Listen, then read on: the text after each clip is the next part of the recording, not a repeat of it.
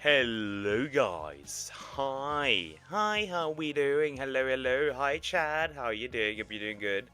Hello Cricket. Hi, how you doing? Hope you're doing good. Hi Frog.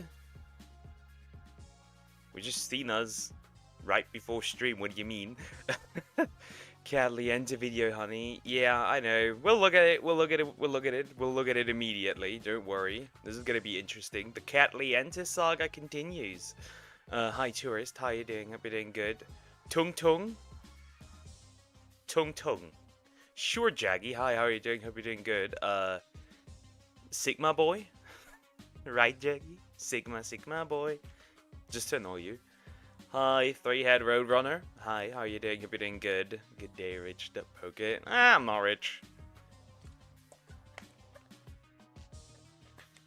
Rich in a good community, I guess. Sure. I do have a bit of a headache today, so I am a bit slower probably today, and might be harder to catch on to some things. Who knows? I'm trying.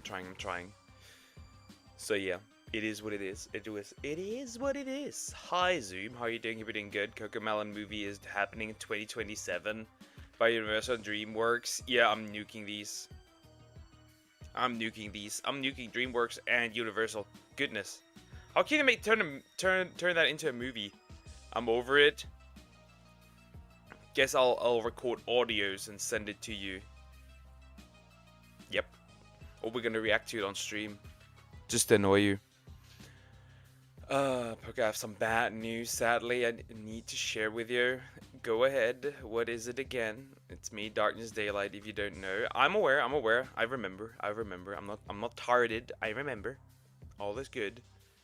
All is good. Yeah, it's actually kind of warm, but not. It's like really weird and humid weather. It might rain later, which sucks, but what can you do? Yeah, I've got a couple of things. We still got a little bit of drama that I would need to get through. The first video we'll react to is going to be drama. It is what it is, but as a reason as to why I picked that specifically, because it's interesting to look at. We have to. Unfortunately, I will need to roast you on June 3rd. Okay. Sure. And I'll fortunately time you out on June 3rd. Kiss.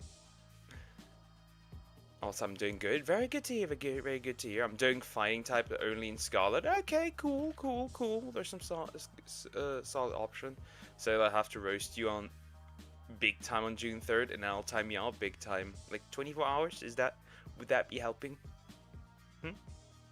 Would that help? Please, no. What do you mean, no? I'll just fight fire with fire. I'm an equal opportunity fighter.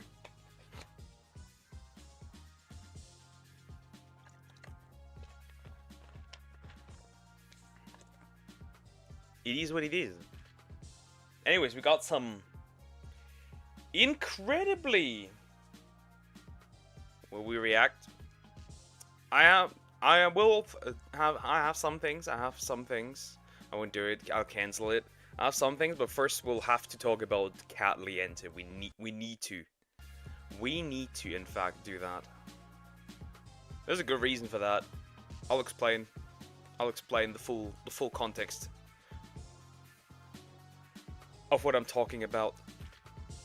Anyways, my team so far is Quaxwell, Palma, Flamigo, yeah, Ralds because of Gallade, trying to train but it's weak, and Mankey. Yep. For the angry monkey. Alright, let's stop the music here. Jump over here. Neong. And we are here. Since when does YouTube have this food thingy? That's interesting. Didn't even see that up there in the corner. Very interesting. I have arrived. Hi, Cocos. Hi, how are you doing? Hope you're doing good. That will take a while to readjust the name. It is what it is. Damn, I do have a bit of a headache. I'll see how bad it actually is. We'll see. But yeah. I need a lot of water. Hopefully I don't turn out sick. That'd be terrible.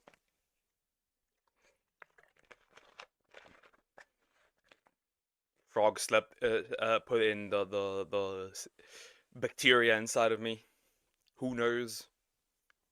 Just so she can baby me more. Who knows? Anyways, but Ralts even lost to an EV. I mean, Ralts is pretty weak. You can still call me Cocos. Okay, then we'll keep that. Yeah, Ralts is pretty weak. In general, it's not that strong, so it makes sense that it gets whooped by an EV. Just makes sense. Anyways, we got something to look at. And this is very interesting, because I know this lady here fairly well. Cloud chasing YouTuber tried to cancel Dokibird and it backfired horribly by Ref says Desu. So how do we explain this? So, see, I have had this. I called this woman out at least one time, actually twice, and this is Cat Liente. Now, for those of you who do not know who that is, she originally started out as a YouTube guide YouTuber. You know, the guys that how to put this, the guys that make like how to grow more on YouTube and weird shit, and it's like the coach with a small channel tries to tell you how to grow your channel. You get it? Super weird. And then she suddenly encountered VTuber drama and realized this is getting views. I can work with this. And she eventually started doing more and more VTuber drama, covering more and more. Until, and that's the neat part at least, she until 3 lolly VTubers were cancelled on Twitter. And she also added some stuff, some good stuff to the cancellation of these girls. One of the girls who was also pregnant and wanted to delete herself. She still hasn't apologized up until this day about that. Reason being, when this all happened, she posted the videos. When this all happened, she was on vacation. The funny part is that even after she was on vacation, is that she like had these like auto uploads, right? So when she was on vacation, she just had like stuff pre-recorded that she didn't even know was even correct. In addition to that, she only covered the side of the people trying to cancel these girls. And that video, that was 8 months ago. That was also the video when Frog found me. So at least she did one good thing. I got my girlfriend because of her. Very neat. The second thing she did was she used a VTuber for clickbait that had cancer. That was the second thing. And now the third thing is Doki Bird. It's very interesting. This person is deliberately trying to fuck over people for views, and she does not care. And it's gonna be really interesting, because I've not looked into the situation. I only know the doc, but that's about it. So we'll see. We'll see. Okay, I won't roast. Yeah, you just don't roast me in general. How about that? Or no trolling. Thank you. And the Dragon Terror rate, the ones fighting the Dragon Terror normal is Cricketune, Myrol's, Curlia, and Pawniard. Okay, interesting. Which VTuber, not Alicia, right? Yep, Alicia. You are correct. The VTuber with the red hair, right? That was Alicia. Yep, that Alicia. She used her for clickbait. Let's see. Hey, what's up, guys? We're here. So today we're going to be talking about the fallout stemming from this controversial video uploaded by the YouTuber Cat Liente, or as she is now known as, Cat in Chat. So she made... Oh, that's a juicy dislike ratio. 3.3k likes versus 13k dislikes. That is tasty. This hit piece targeting the VTuber Dokibird, which was a big mistake because she is one of the most respected and well-liked VTubers in the scene. She also has a reputation for going above and beyond to support artists. And in this hit piece, Cat Liente is essentially accusing Dokibird of scamming her own audience, having this charity PC giveaway where she did not deliver on many different aspects of that. Well, as it turns out, there was a lot of lies in this video that have been debunked. Yep, a lot of lies. A lot of lies that Dokibird herself had debunked. Not only that, you will not believe who wrote the Google Doc that was targeted at Doki. You will not believe who wrote that. I'm not gonna say it, you can probably tell who it was. Either Ref will say it or I will say it eventually, if you can't tell. By Dokibird herself, and as you can see, Cat bit off more than she could chew here because it's blowing up in her face. You can see the like-dislike ratio. It's really, really bad. And before we get into the details of the situation, I have some good news, ladies and gentlemen. The campaign has been extended by 1 additional day. That's right, if you use the link in the pinned comment and code REV30 at checkout, you can get 30% off your total advanced GG order. This campaign was extended by an additional day because you guys went so insane. In fact, we sold out of jars for the 2nd time during this short campaign. So they are restocked. Once again, you can see the new jar here, the Peach Rings flavor, as well as my custom jars here, like the Boo Berry Sparkle, as well as the fan favorite Rev's Rocket Pop. You can see all the other flavors on here. You have Focus, Energy, and Hydration. Personally, I like the Energy flavor jars because it gives you the same energy boost as energy drinks or pre-workout without the crash associated with those sources. You can see all the different flavors. You can check it out for yourself with the link. And also you can get a shaker to mix all of this together. Of course, you have these different options here. Again, use the link in the pinned comment and Rev30 for 30% off your total order. And that will expire at the end of the day. Thank you guys for the crazy support on this. That's why we're getting an additional day. And I was told by my partner manager, if we sell out these jars again, I'm going to get a original flavor for the summer, a new custom flavor jar for the summer. So let's make that happen, okay? But anyways, let's get back to the content here. Let me guess, it was Cat. According to Hirohei and other people, it was in fact Cat that wrote the doc. The only thing she received was the screenshots and all that stuff, but Cat apparently wrote the doc. So yeah, it is what it is. And Zuma will time me out because this is not the place here. If you don't stop. This is not the topic. This is not the place here. I don't care. I don't give a rat's ass about this topic. Stop it. Here. Now, before we get into Cat's video, let's establish the parties here and why it's so significant. So here is Dokibird, the subject of this hit piece. As you can see, she is a very successful indie VTuber, but her history is very important here. So, back a few years ago, she worked with Niji Sanji, the VTuber agency, as Selen Tatsuki. This is her account. She was eventually terminated. She was fired from this agency in February of 2024, stemming from many different things, but as she was terminated, Dokibird shared her experience with the company and all of the things that went wrong, including the favoritism in the company, the fact that Dokibird spent hundreds of thousands of dollars for various events and tournaments at Niji Sanji in their benefit, and she was never compensated for that. She also revealed that she was bullied by people in the company to the point of attempting her own life twice. It was that bad. And how did Niji Sanji respond to this? There's still somebody called Bint who has still not received any punishment for what he did during that time as well. Niji sisters, by the way, have been attacking Rima. By the way, they have been attacking Rima Evenstar as well, saying, "Oh, Cat just read the document. Just read the doc." No, she wrote the doc. Niji sisters are the worst people ever. I feel like some of them, probably not all of them, but some of them.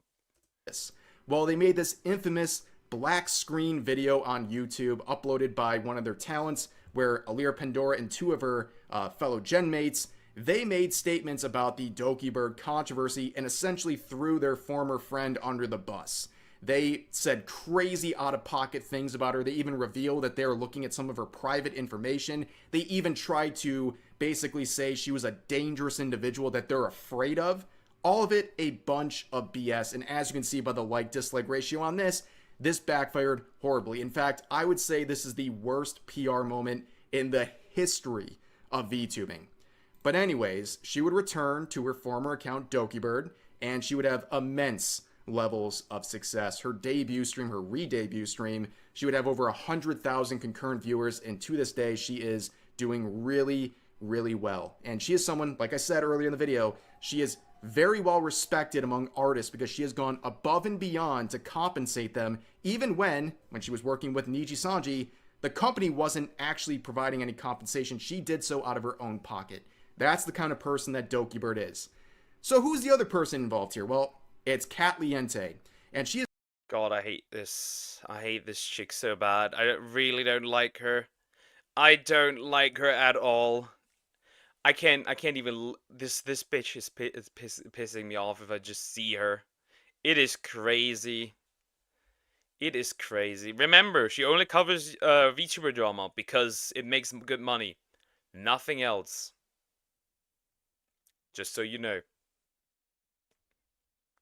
is someone who is the definition of a tourist. Someone who is showing interest in things they don't actually know anything about. You can see from her profile here on Twitter, she is a content creator, advice TikToker, and also a news YouTuber.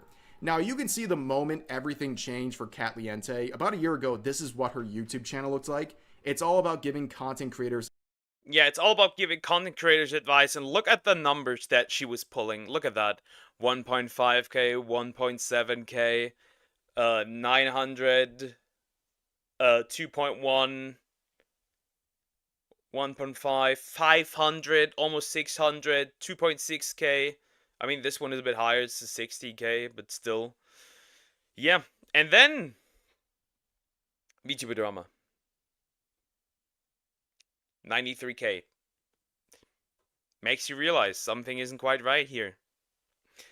If you just say don't talk about hating a country or politics, one me saying if you say it again, I'll time you out, you betrayed me again.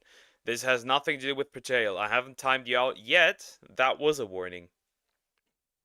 Advice, right? All of these videos, a couple thousand views per video, right? But this is the moment everything changed. You can see the literal video that changed it all for her. This VTuber was scammed. VTuber drama, and it gets 93,000 views. And this is what her channel looks like nowadays. She completely flipped the... Yep. It is all now VTuber drama. All of it. Everything is. The entire thing. Just all of it. Just all of it is. That is, well, happens. All of it is. Makes sense. Script 100%. She did a 180 the second she saw that she was getting more views talking about drama. And of course, there's nothing wrong with talking about drama. I'm talking about drama. I regularly talk about drama, but the difference is I'm actually invested. I care about the things I'm talking about. Kat has over and over again shown that she is a tourist. She doesn't understand what she's talking about, and she tries to make serious videos and serious claims about people, especially in the VTubing industry, that she has no idea about. She doesn't understand the underlying... It's not just that she is a tourist, right? It's also that she doesn't even look at... If there's something happening, she does not look at both sides. She just looks at one side and one narrative and runs with it. And if she messes up, she doesn't even really apologize. She never apologized to the girls back then. She was essentially almost forced to give Alicia a compensation. There was some other things with some art related stuff as well, where she got her ass handed to herself as well. And now the DokiBird thing. That's what it is. Who cares if she's talentless? As long as she chases clickbait, she will have some fame. I mean, people were defending her, especially Niji sisters, because, you know, Everything for Nishi Sanji, they can never fuck up. Subjects, and it leads to either dishonest information or, in my belief, sometimes an intentional misrepresentation of situations to fulfill her own agenda. Never more evidenced than this video. Ah, this one, huh? That was the Lottie group. It was actually 4 girls, not just 3. 4 girls. I remember. Yeah, these were just that was it. That was the 4 the Lottie group. That was it. Right here, I talked about They've not returned yet. They've all been harassed into graduation.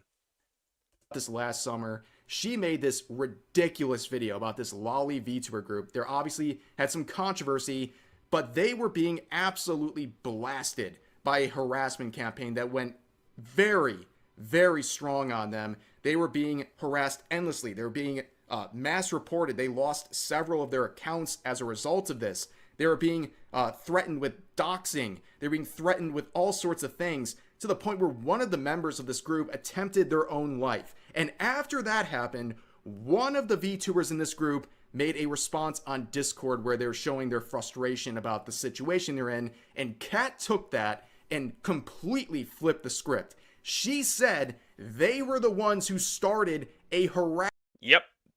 That's what she said.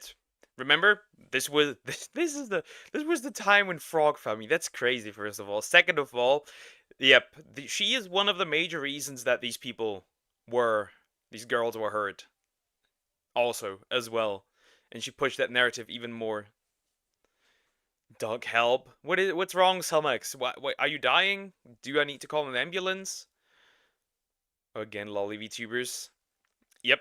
Those were the VTubers I defended back then. Do with that what you will. So Johnny Somali's second trial was 2 days ago. Are you gonna watch talking about Johnny Somali's second trial update? Atozy uploaded the video. I want to watch that one, regardless if it's true or not. If you stupid need to defend, just be friend with some Sims. They will defend you for free and mindlessly. I just yeah. I will never befriend for Cat. No way though. When you look at some of my thumbnails back then, I put a plane on her forehead because it's how big it is. I need used to watch her until that video about lolly VTubers. You could say I learned my lesson. I see. No, you need to translate the hunt for us. I am so confused. What do you mean? Harassment campaign. She blamed them. She completely misrepresented the entire situation because it fulfilled her own agenda. And when she was called out for this and she was exposed, she said it didn't matter because the people involved in this group were too small to ever put a dent in her career. Gio, I've been lurking for a while, and I don't know if you mentioned this yet. I haven't talked about the lollipop stuff. I will not talk about it on stream because I'm probably going to make a second video about it. But my Twitch will get banned if I talk about it on stream due to how sensitive the topics are. So I'm going to record it off stream. Didn't know if you mentioned, but worried with all the people that are with the lollipop group or organizing a mass report raid. Yeah, what are they going to do? Mass report me? Nice try. Look, I'm going to be fully honest, and this is going to be mean. They're not big enough to put a dent in me, to be honest, okay? They're not big enough to put a dent in me. Yeah, until Ref stepped in. Then it was big enough. Then it was, in fact, big enough. You haven't seen the movie? It's a German movie. Krog wants you to translate it so that we wouldn't need to read the subtitles. Well, you have to read the subtitles because I've never seen that movie. And I don't know what it's about. I have no idea. And I won't sit there and translate a movie. Okay, I've already called out Gideon, and I had the entirety of Gideon's Stan fan base mass report me. So that their little lolly accounts is not gonna put a dent into me. So now that you have a sense of who Cat Liente is, And they can't put a dent into me. Look at that nice 30k dislike ratio. Look at the apology I think she already posted. They can't put a dent in me. That forehead is so empty. Just pressing on it will put a dent into it. God, I hate this chick. You understand why people would be already very hesitant to see her talking about Dokibird at any capacity, and why this video is such a epic disaster. So it's an hour and 48 minutes. You better like this video because I sat here and listened to her dribble for nearly 2 hours so I could present this to you. Poor ref. Bro sat out 50 minutes, almost 2 hours through this shit show that she herself wrote. It is crazy. I'm going to give you the TLDR in this situation because I'm not going to make you sit here and react to hours of content on something that she got wrong in almost every regard. But basically, she's accusing Dokibird of scamming some of her audience, where she had this PC charity giveaway where she had the highest bidder who would be who would receive a custom PC, obviously based on Dokibird. And this was something that was going on for about a year. The person who won this obviously gave thousands of dollars to this campaign to be the winner, and there was complications. There was a lot of miscommunication between Dokibird, her management, and the winner of this contest. But Cat Liente makes it very clear she is blaming Dokibird for the actions of her team, which is very important. Remember that later in this video. Which I found ridiculous. It was like almost 8K over the 6K. It was definitely a lot of money over the initial what it was supposed to cost, which is crazy. Here's Croc. Hi, Croc. How you doing? Hope you're doing good. Hi, Imposter. Hi, how are you doing? Hope you're doing good. I sometimes see her videos and my recommended. I wonder if reporting the video will stop YouTube from recommending it to me after I click the 1,000 times to not recommend her channel. I have no idea. I've never tried that. Did she apologize with ukulele? If not, don't take her seriously. Well, she could get out the ukulele. Yeah, this woman's just retarded. And calling her out, I think she worked with some company, and calling her out just literally got me blocked by that company, or that whoever she worked with. I don't remember what it was again. It is what it is. But then she also tries to say that there was no PC delivered, that the person who won this competition was basically shorted out of what they were entitled to. And she also makes a very strong point of saying the artist who was making this PC was shorted by Dokibird and her team, and that this is some big scam going on. Let's just get a small sense of what she was saying in this video with her introduction. This is tea so piping hot. None of you guys have actually heard about it before because it has not been posted anywhere. This is about a big VTuber by the name of Dokibird and a charity stream that Doki had hosted over a year ago. It's actually crazy how bad this all falls apart. Manager's like, why does it cost so much? Why couldn't you donate it? Right? How is this the artist's fault? It's so ironic that this...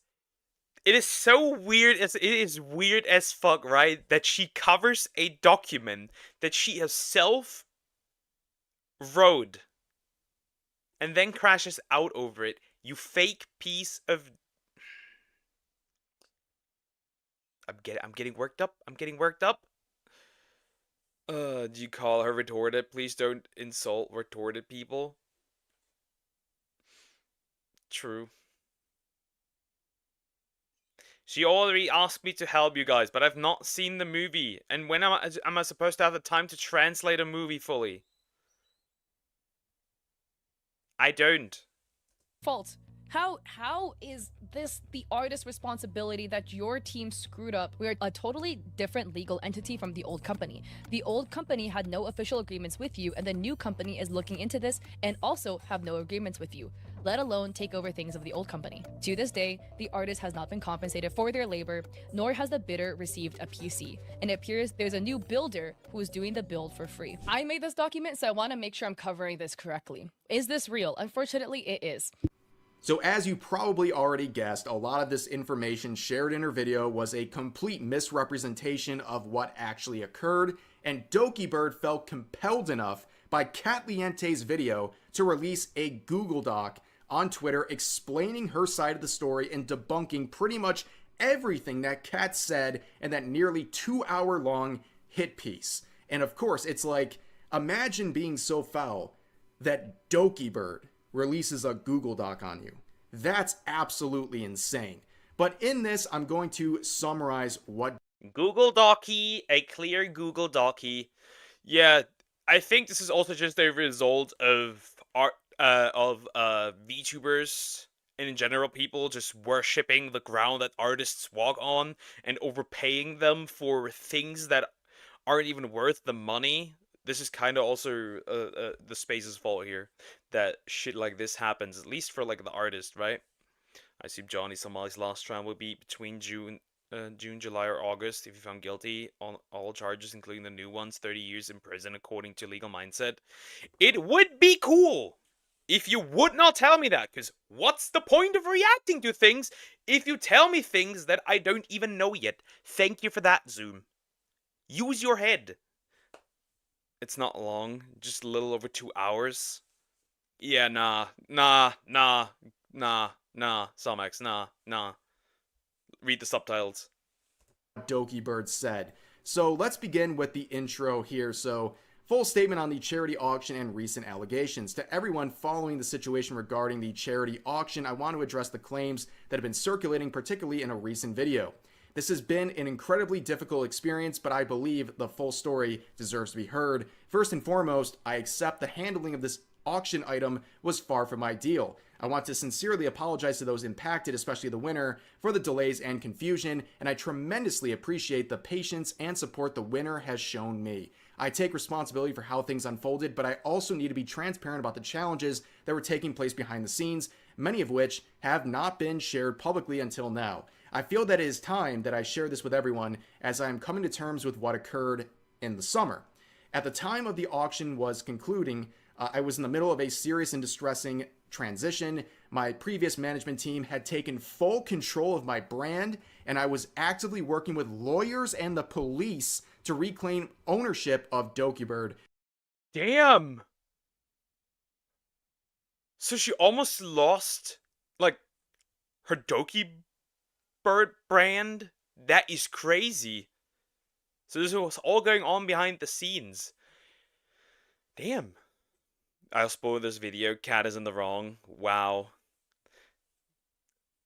Incredible. Who would have guessed?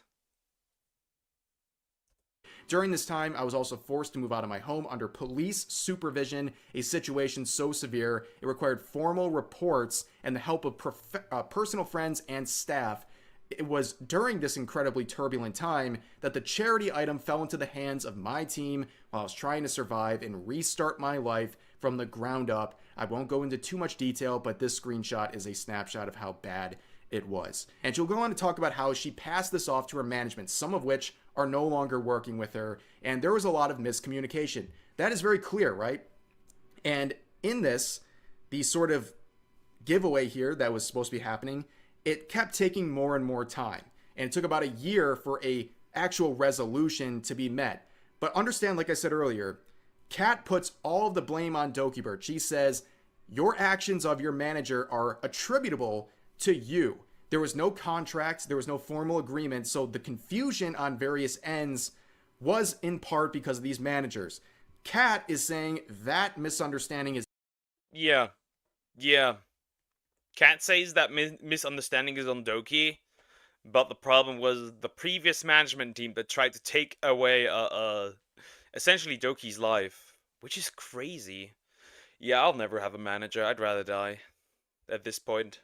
If I ever got into the position where I would need a manager, I know I'd just hire a family member, whatever.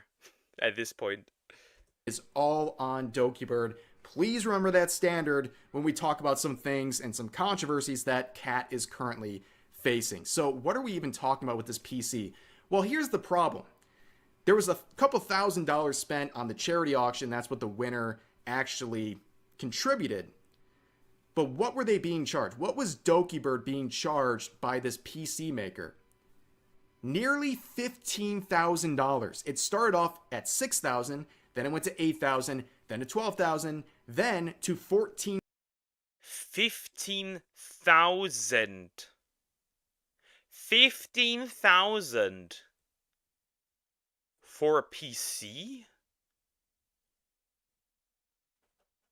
And the 4K cancellation fee. What the actual fuck am I looking at? Who the fuck is paying 15k 15k for a PC?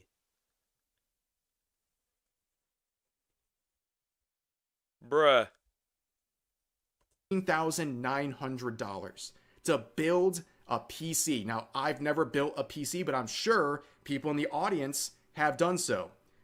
Does it cost $15,000 to build a PC? I don't think so. And there was also a $4,000 cancellation fee being pushed onto DokuBird if she didn't want to follow through on this, which, of course, again, there was no contract. There was no expectation of anything. So this person who was involved in making this PC was making up terms as they went and was trying to jack up the price of this entire build to the point of absolutely ridiculous numbers. Like, The only one who's getting scammed here is Doki. That's the only one who's getting scammed here is Doki.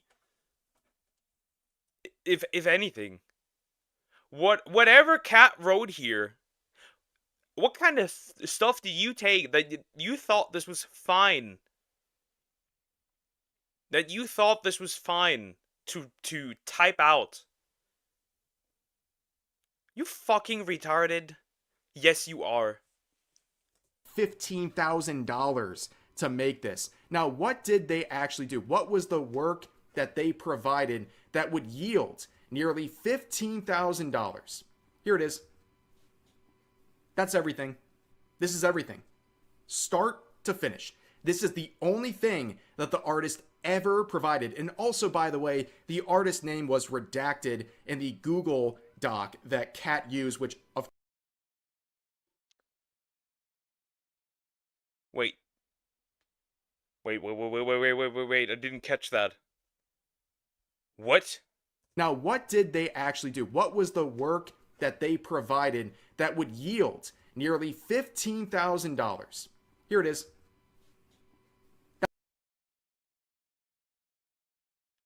Wait, what? I am... Huh? That's everything. This is everything. Start to finish. This is the only thing that the artist ever provided. And also, by the way, the artist name was redacted in the Google Doc. Wait. 15,000 for a build concept? You gotta be fucking kidding me. This is a joke. This has to be a joke. This has to be some cruel, unfunny... Is this some kind of sick, twisted joke that I'm watching? What do you mean 15k for a picture?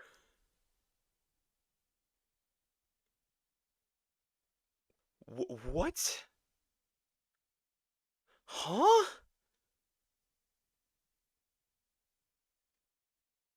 Whatever was left from my brain is now completely gone. What is this? 15,000 US dollars for a concept art? That's not a PC build, that's a fucking exoskeleton for the PC. I don't know what it is called. It's just a concept. Doc that Kat used, which of course is no longer available. She redacted all of the names except for DokuBird. This is so important that she has to fight for the justice of this artist, but won't share their name. Make it make sense. Because the artist knows that he's fucking dumb. That's the reason why. Welcome to my world, Poke. Here we totally lost it. What is this? What am I looking at? It's just a concept.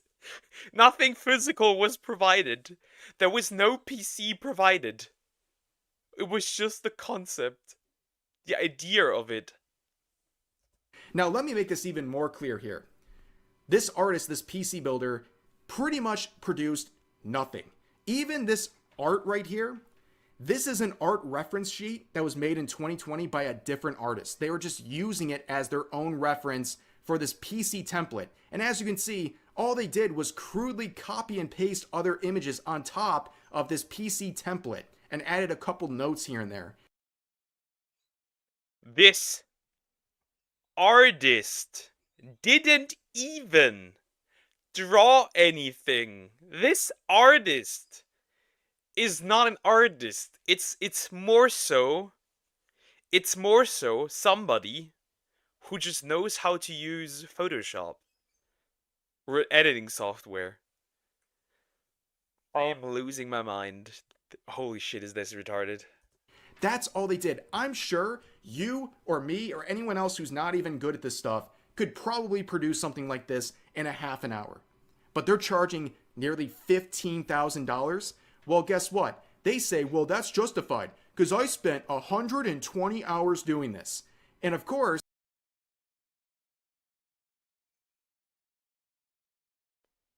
120 hours.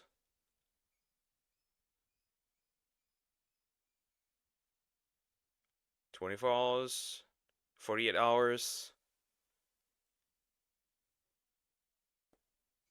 You are telling me,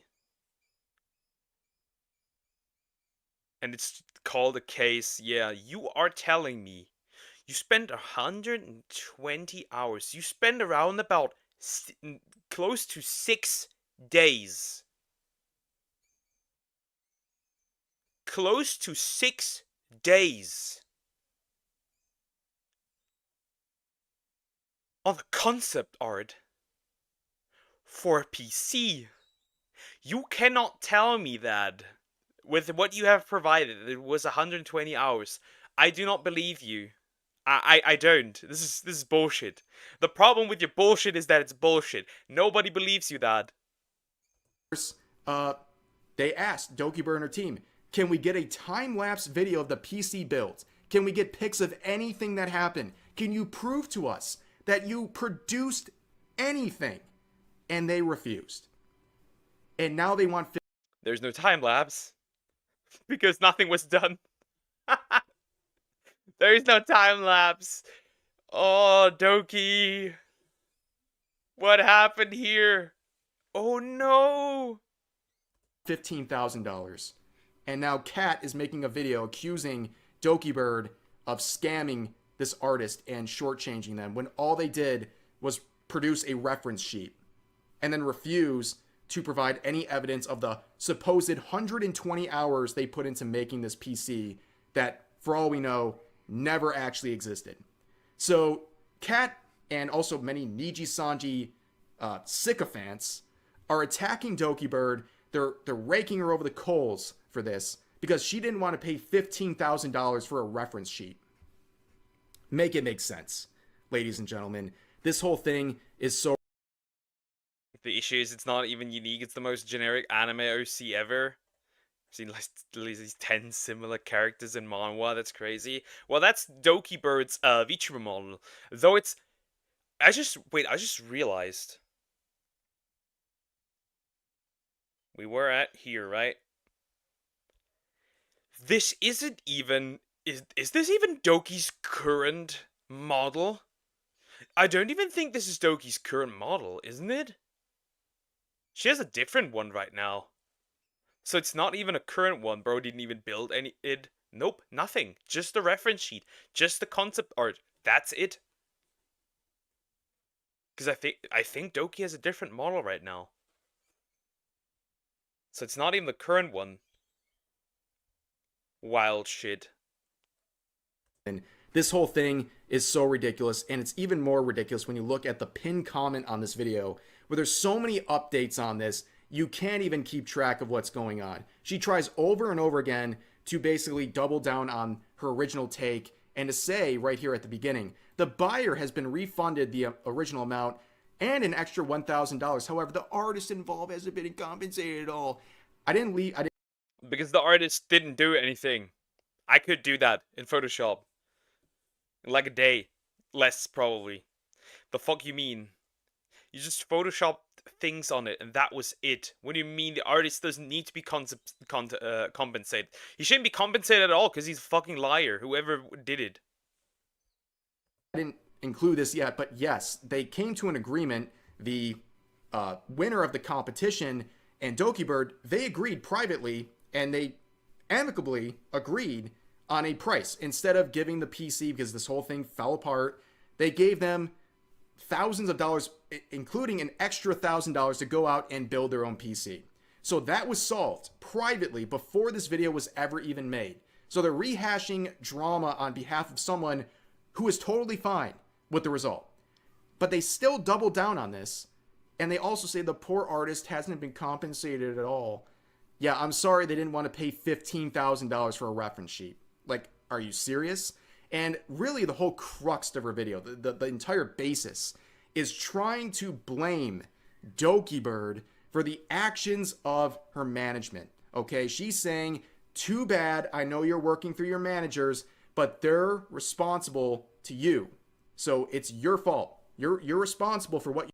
Look at this. There's down there. There's 806 retards who like this as well. King of bots, hello, brother. May I have some oats, brother? Do you know the meme? Hi, how are you doing? I hope you're doing good. This is crazy. Bro, I need a career change ASAP. This is wild. VTuber drama. And this chick has always caused drama 3 times. Like I said, 3 times. Or 4 times. One with the lolly VTuber group. One with a VTuber who had cancer. One with some art. And now this. This chick is causing this on purpose at this point, I feel like. Just me. Then at this point, just buy a nano computer if that's the price for a picture of the PC you wanted. Yep. That's what you gotta pay. Your managers are doing. Boy, would that standard blow up in her face, because for some reason, she has decided over the past 2 days to rehash a controversy that happened in November. Ayo, what the fuck?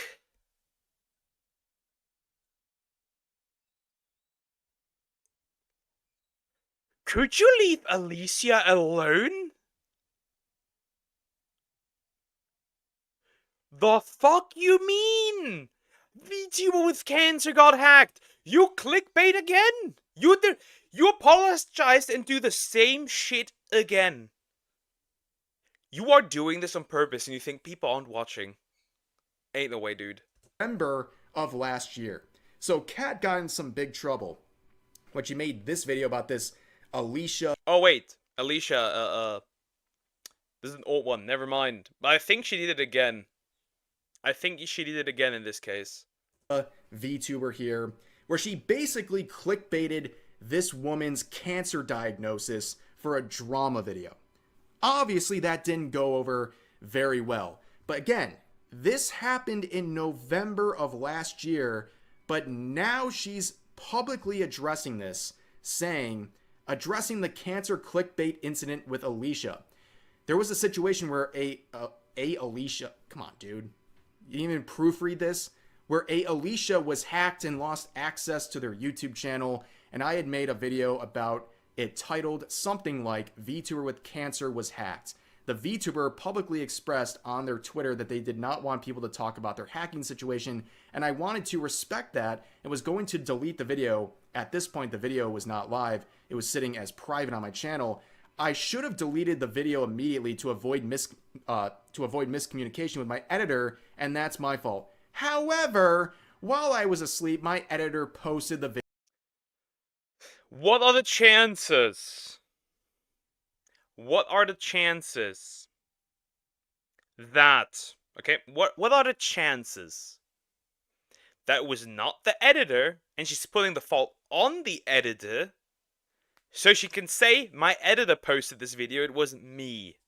So, you know, you can take the thing, you know, the views with you without, you know, making it seem like you're the evil person here, I believe she can recover so she can kick her fucking ass. I think she's already doing it on Twitter. I could be wrong. But I saw some tweets. Video without me knowing. Ding, ding, ding. So she's attacking DokiBird, saying, you can't pass this blame on your manager who was communicating with this contest winner. You're wrong for that. It's your fault. And then here, addressing a 6-month-old controversy, she passes all of the blame onto her editor, a third party, just like she's accusing DokiBird of doing. Ridiculous. Absolutely ridiculous. A completely ridiculous person that we're dealing with here, and people are crucifying this woman, and I think rightfully so, for this weird attempt to show herself as a good person. Again, addressing controversy. 100. The dog ate my homework. Excuse. This is a Cinder apology. It was my boyfriend. This is a it was my manager. Excuse. Not gonna lie. This is a Cinder level threat. This is crazy. I bet the editor will come out a week later. Who knows? Also, hi Scruffy, how are you doing? Hope you're doing good. The chances are non-zero.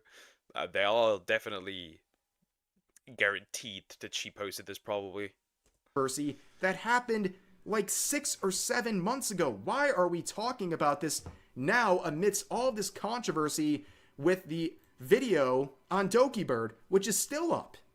It's got, I don't know why she's doing this. It can't be worth all of this. And also, I'm not going to show it, but in her response to that VTuber, she also shared that she paid the VTuber money as like reparations or like compensation for making the video. She gave her like $150, but she posted a screenshot of the PayPal of this VTuber and crudely just drew like a thin line over her legal name. And you can see her legal name. She What? Yeah, at this point she's doing it. Nah, she's doing it on purpose. She is fucking people over on purpose. She has no moral compass whatsoever. And nah. This is like what the fuck, dude? What the fuck, dude? This is crazy. She's doing this 100% on purpose. I'm not believing anything this woman says. This is on purpose. essentially doxed the woman. For what? I have no idea. It's so weird. It seems like it's malicious. How else does that happen? How else do you end up in a situation like that where you're not censoring properly a legal name? It's crazy. This whole situation is a disaster, and everything that this woman talks about blows up in her face because she's a tourist. She wants the attention, and unfortunately, the attention she is receiving now is negative because she botched another situation. I'm gonna be honest though, that's barely gonna have any repercussions for her, not gonna lie. She's going to grow. People will bring it up for 2 weeks, and then everybody will forget. This is a parasite for this space. Straight up doxed. Straight up. And this time involving DokiBird, among other VTubers as well. But that's going to do it for this video. As always, feel free to share your thoughts about today's topics in the comment section down below. Hope you guys enjoyed the video. That's the end of the video. This is wild. She just continues, and I will guarantee you this will not be the last controversy that this woman will cause. Not gonna lie, this is doing it 3 times, or 4, or more even. Who knows how often she has lied, and people didn't pay attention to it, and somebody got fucked over for it. Who knows at this point? It's just very simple. I feel like she's the parasite. She's the parasite for the space. She needs to get out of here.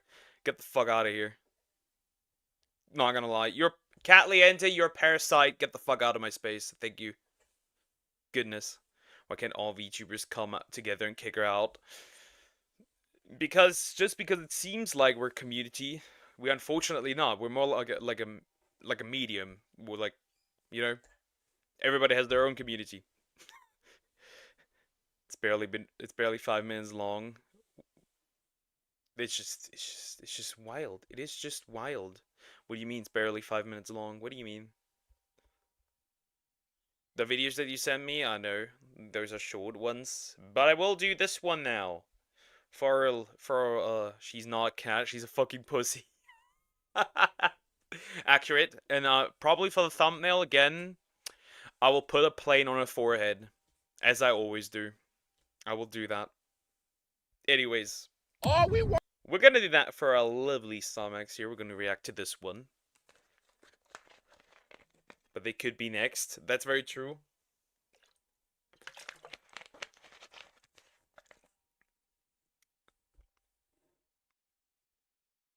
Very true, very true. Put a fatalis on her head.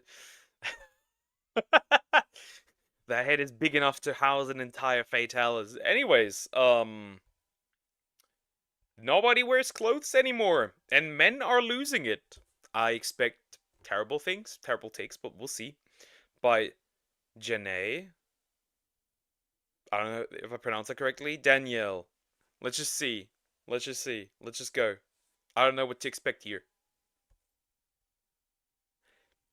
Is she gonna talk about like that women, for example, in gyms aren't wearing like proper gym attire? And I have to say that just because you can wear anything doesn't mean you should just wear about anything. I know exactly if you dress a certain way and you film yourself, for example, in the gym, I know exactly what your goal is. It's not working out. I can tell you that much. I saw a video, for example, of a lady just being dressed like in like really tight clothes, right? And like going into like a sitting position, right?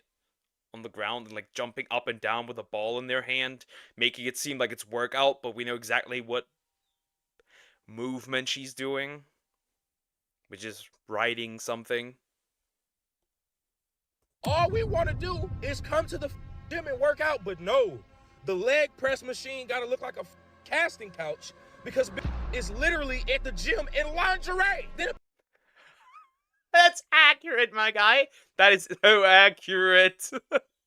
They look so uncomfortable as well. Yep. This is so accurate. Like, I don't go to the gym, right? I work out at home. I have everything I need, I have at home. Right? So I don't need to do that kind of stuff, right? I don't need to go there. But if I look through the window and I look like inside a gym, I'm like, is this a strip club? I remember that. It was crazy. Like, actually, like, I walk past that and, like, I look through the window and I'm like, is that a strip club? Is it? And for some weird reason, our gym here has some weird, thing where, like, men are not allowed to wear tank tops. Which I'm like, why exactly are we not allowed to wear tank tops? What, is there a specific problem about that? Look you in your eyes and tell you it's not bothering anybody. I'm uncomfortable. Some of the outfits women wear at the gym nowadays are just so bizarre. Like some of these onesies and like the spandex and stuff I see, or even the tops. Like I can see your nipples through your shirt. You know it's gotten bad when even the men are asking us to cover up. Like, are we in the Twilight Zone? Has hell froze over? I have to say though, it does make me uncomfortable as well. Like, I don't, for example, if I sit in the bus and there's like a lady who's like, how to put this, barely wearing anything, and I could sit there, I'm not going to, no matter how full that bus is, I'm not sitting next to her. I feel like that makes it just like, I don't want to be close to you. It's I don't know, it's just uncomfortable. Like, I wouldn't sit out next to a dude with his dick out. Kinda uncomfortable. I don't know if that's just me. I've seen clothes that don't come into your butt cheeks, but come into the entire anus. the butt splitter 9000. Men are asking for less skin. What timeline in the Marvel Universe did we fall into? Just jokes, just jokes. See, we can joke over here. I know men aren't out here lurking in the shadows, being little perverts, just hoping to see some skin. At least, not all of you. But let's not act like society hasn't. Yeah, some of them obviously enjoy this. I'm not gonna be sitting here like no man enjoys this. Some of men do enjoy this. I'm not part of those some men. I feel like it's just weird. I don't want to see your whole anus through the pants. Thank you. It makes me uncomfortable as well. It's just like, There, you can dress in a way that looks comfortable and makes other people not uncomfortable. I don't know. I just find it weird. And I don't think it's weird to say that that men quote unquote are losing it. I don't think that's particularly weird. Like, I can see naked women everywhere. And I think, like, just because since we see it so much, it's just like you can't see it anymore. It's like if you watch the same movie over and over and over, you'll get tired of it, and eventually it just becomes annoying, uncomfortable, I guess. And conditioned everyone, men included, to be hyper visual. So when they start saying it's too much, that says a lot. And please, let me be clear, this is not some anti-woman rant. I am not trying to be the dress code police. I believe in modesty, but I also believe in choice. So this conversation me and you are about to have is going to be a lot more about reflection than restriction. Because, child, even the men are tired. So I know if they are, a lot of us women are too. Welcome to the girl talk you didn't know you needed, except for today, the men are pulling up a chair. Now, I'm not saying you have to subscribe. You're classy. You don't just give. But I'm a man. I'm a man joining the girl talk? That's interesting. I mean, I do that at times as well. Yep. Just to look at what the women are thinking, you know? You need to broaden your mind. It especially makes me uncomfortable, like, bitch, it's minus 10 Celsius, why the hell are you just in a bra? True. True.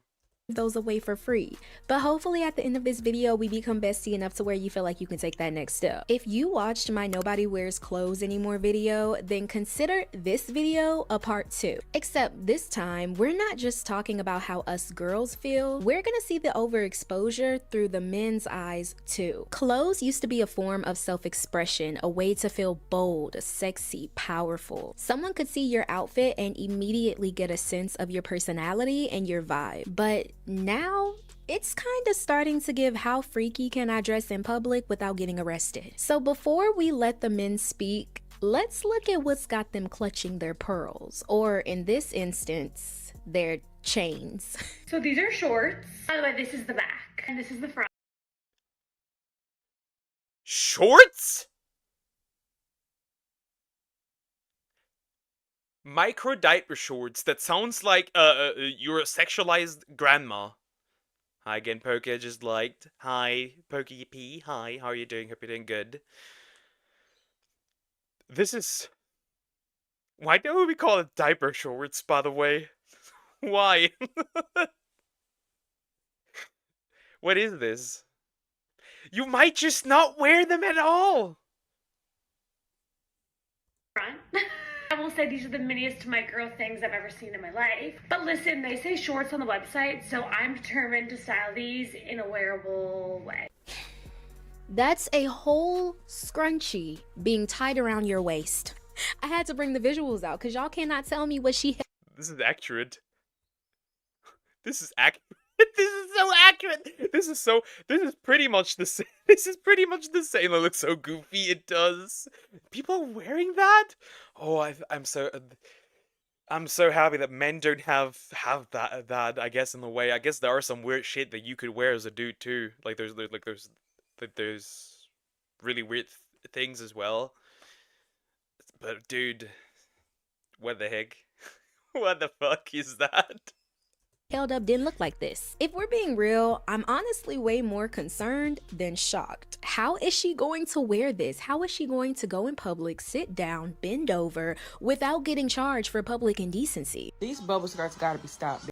I worked the night shift at Waffle House, and this girl came in, and no shade to the girl if you see this. So they came in to do a to-go order, and you have to sit down to take a to-go order. We can't have people standing up. And she was making a big fuss about why she couldn't sit down at the high counter. So I told her to come have a seat in my booth, and I had it taken care of. And over at my booth, she still doesn't want to sit down. She's like, stand up. I'm not noticing why she don't want to sit down. It's the damn bubble skirt. Like, she cannot sit down because she only has underwear underneath. There's no shorts or nothing. Oh my goodness. I just don't want to see somebody's ass cheeks. I don't want to see somebody's genitals. I don't. Thank you. Shorts became shorter. They're shorters. You new dresses started as male fash. I think so, yeah. Just like those like hair thingies, right? Also, a lot of men wore these. We'll try watching some Brandon Bowen vines. Eventually. Sure, why not? It's just, if she sit down, her ass is going to be on the seat. We should be serving fashion, not flesh. At this point, I'm starting to wonder what happened to clothes actually covering things. Like, isn't that what we're wearing clothes for? But enough of my rant, because even the clothes that do cover, We're gonna go back to eventually like just plants just barely covering stuff. We're gonna go back to monkey. they can still manage to be inappropriate. I'm introducing a brand new bra with a built-in nipple, so no matter how hot it is, you'll always look cold.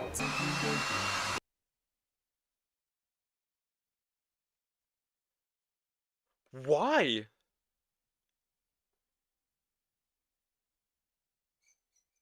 But why though? The hair cap, yeah, exactly. But why though? But why? I... The Skims Ultimate. Like, there is a difference between, like, it's cold and your nipples get hard, and your nipples always being on display. What? Nipple bra. Now let's be very clear. I understand how natural bodies work. Nips exist, okay? Sometimes it gets a little cold and our bodies just do what our bodies do. It happens and there's nothing to shamed or be shamed about. But we've reached a point where people are manufacturing nip outlines on purpose. Not because it's cold, not because it's natural, but because it's trendy. Is it just me? Am I being a prune? Like, am I the only one that thinks that these bras are just a little inappropriate? Y'all let me know in the comments, because I feel like I'm going crazy. Yes, they are inappropriate. Like, because it's just once again sexualized. Is this just once again another? This is just once again another symptom of our society being so sexualized. It really just is. What the fuck, bro? And while we're on the topic of bras, and y'all, quick note, I was so mad that I didn't mention this point in my other video because I do not understand how TikTok is letting this slide. It's insane. The rise of TikTok shop ads that involve us getting borderline flashed is crazy. I'm talking. This bitch had her whole tits out! I'm not gonna show that again, but this chick had her whole tits out. In the wild. In public. That's crazy! But hey, the one crazy chick. It's crazy! Oh my goodness. Oh, God. TikTok! What are you doing? Kids can see. That's crazy. Talking about the bras, lingerie, shapewear, the nip covers.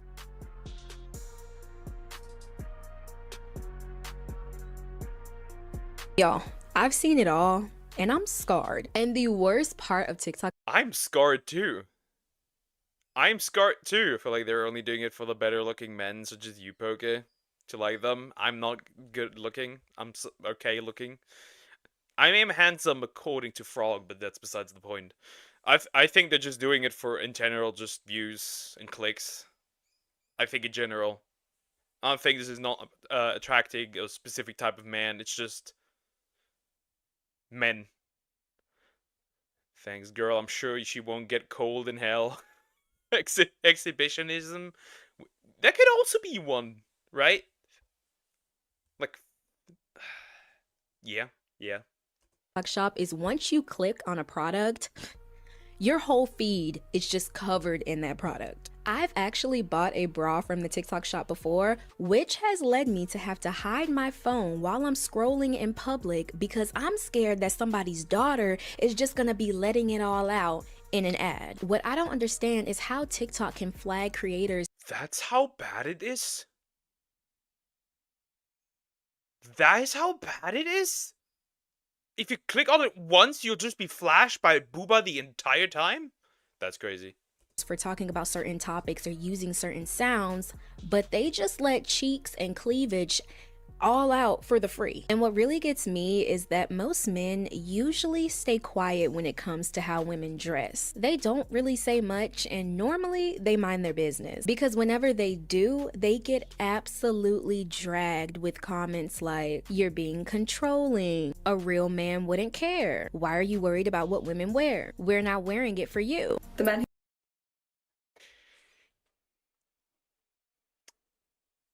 I'm gonna get beheaded for this, but I'm gonna say it. An insecure man will let you out the way you do because he's too scared to say something. A secure man would say, "Yo, you can't." That would say what's wrong. I feel like if you don't like something that somebody does, a partner does, and you make that boundary, that's making a boundary. It's not controlling. If Frog doesn't like something that I wear because it looks goofy or weird or silly, I'm not gonna wear it out in public. That's okay. All the way around as well. But that's just me. That is just me. Also, I find it funny. A real man wouldn't care. So women are telling me what a real man is. Without being one. Okay? Sure. Can I do that the other way around? Of course not. Then I'm getting beheaded. You can't go out like that. You're not for the street. You are not for the... Actually, she is for the streets. She is actually for the streets. I basically grew up with a sister, so I respect women. I have two sisters. And a mom. who force their women to not dress revealing and to not dress how they want because of protection are the real perverts. They are the disgusting perverts who look at women who dress revealing and they don't avert their gaze, and that's the reason they don't want their girlfriend to wear it, because they assume that every single man is a pervert like them. Why does woman post a video talking about her man told her to wear like a flowy dress or something, and then she gonna respond in a petty way talking about some, don't try to control what I wear, don't tell me what to wear.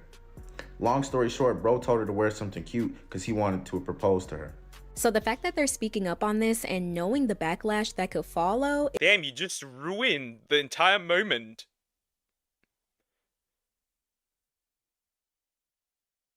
Like, this is crazy. This is crazy. Poor guy. Bro just wanted you to wear something cute to propose to you.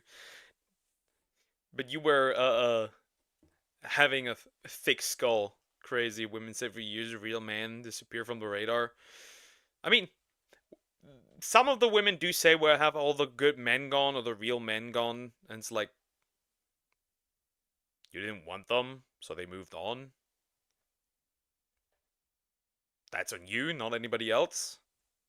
Is really interesting to me and also speaks volumes. Like, we really in a day and age, we're telling, can you please stop coming to the gym naked? Starts a public discourse. Are we at Myrtle Beach or LA Fitness? Help me understand. Why are you fighting so hard to literally just go in public servers naked? Shorts so tight up her ass, she got a fart for them bitches to come off. This debate about gym clothes has completely spiraled. Whether you like showing more skin in the gym or you like dressing like Adam Sandler, there is a fine line between wearing something that makes you feel good and also wearing something that makes other people uncomfortable. I think there's been some miscommunication. I don't think this is the sports bra and shorts combo that people are having an issue with. Amazing body, but I think this is the combo people are struggling with. You know, this right here, this combo. It's essentially your whole ass is out. Your whole ass is on display. And you know what's funny? In all of you know what's funny in all of this? You know what's funny? These are the women that then complain that men look at you. Of course they're gonna look. You look like you straight came out of your OnlyFans shooting. What do you mean? They're so cute. That's crazy. Especially like cute summer dresses. Cute summer dresses. Some of the spring dresses are also really cute. Yeah, that's I love that. That's so cute. I think this is what's making people uncomfortable. And don't get me wrong, I do believe that women should feel comfortable and confident in the gym. We're sweating, lifting, huffing and puffing, so we deserve to look cute. But when the outfits start looking a little bit more like OF promo and not a leg day fit, people are going to talk. Most of the people in this man's comment section, believe it or not, are women. So let's read some comments, shall we? We have, he is absolutely correct. It's uncomfortable for everyone. Somebody said that's so unsanitary. Based. I never want that much attention at the gym. Also based. Literally attention seeking, and IDGAF, who says different. I agree, it's nuts. This new generation doesn't have decorum. When multiple people, women included, are mentioning how the gym fits might be a little too much, maybe they're not just hating. And that video went very viral. It got 23 million views in a week. I mean, if the girlies say it's too much, then it's too much. Again, I think they're doing it for attention. These obviously do it for the attention because they're filming it. Like, if you were a woman and you were wearing that, would you wear and you film it? You are likely would not film it with your ass towards the camera just for yourself or for other girls. You want dudes to look at it.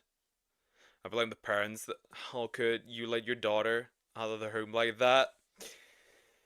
Because a lot of parents don't know how parenting work anymore. They have like this there was a parenting style, I forgot what it's called, but it's pretty much like they're pretty much just giving in after a while. That's their parenting. And the comment section is full of sense. No, we doing something so wrong in reality.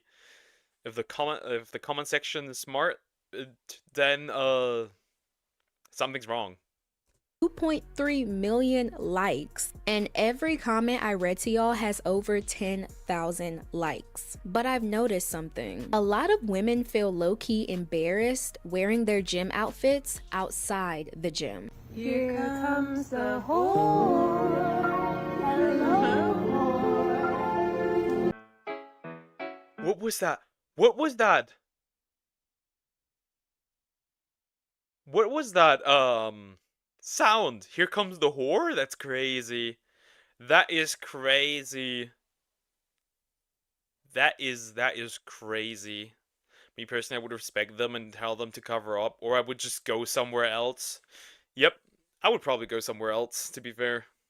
I don't want to look at that. Wearing a cute gym set is all fun and games until you look like a complete whore at the grocery store after. I don't think this is still very tight, but I don't think this is too bad. Like, there's worse. This is probably tame in comparison still.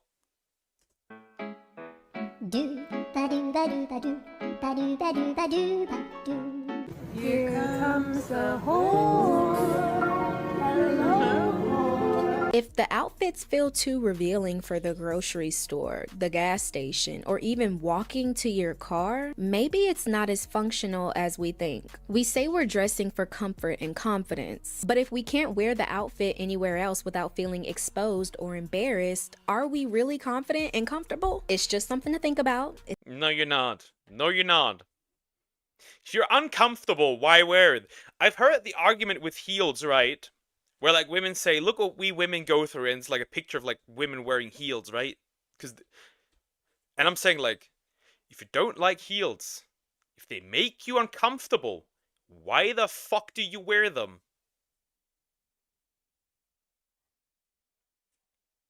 Who are you arguing with? This is not on, and they want to put it on the men. This is not on the men. If you are uncomfortable, why do you wear it? It's not a rule, it's not shame, it's just a think piece. But surprisingly, this next video isn't even about exposure or modesty. It's just about the style itself. One guy by the name of James posted a video dragging the bubble skirts, and when I tell y'all, he did not hold back. Ladies, I'm very sorry for what I'm about to say. I don't want to hurt anyone's feelings, but it just has to be said, okay? Bubble skirts have to be the most hideous shit I've ever seen. I'm sorry. No, you know what? I'm not sorry. That looks stupid. You look stupid wearing that shit. You know what someone told me? I said, what's with the bubble skirts? What's the deal? I don't understand it. And they said, oh, it's supposed to look like a cute little girl.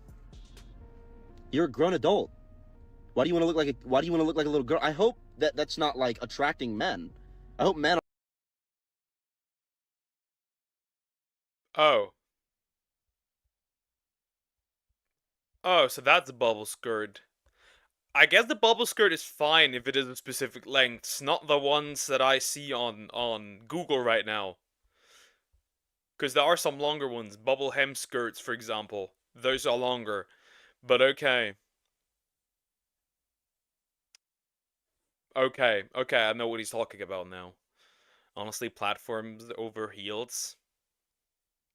That's likely more comfortable, yep. If they want to still wear it to public but don't feel comfortable, then they can just wear thin leggings. I mean, that's also something possible. That's also possible. But yeah, if you're uncomfortable, if you feel shame wearing something, then just don't wear it. aren't coming up to you and saying, oh, I love it when you dress like a little girl. What the And I know, you don't do it for men, you don't do it for us, but I will tell you, this is what every man is thinking. He said, forget the modesty. They're ugly and you look stupid wearing them. Whoa.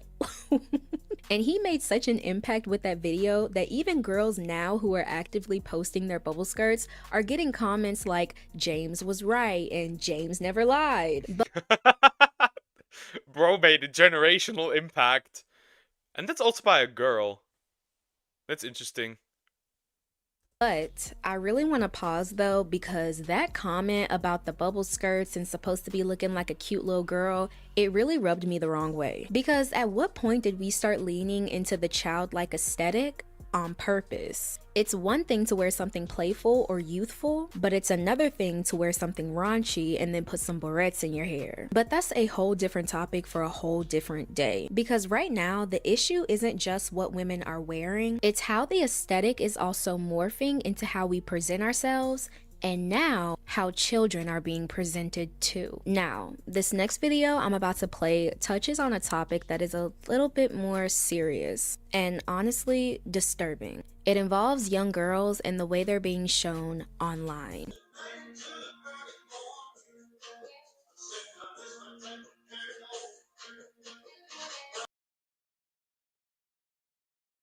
Why do you let your little girl, your little daughter, move like that and film it? And film it! And not just film it, but post it on TikTok. Here's a little anecdote from when I worked at a primary school. Here's a little anecdote. So we had a first grader. Yes, it was a first grader, right? The way this little girl was dressed was horrid. Absolutely horrid. Incredibly short skirt.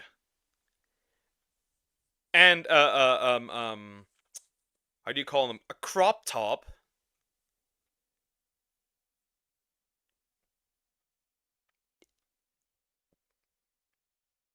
I did not want to stand next to this little girl. It made me incredibly uncomfortable interacting with this little girl. When she wore that, I held like a distance like far, far away. Because it made me so uncomfortable as a dude standing next to a little girl barely wearing anything. Like a 7-year-old pudding person. What the fuck are we doing? Crazy. Kids should not be wearing that. Kids should not be wearing that. Gross. Absolutely gross. Y'all not gonna like what I'm finna say, but I'm finna say it. I do not like how y'all got them little girls doing that boots on the ground challenge. Everything is not meant for little kids, man, especially little girls. I don't want my little girl popping her fan and popping her hips nowhere around no grown men, because let's be real, that's where it's happening at. Sometimes we just gotta let kids be kids. Y'all be letting kids grow up way too fast. Then when somebody with logical sense speak on it, y'all try to attack them. Now, let's be real, this topic can go very deep and it can get very heavy. Now, I try to keep it a bit more lighter on my channel. I want my channel to feel like a breath of fresh air, not a place where you're constantly being weighed down. So while I don't normally bring up topics like this, we still sometimes need to bring them up. We barely hear men talking about topics like this because if you want to be really honest, when they do, they get labeled immediately. People hit them with, "Why are you looking? You must be the problem." Or there is no shame, and you're not the problem if you're pointing out that we shouldn't dress and let kids act like that. Nope, there's no problem. I am looking because it is gross and it makes me uncomfortable and it's weird as fuck. Incredibly short. So short that I did not want to look at the girl. That short. Very simple. Or worse, people say that they're a creep for even noticing something that's clearly inappropriate. And stay the fuck out my DMs asking me to get up on here do a think piece about a Miss Shirley. I don't know about nobody else kid. I don't give a fuck to get up on here and say nothing about nobody else kid, because when I get up on here and any of y'all get up on here say something about somebody else's kid, the first thing they gonna say is, why the fuck you looking at my kid like that? When the real question is, why the fuck you got your kid out here so these predators be looking at your kid like that? You know what I'm saying? But a lot of us, men and women, have seen the videos of children doing this line dance.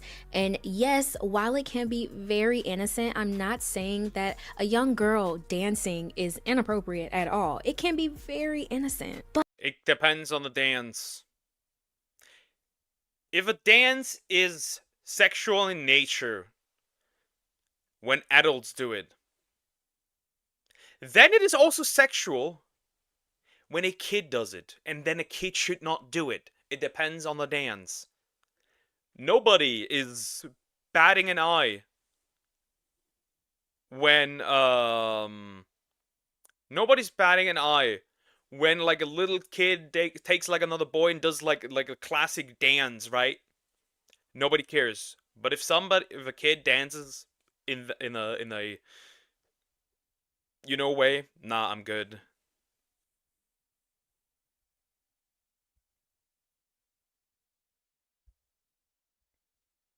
Yeet. Stop the spam, that's not the topic. Die. But let's also not ignore the fact that some of these dance moves are not meant for kids at all. I'ma keep it a bean and a buck. First it started off cute, but now it's getting a bit too much. Miss Shirley is only 3 years old. Let that baby be a baby. She ain't even made it to kindergarten yet. I stopped liking their videos because once I seen that baby bent over, touched the ground, and popped her hip, I got irritated fast. The name alone, Miss Shirley, don't even sit right with me. And what really ruffles my feathers is her being booked for all these adult events. Why they not setting this baby up for family events, birthday parties for the kids? The man in the background talking about get it, little mama. None of that sits right with me. She need to be somewhere dancing the sharp do do do do do do. The same men we say don't care or aren't paying attention are paying attention, and they're tired too. Tired of pretending not to notice, tired of being told they're. If I see something gross, I'm gonna call it out immediately. And sure, this is now all focused on the black community, right? It's all focused on, like, black people. But I can tell you that people like that also exist among any other. They exist among white people, Asian. Doesn't matter. I've worked with kids, and I can attest to that this is not that uncommon. Like I said, it's crazy. It was so bad that even the women that I worked with, which was the only dude, right? It was just women. And teachers as well. were uncomfortable looking at that girl. Even the women were uncomfortable looking at that girl. What are parents teaching their kids and they don't give a fuck? Because, like I said, most parents do not know how to parent. And this is also a problem because a lot of those parents grew up without parents. Bro, this girl is so pretty. And the lip combo looks awesome. Stop gooning. This reminds me of that movie on that. Oh god, not cuties. And how long it took to take down that movie. They're weird for noticing, and if they're tired, best believe we're tired too. This video leaned into the men's perspective, not to center them, but to highlight that they recognize this shift too. Because I know there are a few guys who love tuning into the girl talk they didn't know they needed, and trust me, you're welcome here. Because these conversations are for I'm welcome! Chat! Now imagine that most look like that. Ugh. Stop it.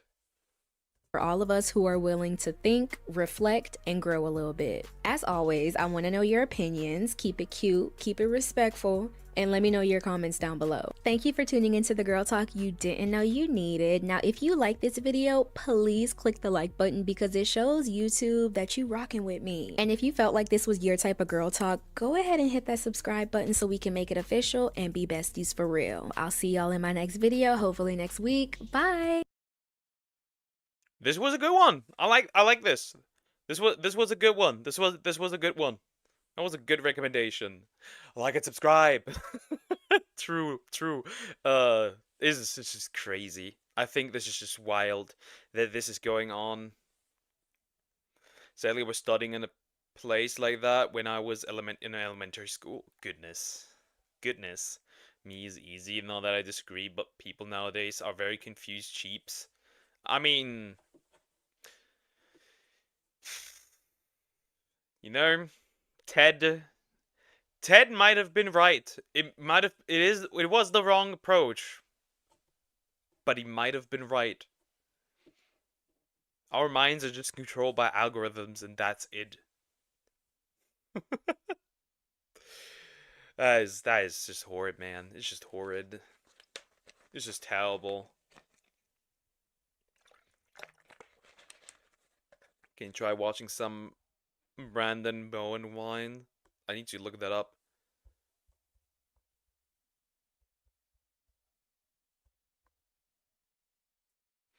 Is there some good compilation of these? I don't even know. Oh god. Yeah. I don't know about that one. That's not, let me look, but I don't think that's really my style.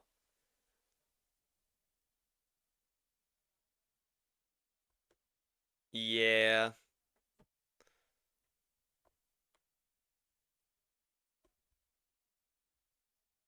I guess I could put it in, we'll check it out. I need something funny anyways now. Let's just throw that in. Let's try. Hassan versus Asman! Yeah, I have it in there as well. I do have a compilation, I guess, we could look at. But yeah, I want to watch that as well. Hassan versus Asman. I just seen that. Fine, we'll look at that. Funny vines, huh? It's funny for me. I don't know what my humor is, though. Well, it's hard for me to find things funny. We'll see. That's the problem, usually. Try not to laugh watching Brandon Bowen funny Vine compilation with titles. Wow. By Funny Vines. Let's just look at this. I have no idea who Brandon Bowen is. Who are you? I'm Fatness. Hey dude, watch this. What? Huh? I'm Fatness? That's crazy. I want to try. Over here, Twigs. You want some diabetes? Bruh. Yeah! Did the first time.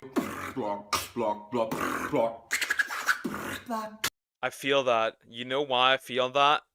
You know why I feel that?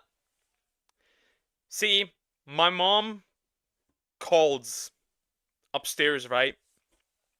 And I ask her what she wants, right? Like, like 3-4 times, and she never responds back. Anyone remember don't do country Vine video? Okay. Wait, if Poker has a hard time finding things funny, does that mean Poker is just faking it when we make jokes? No! No, it's most of video stuff that I find a hard time finding funny. Blocking out the haters. Scare cam. I think bro was scared more about his mom than scaring the mom. Also, is that... Why does it look like Jake Paul? Is that Jake Paul? Questioning, why did Swiper never get a gun and just shoot Dora? I just questioned that. Remember that when you see two men attacking a granny, help, she can't win against the three of you. Ah, that's why you you know, when a dude fights a pregnant woman, that's why you help the pregnant man. So it's now 2v2 instead of a 2v1. The pregnant the you fight the pregnant woman. So it's not a 2v2 anymore. Look like I'm running a food bank? No. So it is a 2v2 now. Dude, my head is fried because of a headache. Crazy. You was right. So, who are you talking to? Wait, is that... Was that like the reverse version? Like a kid, either it's a kid baiting another kid with candy, or it's kids baiting adults with candy. How did this kid get so many lighters? Good question. Relationship with my grandma. I can't. You're the cutest. Okay, that one I get. That one I understand. That one I understand. Yeah, that's usually I feel that. Also remember when like people were like doing videos for that where they were like insulting the mom and like the reaction of the dad, and there was this one who looks like Kratos who just stood up ready to murk his own son. Yeah. Once. Topical. That's a 5-head move. If a girl says she doesn't like fat dudes, she doesn't date fat dudes, just say you're obese. Or say you're overweight. Or you're big boned. That's a good one.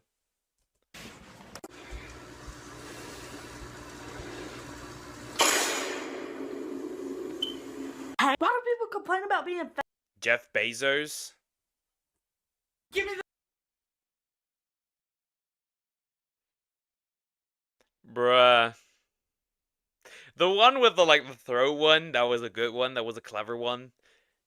And childhood obesity is in fact very, very scary. I would say that. I'm cubes. Still call me. You mean? Wasn't it Cat? Now it's Kai. You good, Cube? You good? It's really repetitive. Yeah. Hey, you...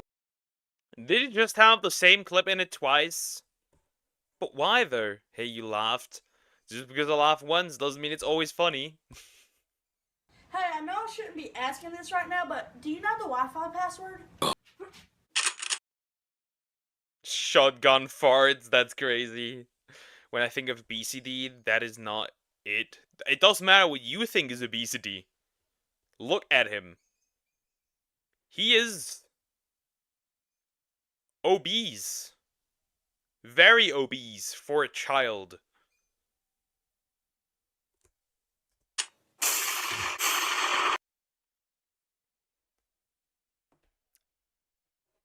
I'm a former fat guy.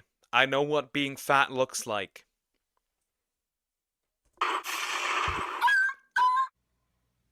Package from That's not a shotgun fart, that's a death fart! Goodness! Yeah, that was, how to put this? This is not my humor at all. It's not even close. It's not even close. I don't know, my humor, I just find things funny that are really, really fucking gross. That's just me. I don't know, it's just not my humor. It's just not my thing. I just find things funny that are really, really gross. It just is what it is. Like somebody, there was when somebody was shitting on the toilet while complaining about Donald Trump. That is what I find funny. Stuff like that. Guys, I need a quick break. I will be right back. And then we see Hassan getting roasted by Asmon. Yeah.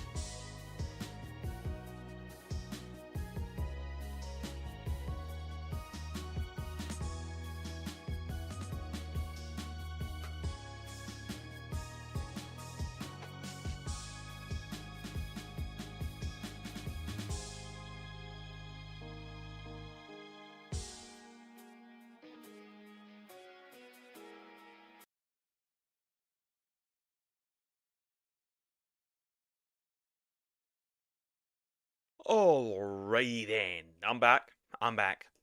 I have returned. Alright, gotta go bye. See ya. Take care. Bye bye. Is this a new layer I heard about? What? Huh, GT? Also, how are you doing? Hope you're doing good. Anyways, it's time we gotta look at some things, obviously. And that is... This will go down. Anyways, we gotta look at this. And apparently, it froze again, which I like. Ladies nuts on your face? Motherfucker. I will goon to your mother.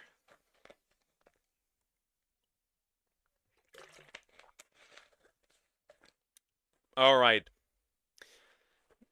Going to jail, that's interesting. First of all. This, we're gonna see.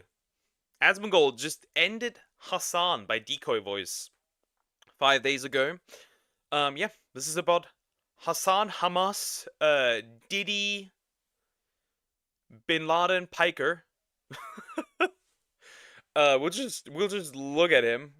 We'll just look at this and see what actually happened here. This will go down as the most hilarious self-inflicted meltdown of all time, as what started as just a bad debate performance. You f***ing moron! You piece of sh**! I love his crash outs, not gonna lie. His crash outs are generational. That is the best clip that came out of this whole H3 debate. I love it. This is the best clip easily. I wouldn't recommend that. She's dead and cremated. I mean, some people like to do it with dead people.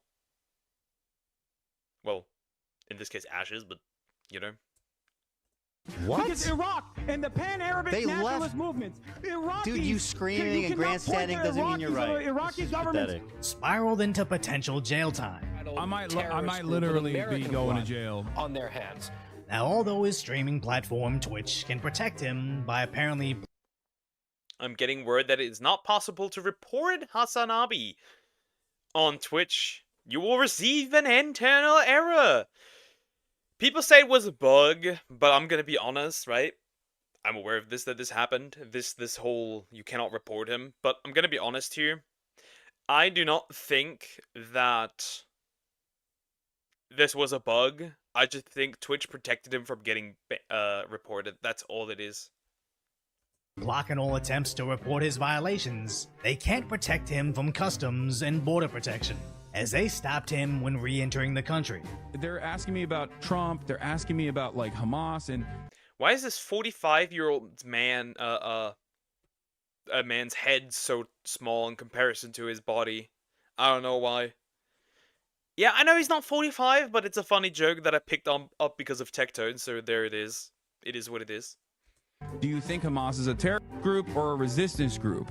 Like, he just kept asking over and over again. Depending on how I answer those questions, like, I'm going to jail. Because he left, went away for like 35 minutes, came back, and then he asked, like, actionable items. But a lot of the that, like, the Ethan Kleins of the world have, like, cried about over and over again were unironically brought up in that conversation. The very well, if you say weird as fuck questionable shit that might you know, that might threaten national security,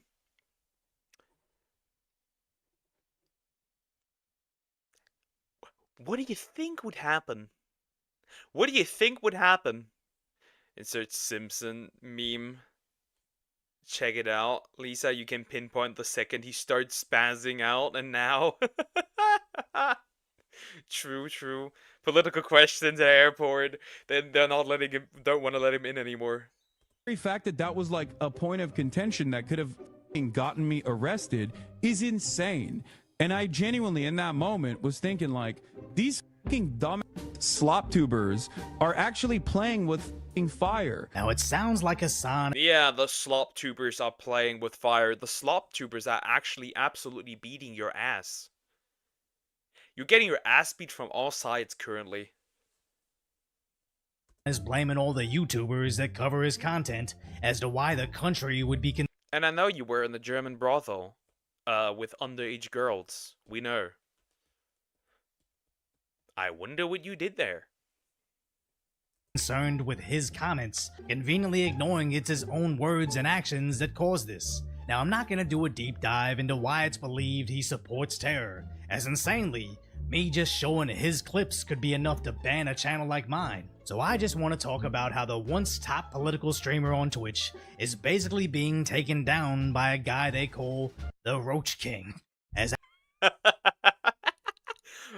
Roach King!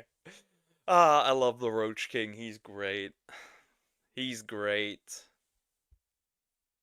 It's just so funny that Hassan is jelly of the dude. It's just so funny. Wait, he did? Apparently people were saying that he was. On Twitter at least. I cannot verify the whole thing, but apparently that's the case. But hi Lumpy, how are you doing? Hope you're doing good. The Roach King with his dead red alarm clock, and him falling through the ceiling.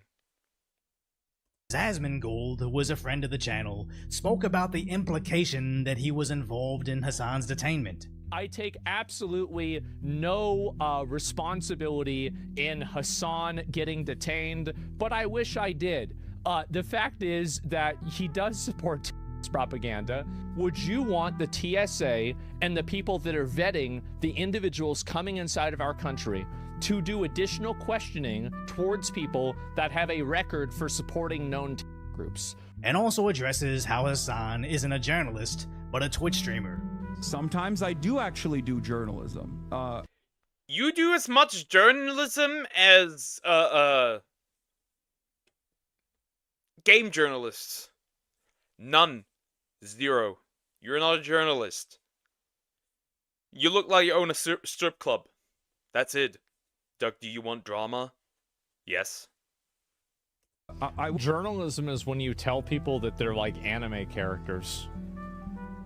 I don't want to be too particularly mean, but if Hassan was as big of a journalist as he claims he would be, maybe Bernie Sanders would sit down with him for more than 15 minutes. Not trying to be mean, but you're not trying to be mean. If you were a journalist, Bernie Sanders would sit down with you. Not trying to be mean, huh? Streamer. Stop trying to act like you're a journalist. As Zach's calm demeanor really highlights how Hassan isn't. Can all of you just collectively shut your stupid fucking woke mouths up? Is that okay? Can we just shut the fuck up collectively?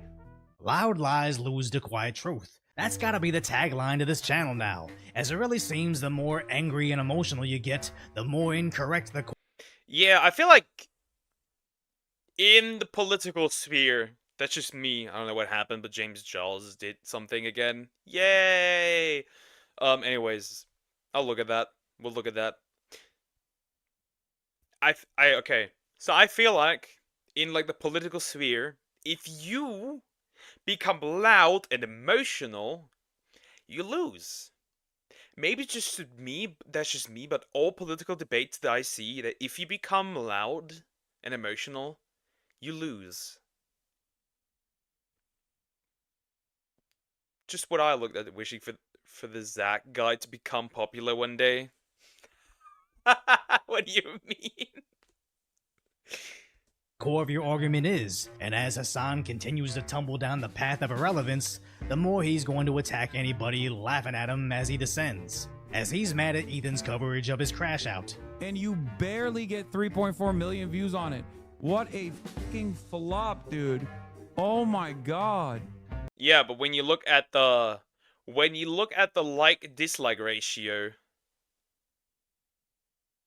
then it's much better than whatever you your shitty content cop that you uploaded together with iCogs and Jabba the Hutt and Denims and whoever that other dude was that I don't know the name of because he's so irrelevant that nobody has ever brought him up again. It is what it is. What is this? Currently sitting at minus 50,000. Oof. Oof. That's... Bro has like millions, right? 50k is not that much, especially if you consider that the guy was on a hiatus, as far as I'm aware. H3H3 was on a hiatus, so there's that. In addition to that, he might have, because, you know, he called out you, he might have lost the dudes that he didn't want there to begin with, right? The Hassans of this world. So I don't think, like, this is a major loss. He basically just filtered. Saying barely 3... Like, 50k with, like, in comparison to, like, 5.61k. Can't put the link, help, because, you cannot put links into YouTube chat unless you're a mod. 0.4 million views just says you were going to criticize his view count before you saw his view count, as it basically picks up right off when he left YouTube in terms of views. And that... Wait, he hasn't made a video in 4 years? So this was his first one after 4 years? That is that's actually pretty good. He's doing pretty well. Like, that is comparable. 3.6 4 years ago, 3.5 3 months ago. That's still pretty good. And the whole losing 50,000 subscribers isn't necessarily a bad thing after a hiatus when you have over 5 million. It just shows his fundamental misunderstanding of how YouTube works, And to briefly break it down, you don't want to have subscribers that don't want to watch your videos, because whenever someone sees you in their feed and doesn't want to watch you, it just tells the Google algorithm that this is a video that nobody likes. So sometimes shedding subscribers. That's also true. Like, you don't want the people that don't watch your stuff anyways, so why even have them there? You feel me? Just makes no sense to have them there then. Not that hard to understand. Subscribers can be a positive, especially when pivoting content style. But again, Hassan wasn't making fun of Ethan's views or... Yeah, like some people, they change their style, right? Or they change the game. For example, Tectone lost a lot of subscribers when he stopped playing Genshin. You lose some, you win some. Like, this is... I think he knows how YouTube works. I think he's just trying to roll with this to, like, improve his narrative, whatever it is. To push his narrative. subscriber numbers, he was just projecting his own insecurities, as he's currently losing viewership to Asmongold. YouTube 12 hours, 580,000 views. Yeah, Trump finally answers the big question, 992,000 views. This is just his clip channel. Let me show you his other channel, his YouTube channel. My honest reaction to Content Cop. About this Content Cop. He can't stop talking about me. What? Asmongold is officially North America's most watched streamer so far in 2025. He currently has more hours watched than Kai Cenat and iShowSpeed. To which Asmon turned into more content. Let me show you his other channel. He's saying my channel's doing really well. Yeah, thanks, man. Bro just complimented him. Bro just complimented him. That's funny. Why aren't my video suggestions messages showing up? I didn't even put the link in the other ones. I said you should watch the Joe Holly Tallyball video and it hasn't showed up. On Discord? Ah, okay, well, I don't know, good question why that hasn't showed up. I don't see it here either. But okay, I will look at that, Future fans. I mean, that's +2, right? Peaceful protest got so much worse. 22,000. I think it's funny. 22 hours ago. There it is. They love it. That's my favorite part about this, is he's trying to make me out like I'm this awful guy. They think that is funny. Yeah, there it is. I mean, honestly, I'm glad. Because, like, you know, for a long time, you know, Hassan would bring guests over and show them terrorist propaganda. I know they're singing, but I'm seeing just guns and shit. This isn't a music video, Hassan. And now he's just complaining about my YouTube channel. So I actually think this is a pretty big improvement. And as someone that also creates content that Asmongold also reacts to. True.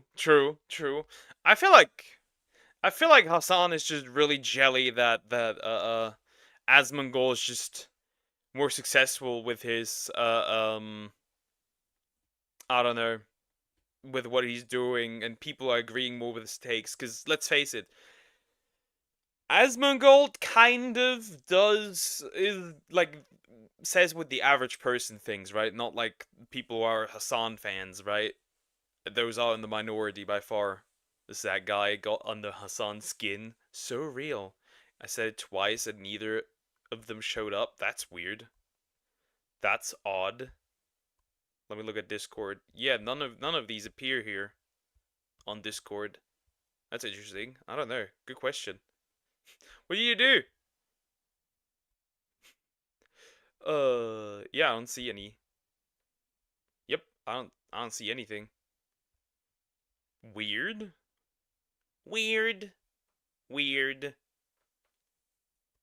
Getting 8 times the views. I find it hilarious that this angers Hassan so much, as that's just the online content game. Hassan reacts to Fox News the same way Zach reacts to you, and if you don't like what he has to say, don't watch it. And if you're jealous of his success, just use it as motivation to elevate yourself. If you put a, I don't know, probably filters, but if you put a link in here, you can't. You can't put a link in here. I can tell you that much, so I don't know even what to look for. Spreading lies about him to your audience does nothing. India had Gandhi. It's the country of peace and harmony. Asmongold had a fairly balanced take.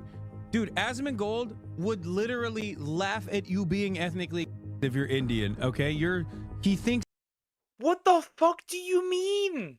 Asmongold has never said anything like that. Never. Not once. I'm not even in the Discord. Okay. If you have Discord, you could join.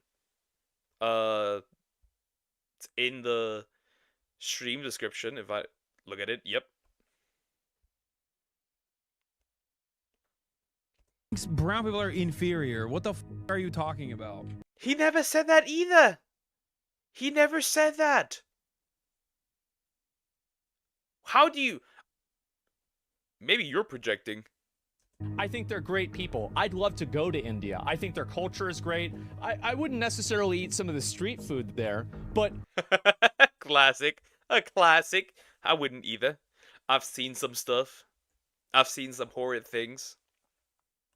I have a tremendous respect for them, and I think that it's totally unfair the amount of negative sentiment and negative criticism they get here in America because of call centers over there. I think it's total bullshit. They do it in Europe too, by the way. We have a negative sentiment around them here in Europe too. So it's a bit weird, to be honest. I like the Indians. Except for Mudahar at times. Bro really has lukewarm takes. I don't want to be, or is a little bit of a hypocrite. I don't want to be a drama, but I'm gonna talk about drama. Hassan and his ethnically cleansed genocide apartheid slogans are tiring. Yep, they are. Yeah, I mean, bro literally said the opposite of what Hassan said. I don't know, like I said, he just lies. And the good thing is, here, at least for Hassan is, he doesn't just, like, say the lies, like, to, like, random people that have nothing to do with him, right? He says it to his audience, so his audience does the weird shit for him. Really interesting. And I was one of the only people that has actively defended Indians from the, zeitgeist of Indian, anti-Indian rhetoric. Which just goes to show how, again, whether it's view counts or views towards specific people, I don't think Hassan actually has anything to stand on. He just wants to label anybody that endangers his relevance as evil people do not listen to. As even at his in-person appearance, he's still talking about Asman. At first I wanted people to talk about politics because I thought like there were a lot of progressive people out there. And then Asmongold became the largest political content creator on the platform, and some people know who that is, but... Bro is... rent-free. Rent-free in this man's head. Does Asmongold even fit inside his head? Look in comparison to the man. Why does he have such a small head in comparison to his body? He needs some head growth. That's crazy. He is a right-wing commentator now. The biggest right-wing commentator in North America, actually. And now I'm like, maybe... The problem is, bro is not even right-wing. Asmongold likes Bernie Sanders. Bernie Sanders is not right-wing. The problem is, the people they say are right-wing aren't right-wing. You just went so far up left that that everything that is not left as you are is right-wing. Because you don't understand nuance. Maybe don't talk about politics. It's better if they stay apolitical. I really wonder if Hassan regrets switching from his original bro persona to this holier-than-thou leftist activist that's always one misstep away from being cannibalized by his own. But I guess that's why this crash out is so satisfying, as I believe he was just on cruise control with his content, constantly trying to cater to an increasingly more extreme audience he's cultivated, not understanding that just because he's Twitch's favorite streamer that gets absurd levels of preference and protection, that he wouldn't face actual consequences. Yeah, remember, they, Twitch celebrated his birthday, by the way. They literally sent him a video of, like, congratulating him and stuff for his, birthday. It is crazy. It is actually wild how much Twitch supports this moron. So according to Hassan's logic, any country defending against terrorists is a terror state.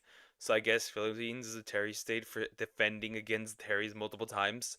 Pretty much. Yep. consequences from how extreme his statements have become. Meanwhile, you got the Roach King casually lapping you in your own field with zero risk of going to prison. How is this crash out still going? I don't even think it's begun yet. I think it's only the beginning. This is it. Loud lies lose the quiet truth. So don't let them hide everything else we find. Make sure you're subscribed with those notifications on. That's pretty much the end. I feel like, you know, it's just very simple to me. If somebody supports a terrorism, they should not have a platform. And I just think Hassan is incredibly jelly that people just prefer Asmongold and Asmongold's takes. Because that's what the average person thinks. Zach is loving the content. I mean, it's just literally him, Hassan crashing out is just free content for him. It just literally is. And he can't even defend himself because he's getting his ass beat from all sides, even his own. So there's that. It is what it is. They're never gonna drop him from Twitch. I don't think so, or in general. We'll see. Where's Sway? Eaten, consumed. I have consumed his flesh. I have consumed his meat.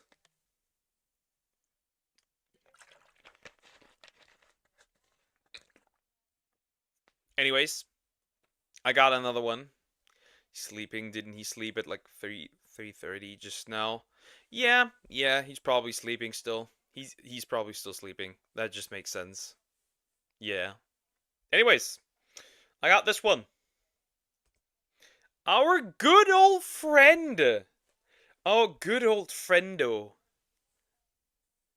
I've returned. Welcome back. Welcome back, Zoom. Our good old friendo. You know who it is. We need to see that as well. Johnny Somali, disrespectful IRL streamer, now facing 31 years in Korean prison by a Tozy. We'll see about it. We'll see it. We'll see what he did now. It's interesting. We'll see. We'll see.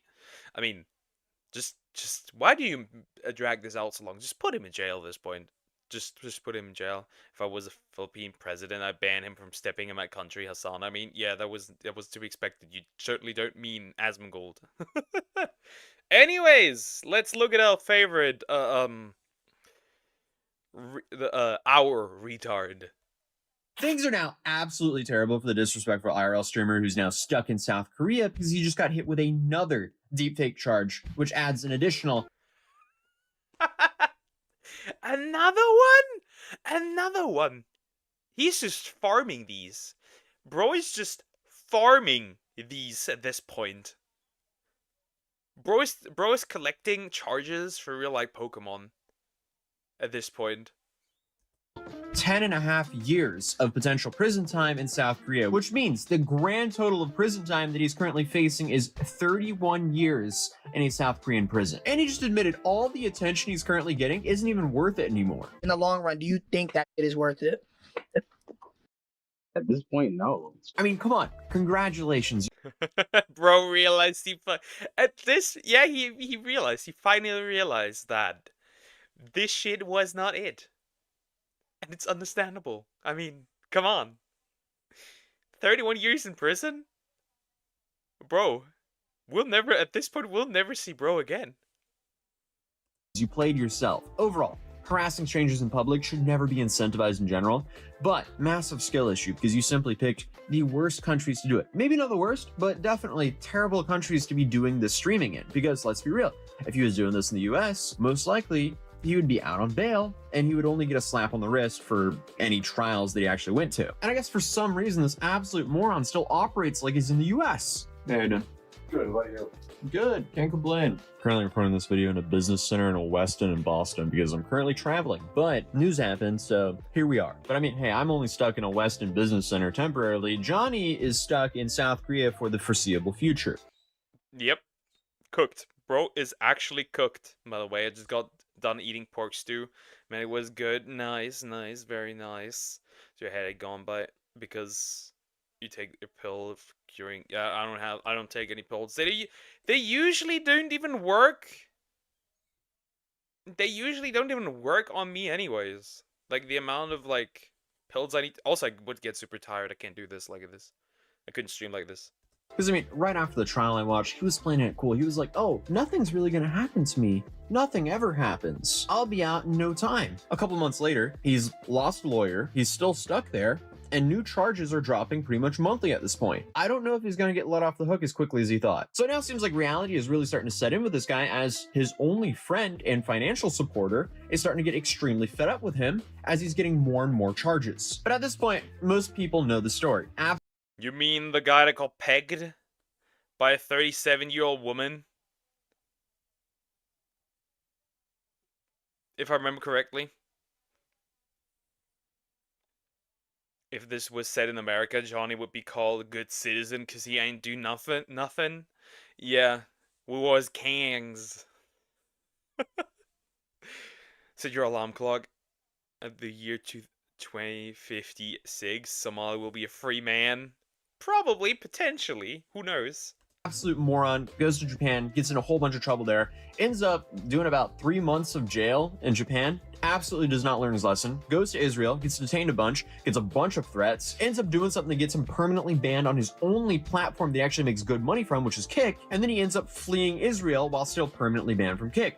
What does he do? Absolutely still does not learn his lesson. He then goes to South Korea, rinse and repeat, does the same thing all over again. Now, facing 31 years in prison because clearly he has still not learned his lesson. And nobody feels bad for him whatsoever because he has not learned his lesson whatsoever. He's just been given way too many chances to, you know, pack things up and pivot the way he's making content. But instead, he just continues to double down. Even after admitting the attempt. Yep, that's what he does though. That is what he does. At this point, he keeps running with it. He shows no remorse. I mean, he has now shown remorse, mostly because, like, looking at it like, 31 years of prison for this? No, that was not worth it. We were streaming and shit. Hank, strap on you. Absolutely. That was him. Attention is not worth it, he still wants the attention. And a lot of people have been asking me, hey, why isn't he currently arrested in South Korea? Well, South Korea apparently operates very differently, especially when it comes to foreigners. Apparently, they don't want to spend the taxpayers' money on taking care of Johnny. They want to put that burden to provide for himself on Johnny.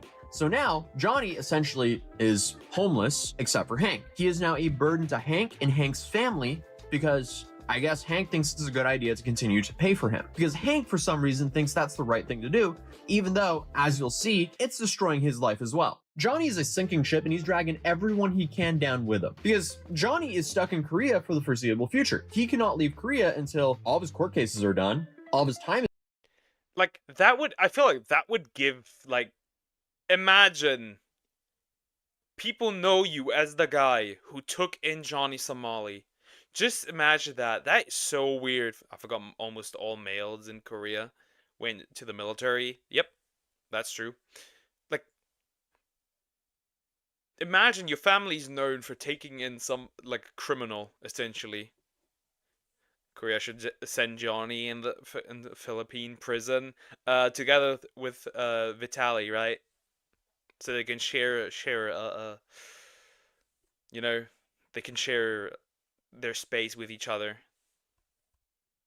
Is served and all of his fines are paid, then he can finally leave. So until recently, he's had 5 charges that stuck and then 1 that got dismissed. 2 of them are misdemeanors, 2 of them are obstruction of business felonies, which hold a maximum of 5 years each in prison. Then you have 1 deepfake charge, which has a maximum of 10.5 years in prison. And just now, they added another deepfake charge, which adds another 10.5 years of potential prison time in South Korea. So he's now facing a maximum of 31 years in prison. And I guess after all this, he's slowly starting to realize that he's ruined his life. I talked to my mom this week and she was like, really just like, you need to stop drinking. Like, it's ruining your life.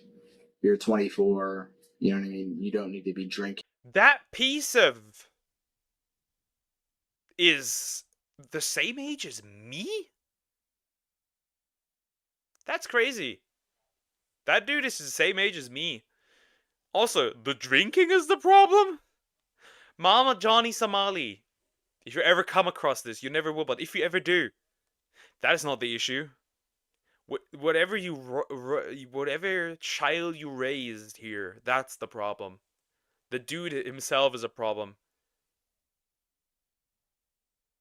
And doing this crazy because you know what I mean? Like alcohol is definitely the reason why I've done so many great, and it's do not back down, never give up. It's not backing down, never giving up. It's about just bettering yourself as a person. I think I'd truly be a better person if I didn't drink alcohol. I feel like it doesn't bring anything better. It doesn't bring anything positive to my life. You know what I mean? I can make good content without drinking alcohol, like easily.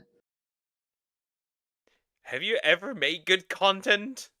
What the fuck is bro yapping about? Yeah, maybe the alcohol is the problem because that man's brain is fried. The fuck you mean?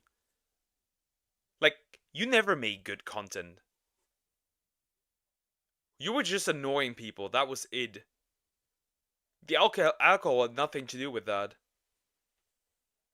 When Johnny is sober, he actually has some fairly reasonable takes. But that didn't really last for too long because, according to 15 Minutes of Shame, 1 single hour later, he was already drunk streaming. Come party with us. It's a quiet hour, so. Okay, you like Diddy? Yeah, I like Diddy. You like this song? Wait. Outside, I couldn't hear. But did you say, do you like Diddy? That's crazy. No, we do not like Diddy. Bettering yourself? Yeah. I think it's a little late for that realization. Then come here and sit with us. Dude, you bought another one? No, it's the same one we had. No, it's not. Ace it is. You finished the last one. No, I didn't. Yes, you did. I'm lying to you. It isn't one. All right, come Hank. Don't the bike. Can you dance with Diddy with me one time? Well, why are you like drinking so much, man? Come on. Listen to Diddy with me, please. All right. I mean, Hank here is just acting like a disappointed father. I mean, he is probably more like a disappointed boyfriend, but what do I know? Like, you could see in Hank's face, it's like, yeah, bro, what are you doing again? Bro, just kick him out at this point. Get rid of him. And this is Johnny's only lifeline in Korea. Why would he be actively trying to burn this bridge? I guess he just can't help himself. But the reason I say this is in an interview, they actually admitted that Johnny has ran out of money and Hank is his only lifeline, even though Johnny will still go on and on about saying, oh, I actually have money and I'm not broke. Legal mindset and these channels, they spread like fake narrative that like I'm penniless and things like this. It's not true, but that I'm destitute and this up for me. I've been living an okay life here. You know what I mean? I stay with Hank, so I don't really have expenses for living. But here's the reality of the situation. I have sacrificed my finances. You know, like I've actually, like Johnny ran out of money because they refused Johnny to work. So I've been actually providing for him. He's been helping me a lot. He's been helping me with not only like legal fees and stuff like this. You know what I mean? Yeah. He's helped me pay for a lawyer. I wonder how Johnny's gonna pay back for that. Maybe with his butt cheeks? Who knows? Nah, but for real now. I think Hank is smart enough and he does realize that this is not it. Like, this is not... He can't go on like this. Bro, you're sacrificing your finances for somebody that soon will likely or potentially be in jail. And if he's not in jail, he's gonna have to pay a really good sum of money. And then the question becomes, can he even pay for that? Because he cannot make any money. He has to work a regular job. And stuff like that. And he's a great friend. Like, honestly, I respect him for that. And when I get out of here, a lot of it I do owe to Hank. He's a real man. Yeah. So, and not to mention that I sacrificed my time and space here. You know. Yeah. I mean, the fact that all he says is he respects Hank for that? Dude, if it wasn't for Hank, from what we're hearing, he would be homeless. So, I mean, the least he could be is a little more grateful to Hank, because apparently he was starving before Hank took him in. And I actually fed him back to health, too. He was very unhealthy. Okay. Yeah, I'm very skinny. Hank claims when I was living on my own in Korea, I was very skinny and gaunt, you know. Bro was starving! That is crazy! Bro was starving at this point. Bro, what are you doing? That's wow, that's wild, bro. We're starving. Okay. Well, you brought yourself into that situation. It's crazy how Hank went from getting pegged to pegging this man. He became his dad. Daddy Hank. Well, he calls him daddy probably in multiple ways in this case. Maybe my dad was not good, but Hank is definitely. People now on the internet are saying I have like a gut and man boobs now because Hank has been feeding. I've been on the Hank diet, and Hank has been feeding me so well. Yeah. Appreciate it. Oh yeah, bro. Yeah, bro. Thank you for not letting me starve. Bro fist for that one. But apparently things are so bad that Hank, he's being supported by his family. And his family is threatening to cut that off because he keeps on funneling that money back to Johnny. I risk my family not paying my tuition to help Johnny because I believe that helping Johnny was right thing to do. Pretty much. His mom hates you. Your mom hates you, right? Yeah. My mom hates you. My grandparents hate you. Understandable. Understandable. Like, yes. Who would not hate you? What do you mean? Stupid thing isn't Somali going to jail. It's the action that caused him to go to jail. The kind of problematic person he proved over and over to be. Yep. Very much. The thing is, like, at this point, it's just sad to watch. It's just sad to watch at this point. And you said, despite all that, he's my friend, and wrong is being done to him, and I'm gonna make sure that he gets out of Korea safely. Yeah. This is a real. I mean, bro. Why would you ever destroy your own life and ruin your standing with your own family over Johnny? This is clearly someone who's only using him because he has no options left. But that is still not stopping Hank from allegedly pulling some strings to get Johnny a new attorney. But apparently this attorney isn't from the big leagues. He is an attorney. That's about it. So he's got both. Wait! His attorney dropped him? And now he needs a new attorney? Whoa. Whoa, that's new information. That means bro's lawyer just literally dropped him and that's it. That's crazy. Okay. Wow. Wow. Wow, wow, wow. Guy looks like a doofus. For real. Also, hi Sway, how are you doing? Hope you're doing good. Advice, if Somali can hear me, don't call Hank daddy. Keep that title to your cellmate. Yeah. It's just, I think it's just over. What can bro even do? With a public defender that was originally covering his his Western District case, and a private lawyer which was on the East, which is now registered in the West. So we're going to talk about this lawyer. So we actually predicted who this lawyer was. We had a leak. Ramsey gave a leak about who this lawyer was. We now know officially the lawyer is Choi Guang-ho, or Guang-ho Choi. Choi is his family name. So that is the lawyer that has registered. He is a tax attorney. He is a tax attorney. He has not been inside a criminal courtroom in 20 years. Let me say that one more time. He has not been inside a criminal courtroom in 20 years. He is a tax attorney. You guys hired a tax attorney?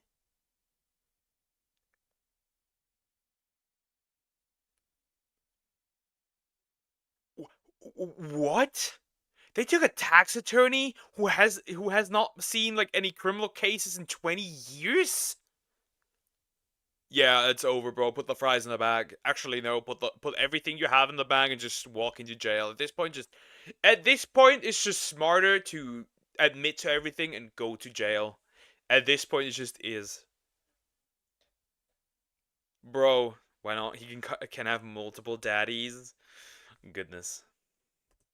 So what probably happened, and this is something that we said, was this is probably a friend of Hanky Poo's family who got put on this case. And apparently his entire legal strategy for the deepfake charge has been a complete flop. His whole big legal talk, his whole big legal strategy was, we're going to settle with Bong Bong. We're going to settle with the female victim. We're going to pressure her.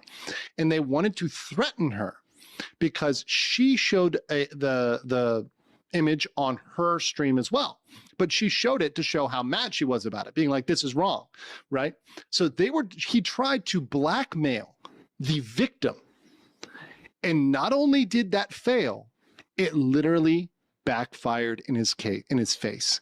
When he tried to blackmail the female victim, the prosecutor probably saw this and said, oh, hell no, we're going to double down and give you another one. And by the way, there will be no settlement on that one because it's with the Korean YouTubers that you are literally attacking and threatening with defamation. Oh my god. They are incredibly retarded. This is crazy. The retardation is insane. That is crazy. That is, it's Jover, bro. It's actually Jover. Oh boy. So, essentially just blackmailed her and that doubled the charges. Crazy. Where would you go if you lose at least 1/3 of your life in another country jail? Would you offer yourself? To be clear, I'm not suggesting anything. I mean, some people probably would. I don't want him to die. I just want him to face the charges and go to jail, as he deserves. Remember, guys, Hank and Johnny have been threatening to sue the Korean YouTubers and myself, by the way, threatening to sue me with defamation in Korea. Do you think that people that you threatened to sue, and you are suing, you literally said you're suing them, you were threatening Dalgoon, you're threatening other people, do you think they're going to come to some settlement with you? By the way, that doesn't even really work in Korean court. Even if they were to say, oh yeah, we agree, the prosecutor could still bring it. I mean, the issue with Johnny is most of what he says is hot air. Unfortunately for him, the judge and prosecutor might not know that because he's made a bunch of threats and he's said a lot of stupid stuff. So it's safe to say this backfires tremendously on this guy. Because let's be real, all he had to do after he got caught, even after making all the mistakes in Japan and all the mistakes in Israel, and I guess all the mistakes in Korea, once they charged him formally, all he had to do was shut up, apologize, be respectful, and he probably would have gotten left off with somewhat of a slap on the wrist. Instead, he does the polar opposite. He disrespects the judge, the prosecutor, the victim. Yeah, he probably had at one point a chance where he could have backed down and apologized, be formal. Maybe just gotten maybe like even like just a small prison sentence would have still been fine. Like even if it was just 5 years, that's better than 31. But he doubled down a couple of times. Well, and now he's likely going to jail. The people covering it, and the Korean citizens. That's not going to give you any leniency with a judge. I mean, the dude is just playing the worst cards possible as a social experiment to see how the Korean justice system will handle that. But for every day that passes, it seems like the penalty is going to be harsher and harsher. Then to make things worse for himself, apparently, he lost a lawyer. Just today, we had the public defender step down. Now, that is likely, they were actually removed from the case. That means they weren't the ones who petitioned it. It was the court that did it, probably because his defender is gone. His defender is gone. His public defender is gone.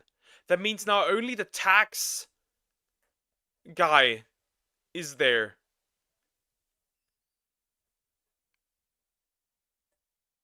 Yeah, bro, it's over.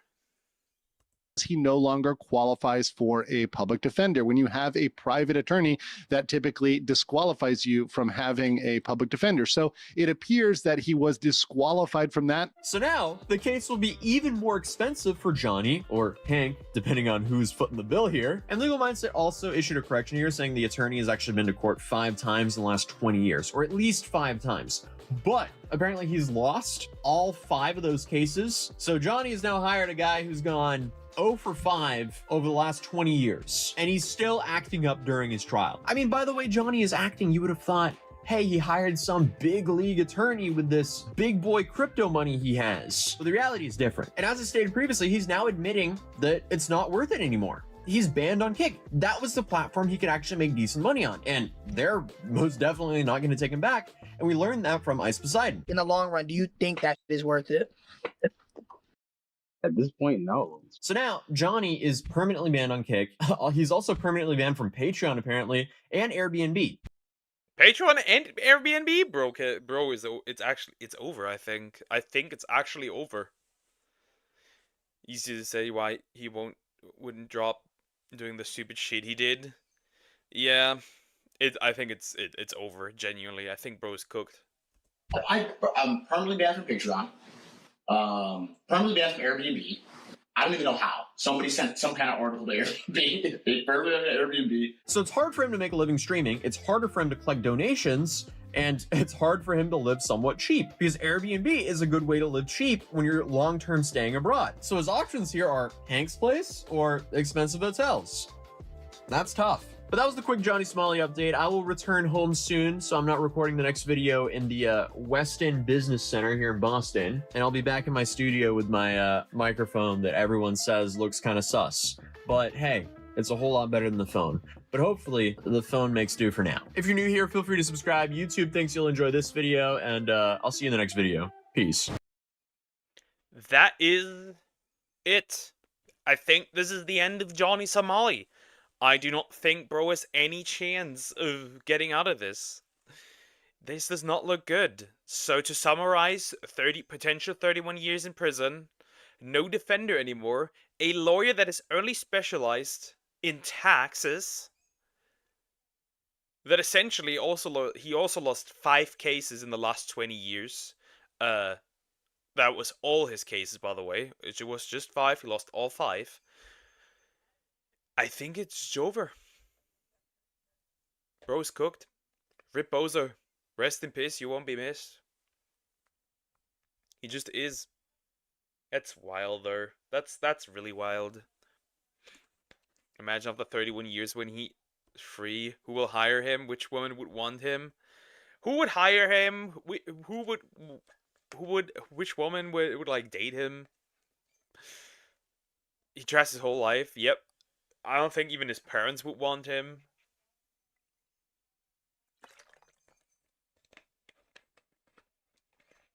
Well, he could dress up as a girl for Hank. That works, I guess. Alright, next up. Apparently,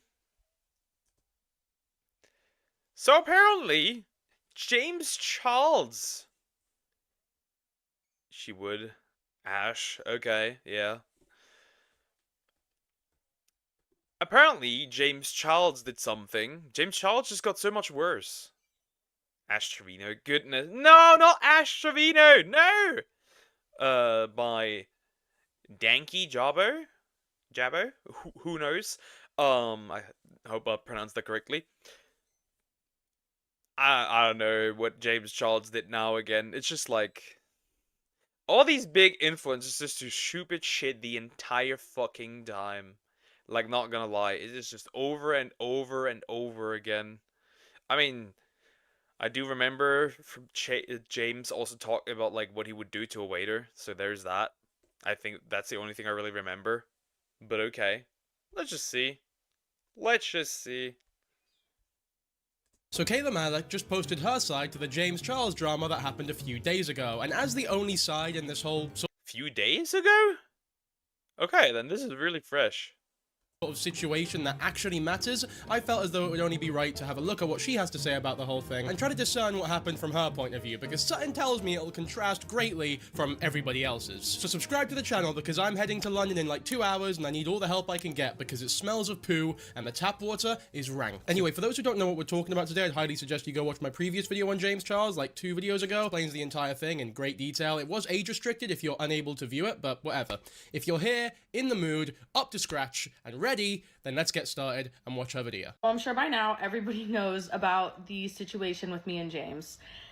And everybody has told their side of the story except me. And in my opinion, I was the one fucked over. Yeah, hopefully there's no doubt in anyone's mind that the person who received the most unnecessary shit because of this whole situation is Kayla Malik. And there's a couple reasons for that. One being... I have no idea what's going on. None. If his parents loved him, they would look him up in tower like Rapunzel. Yep. I just call Shiny Snivy in Pokemon. Shit, what do you mean shit? I have no idea what's going on. None. This doesn't really work, I think. I don't know. We'll see if I understand what's going on. Do we need to watch the video 2 days ago? Probably. We probably have to. We probably have to. Duck, change it. Yes, yes, I will change it. I will change it. Give me a second. I need to add it.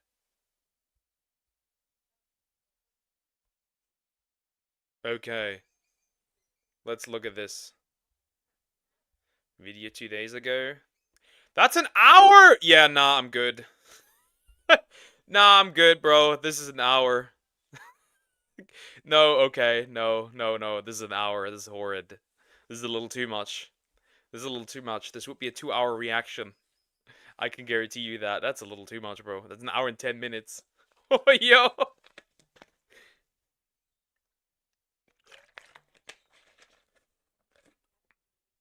Anyways, who cares about James Charles? But yeah, that's a bit much. Goodness. Yo. It's an hour and 16 minutes.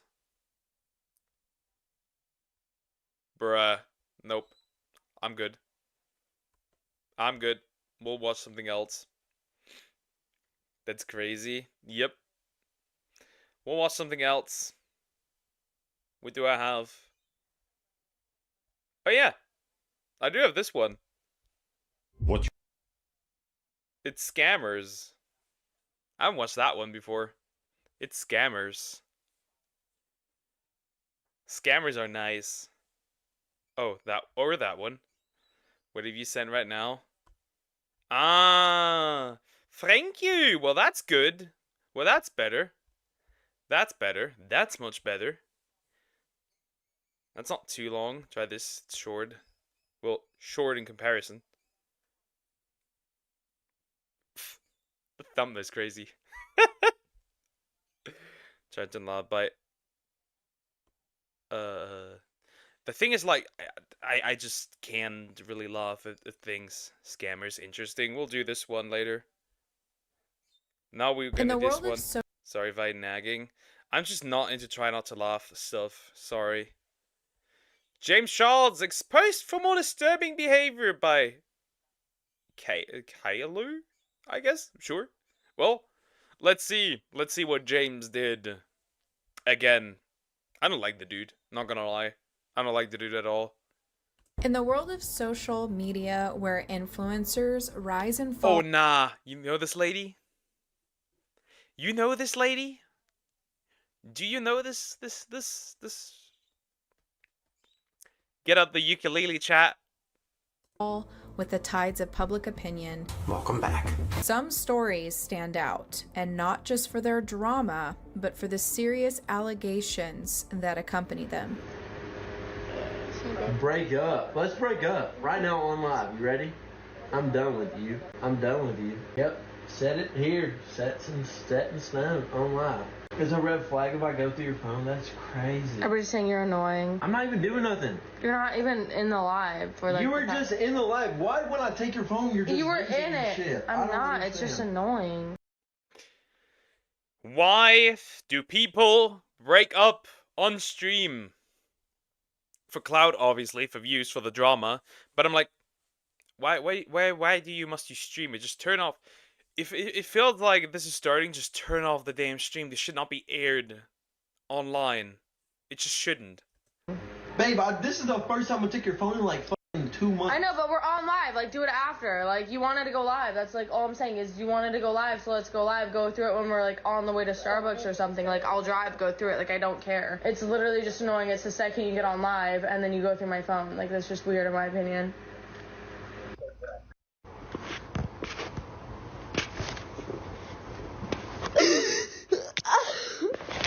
Last month.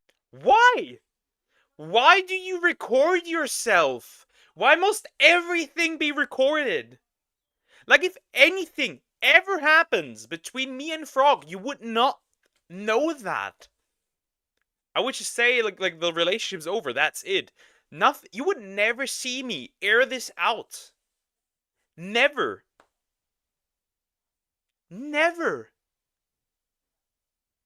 It's like the people melting down when something happens. Like, we know this is performative. Shut up.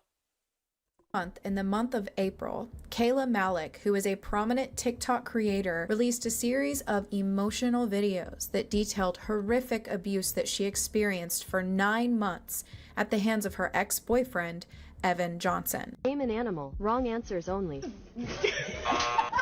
Name a fruit. Pina colada. Oh, that was really good. Name a country. Floor.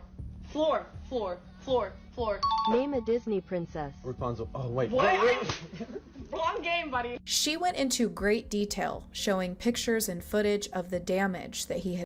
I mean, that's that first thing. I wouldn't use that as abuse. I wouldn't use that as abuse. You agreed to this, and it is a funny challenge that people do. Now this, on the other hand, that looks a little different. That looks a little different.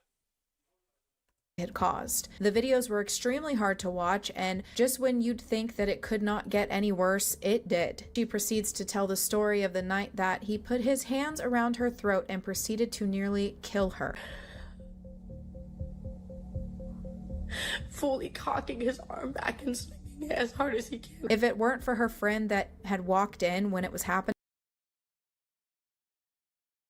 Bruh! Did she get punched? She got punched! In the face! Here's her teeth or no? Yo! That's weird. How is James connected to all this? Good question. I have no idea. But girl, why? I have to say it. Why do you endure this for 9 months? Why? Why? Now I gotta I need that question answered in this situation. There might be good reasons, right? There might be good reasons why you would endure this. Love is not one of them. You are retarded if you stay with this. Out of love. She might be dead today. Kayla then put out a very heartfelt message in her videos urging people who are in abusive relationships like her to get out. I ask the universe every day, why me? Like, why did I go through this? Like, why me? Why was I put through this? At the end of the day, this isn't about me. This is such a bigger picture to what. Not only were you put through this, you put yourself through this. I know, incredible hot take. But I feel like we need to teach people in general nowadays that they don't have to stay. That at the first sign of abuse, you run. Doug, but it's hard to leave when you're scared but still love the person.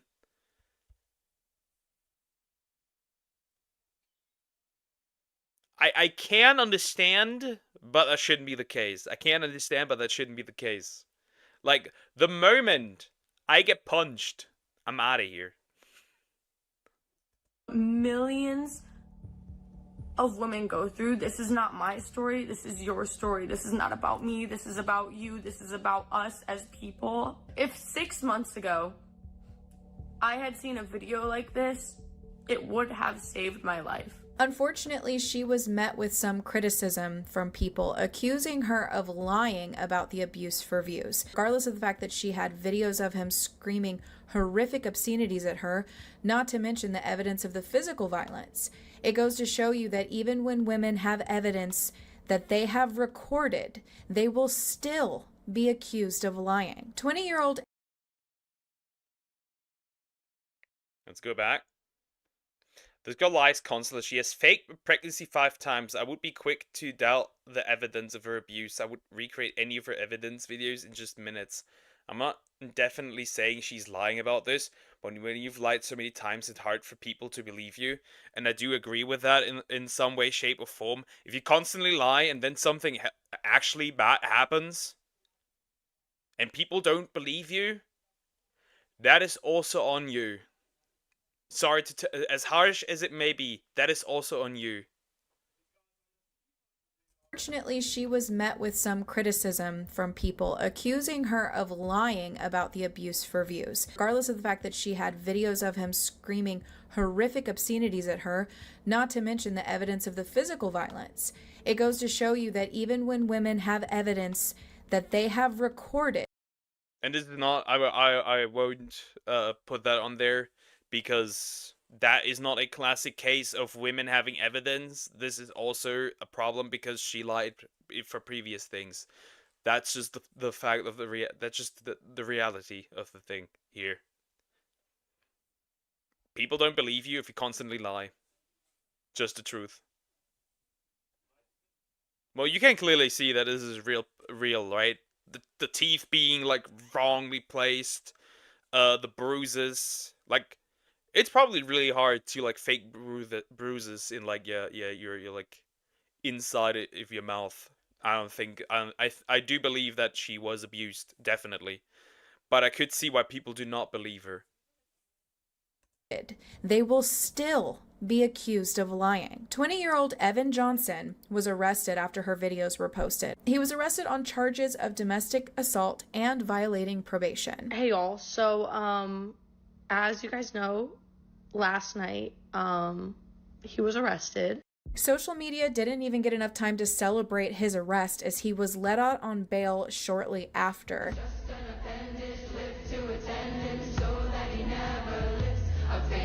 I just got the craziest text in my life. It's unfortunate that anyone... God, I hate that song with a passion. Michelle! Thank you for the sub, I appreciate it. Thank you, thank you, thank you. Thank you. Well, it's true that, but even after seeing actual evidence, people not believing her is just sad. That is very true, that is very true. When there's actual evidence, people not believing, that's a different situation, obviously. Like I said, initially, if people distrust her, that's a different thing. If proven and people still think she's lying, then it's a different situation, especially since he got arrested. Even if they have love for Evan, even if they're family, it's unfortunate that they would step in and bail out someone that would lay his hands on a young woman as he did. Some people will never stop trying to save monsters. When Evan was released, he came out with a video, and in this video, he doesn't take accountability for his actions. The 9 months we were together, she said the whole 9 months I was abusing her. Right? Why would we go out all the time and do all these crazy adventurous stuff if the whole time it was just terrible? If I was this terrible guy, why would she be with me? 9% of our arguments were drunk related, like just insanely drunk, and we would argue and fight with each other and just call each other outrageous names and then apologize. And I was like, it got to a point where it's like, this is unhealthy. Like, I should not be calling you these names because I genuinely loved her, and I still do. And it's like, I don't know why I would call her those names. And I was like, I still have trauma. I have trauma from when I was younger that... Where's your dad? That's a good question. The moment I know he has no dad, I know exactly the reason why he is the way he is. Not gonna lie. Why, Doug? It's a nice song. I dislike the song because it's about a serious topic, but then women use it for things that are not even related to the song and label it like as like this like they experience like this great bad thing and it's like a nothing burger and they use the serious song. Yeah. Can you do Xeno after this? Fine, Sway. It only comes out when I'm drinking. Like, I become someone I'm not, and I'm like, I don't want to be that mean guy. I want to be that normal guy. I gave up drinking. I don't do any of that. So only when you drink. So you gave up drinking, but you were still doing it. Sorry, a week giving up drinking after a week is not for a week is not giving up drinking, buddy. I've been fixing myself, acknowledging myself, knowing what I did was wrong, and I don't think she's growing. She says she's growing. She still went out to party. Now, since Kayla's videos about her 9-month relationship with Evan has gone live, there have been many disturbing twists and turns in this story. One of the more recent shocking occurrences was that Evan is spending his time waiting for court in a couple weeks by promoting his OnlyFans account. Kayla just found out, we have to beep the name, obviously, started an OnlyFans. I'm actually fucking pissed right now. We left the studio and we're back We to literally just cut drove into back. this. Wait, bro made an OF account? Huh? Okay. Sure.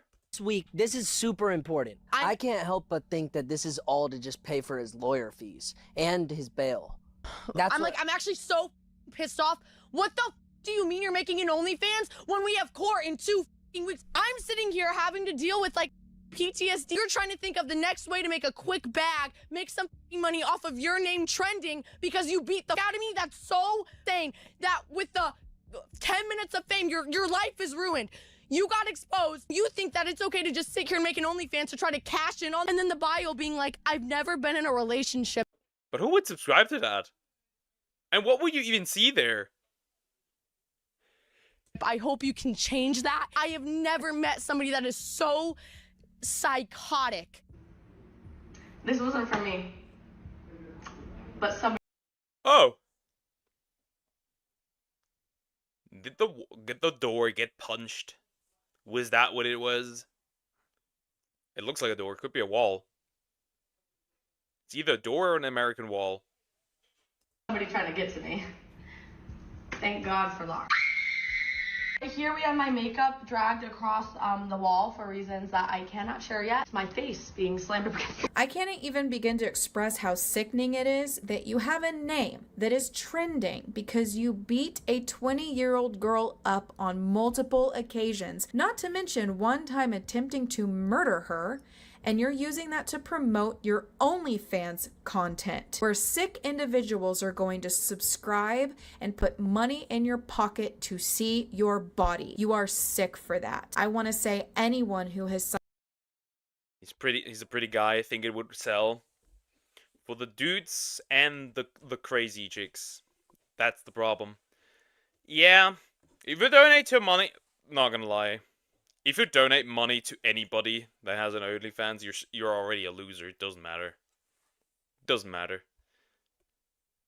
signed up for that and put money in the pocket of this man, you should be ashamed of yourself. You are no better than James Charles, who coincidentally and allegedly is the reason why Evan made this OnlyFans account to begin with. Now we need to... Why do I feel like he's gay? Chat, something's telling me that he's gay. get into James Charles and how he ties into this entire thing. In May of 2019, Taddy Westbrook, who was a beauty influencer, posted a video that was titled By... Exactly, that was that thing. I remember that. And she got shit for it at first until people realized that she was actually saying the truth. Sister, and this caused a brief cancellation of James Charles. In this video, she claimed feeling betrayed by James and their friendship for him taking a sponsorship opportunity with one of her competitors. A huge age gap between me and James Charles, and it's so funny because back in the beginning, my husband was like, you know you're not best friends with him, like he's a kid, and I'm like, yeah, I know. I'm like, but he's really like looking for some help, some guidance. The sugar bear hair thing, that was a blatant lie. Like, come on. You went to Coachella, somehow had a security issue, and magically Sugar Bear Hair is there with a contract in hand to save the day for you and all of your friends. But the bigger... She tried to mommy him. That's the truth. She tried to mommy him and it didn't work. I'll donate to poker fans. Let's go. That's actually an actual website, by the way. Or it was. Problem in her video was when she mentioned his inappropriate, disturbing behavior. She claimed that James used his fame and influence to coerce straight men into unwanted sexual advances and made inappropriate comments about them. Tried to trick a straight man into thinking he's gay yet again, and somehow... How do you trick a straight man into being gay?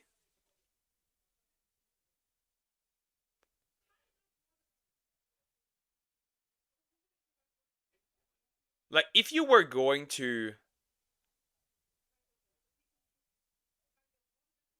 doing anything, I would throw hands.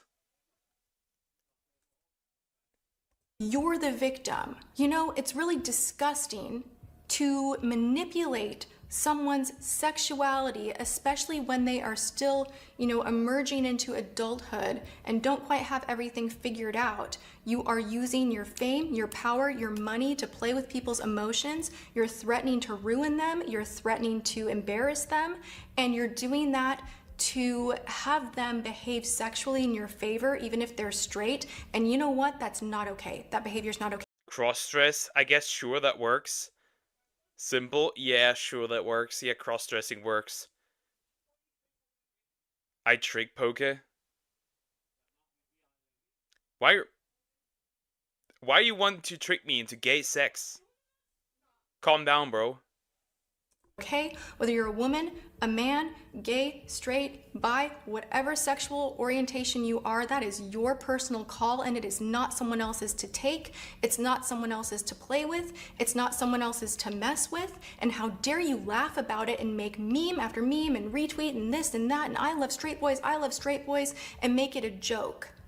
Because this behavior is not normal, it's not okay. Cracking someone's sexuality is not an escape room. Now, this really seemed to line up because there is video evidence of James talking about his obsession with straight boys. Like, in a weird way, like, if a guy was attracted to you, and most of them literally have only ever been with girls, would you consider him gay? So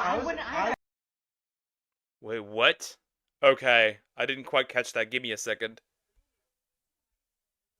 Talking about his obsession with straight boys. Like, in a weird way, like, if a guy was attracted to you, and most of them literally have only ever been with girls, would you consider him gay? So I was gonna yes, labels are important because they spread awareness, they help kids feel a part of something bigger, you're able to be educated on it. But at the same time, I don't think there's a point in putting it on a label, especially if it's like a one-time thing. If you suck dick, and you only suck dick, you're gay. You're gay. If you're attracted to a man, and only men, you are gay. What the fuck does this mean? And yes, if you sleep with a trans woman, you're still gay. Because sexuality has nothing to do with, you know, that has nothing to do with it, with, if you're trans or not. Yeah, like, absolutely. Like, for me or for you, especially too, with these straight guys who've only been with women, like, I don't think there's a point in changing the entire person's identity or sexuality as if they find us as a human being attractive. Wow. Have you ever hooked up with a guy before? No. You should try it sometime. What does it feel like to be a true woman? Yeah. And like hooking up with a cisgender male that is only with women, is that's like the like ultimate last step. That like feeling. It's like the final boss. Yeah, it literally is the final boss. It is. I try and talk to straight boys. Well, you got me there. When it comes to relationship, like opposites are supposed to attract, right? And I'm very gay. So like if I'm in a relationship with somebody, I need someone to like balance me out, right? So that's why I always go for like very masculine, muscular type men, and normally those are like the straights. It's also a fun challenge. Like if you know me, you know that I definitely love a good competition, and for me, getting with a straight guy is like winning.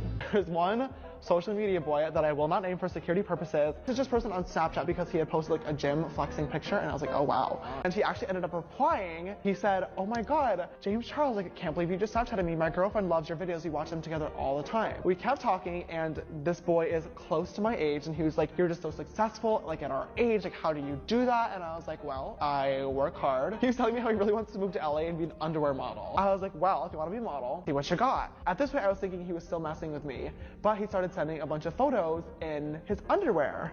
And me being the absolute supermodel that I am, I didn't ask for your input. I started critiquing his photos. So I was like, oh, your butt looks really bad in this one, like your face looks really bad in this one. But I assumed because he said that his girlfriend wouldn't care. After hearing that, I was in it to win it. Unfortunately, like many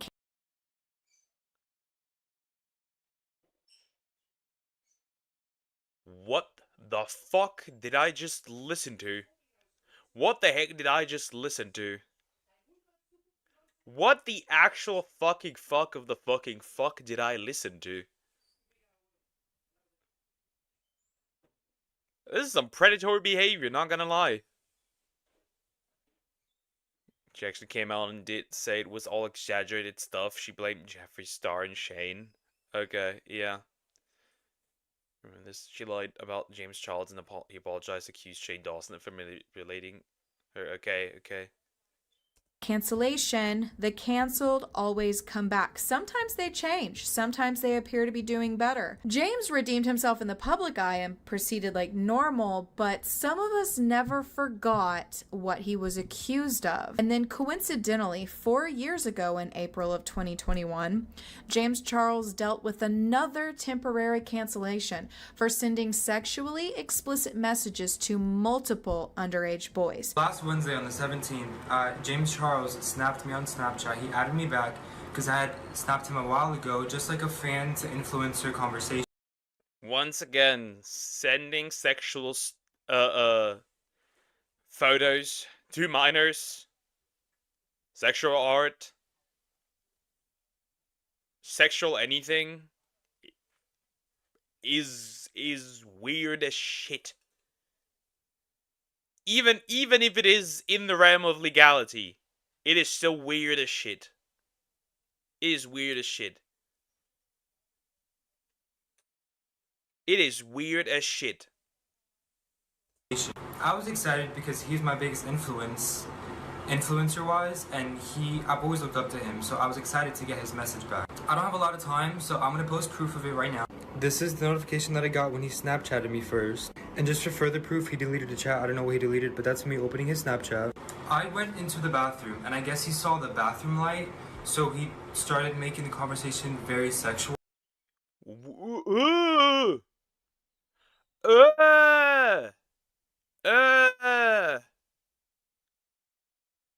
Are you talking about minors? How is it in the realm of legality? Depends on the country and the state. Because in some states in the United States, you can't, for example, 16 is fine. Or 17 is fine.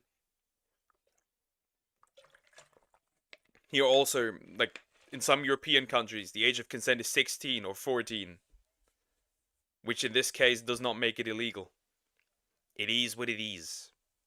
It made me really uncomfortable. He admitted to this. He claimed he thought they were 18. As many of you guys know, about 2 years ago now, I was involved with a very public online scandal in which some fellow YouTubers made some very serious accusations against me, and within the past couple of weeks, similar accusations are being made again, and I think it's very important that I get on camera and talk to you guys honestly about what is going on.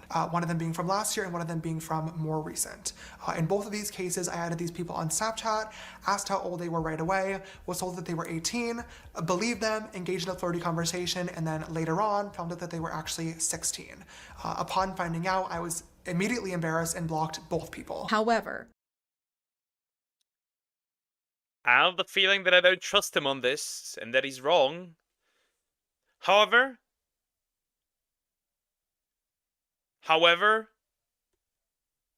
the thing is that it can happen. It has happened. There's a female VTuber out there, I forgot the name, where like a dude acted like he lied about his age, which people tried to cancel her for being a weirdo, but she didn't know that. It is what it is. That can happen. In this case, that's likely not the case. Your bro was gumping while asking for pictures. That's so weird. No, it's not for a 25-plus-year-old. James isn't. I don't know how old James is. I can't tell. Through all the makeup. Why not show the chat log? She did, but people didn't believe her. But she did. It isn't weird how it happens. Again and again, it's always kids, bro. 16 to 18, it's a pattern at this point. To back up your claim. Well, yeah. The VTuber did that, but people still refuse to believe her. there is now a pattern that we are recognizing where James seeks out underage straight boys and uses his money and fame to manipulate them into giving him what he wants. Visit, like, well, I can't afford a plane ticket. And it's like, okay, well, I can. So, like, get on the plane. And like, well, I just don't really feel comfortable with that. But like, I love you and I really want to be together. And I'm like, well, we can't be together because you can't afford a plane ticket. You're probably still in either high school or college, like a senior in high school or in college. Right. So like, either you accept the flight. I don't think you do, but he's 16 years old and he's like really tall. I mean, in high school you can be 18, 19, 20. That depends. That depends. Even at 20, bro. Is it weird? Yeah. Is it illegal? Nope. Like, I see plenty of, not gonna lie, I see plenty of dudes having like a 17-year-old that are like 23, 24 here in Germany. Here that's pretty normal, which is why nobody bats an eye, nobody cares. It's just pretty normal here. 6'11". James Charles commented under one of his videos, putting CEO of height. 16-year-old commented back with Buenvenidos, James, and James said, trying to DM you, but it won't work. Check IG, LOL. Obviously, all the comments started going off. Like, what the heck is going on? Telling him that he's 15, which obviously anyone with a brain can see in his bio. But James responded with, I love that, I think. Anyways, that comment is no longer there. I don't know if that's like off-putting to anyone else. Maybe he just wants to be. So the thing is, for me, I'm 21, but like I said, I have the mentality of a 40-year-old. Yeah. So for me, like, I'm much more mentally and emotionally mature than a lot of people. You think you have the mentality of a 4-year-old? You think 40. you're more, bro? I don't think so. I don't think so. I do not think so. Why do you go for under age boys? It's not legal. I said here it's legal. The age of consent is 14 here, so it's legal. Technically, anything goes. That just is what it is. It's crazy. Yeah. But again, it is what it is. The age of consent here is what it is. Which is, again, it's legal. People can do it. You can't stop them, no matter what you do. You think you're more mature, bro? What the? Which is also extra creepy. You think you have the mentality of a 40-year-old, but you want to be with a 16-year-old? Much more mentally and emotionally mature than a lot of people my age. I'm not physically attracted to older guys, which sucks. Like, I would date like the absolute youngest, like 18, 19, that looks a little bit old. There was another clip where he nice said it. interview guy. He's like, so I'm not attracted to older men. I just want to date the youngest possible legal person alive. And Logan Paul's like, It's to the point where this looks like a fetish. And the scary part is, James gets older every year, but the boys remain young. He is now 25 years old, and he still seeks out young straight boys. That's the weird thing. So you're telling me a 30-year-old can get with a 14-year-old there? If the parents are fine with it, yes, as far as I'm aware, that can work. Your country smoking crack. Of course, the parents need to be okay with it. Then I think at 16, the parents have no say anymore, I think.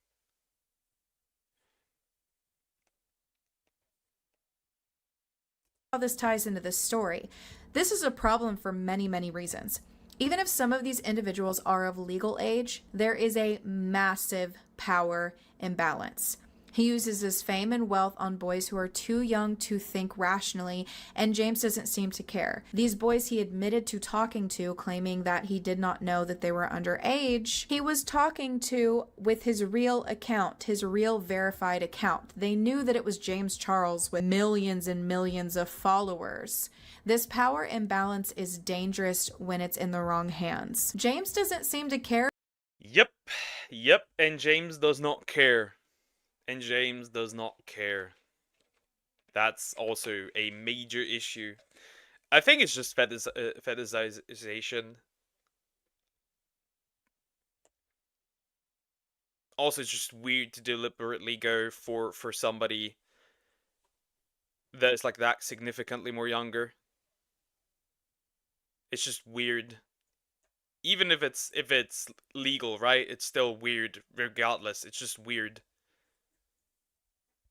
I won't throw the word around PDF because that's not by definition not what it is. Still weird as fuck, bro. You're still a weirdo. About this power imbalance at all. Even his close friend Taddy Westbrook said that he used it to his advantage. It comes off like he just wants what he wants, even if he has to pay boys to do it. Now, this is all alleged, but it comes with great evidence to back it up. So the reason why I'm mentioning James and his past controversies with disturbing, inappropriate behavior is that he ties into this story directly because James Charles... Chat, I feel like this guy is gay. Somebody tells me this guy's gay. I don't know. There's like a gay man, and then there's whatever this is, whatever that is. I don't know.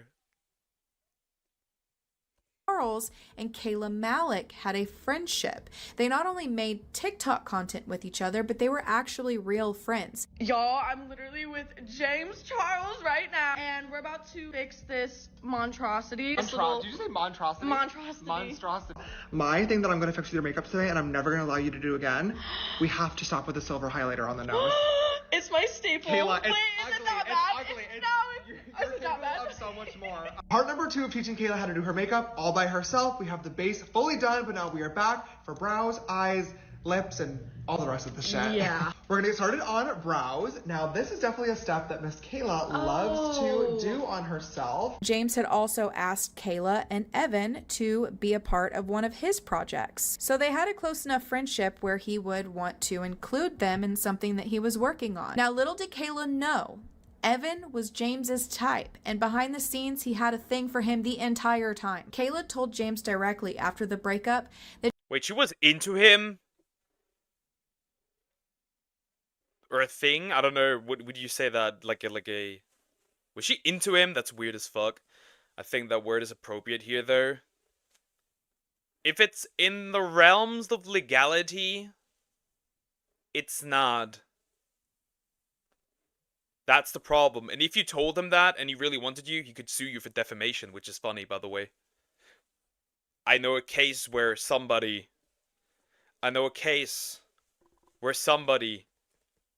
who was dating somebody was underage, like under 18, and it was called a PDF, and he sued somebody for defamation and won the case.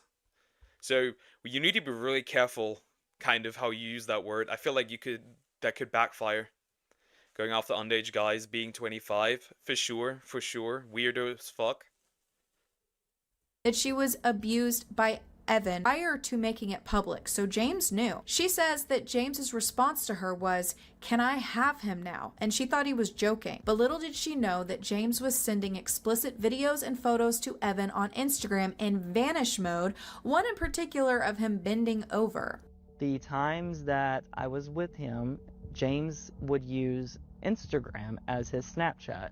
And I didn't know, like, was not aware, like, why does James not have Snapchat? Like, why is he using Instagram photos, sending back and forth? I can tell you why he doesn't have Snapchat. Because he was caught texting 16-year-old boys on Snapchat. That's what he was canceled for. Wow. So I assume he deleted his Snapchat and now he's using Instagram. Yes. He gets in Evan's room, and then he notices, like, Evan takes a picture of himself and is, like, obviously him in his room.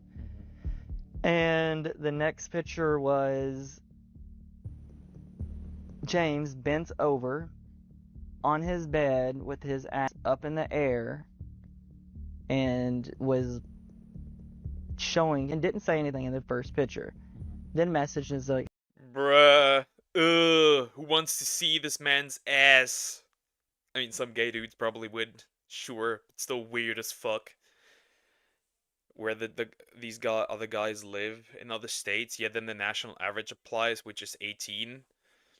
I don't know how American law works. I have no idea.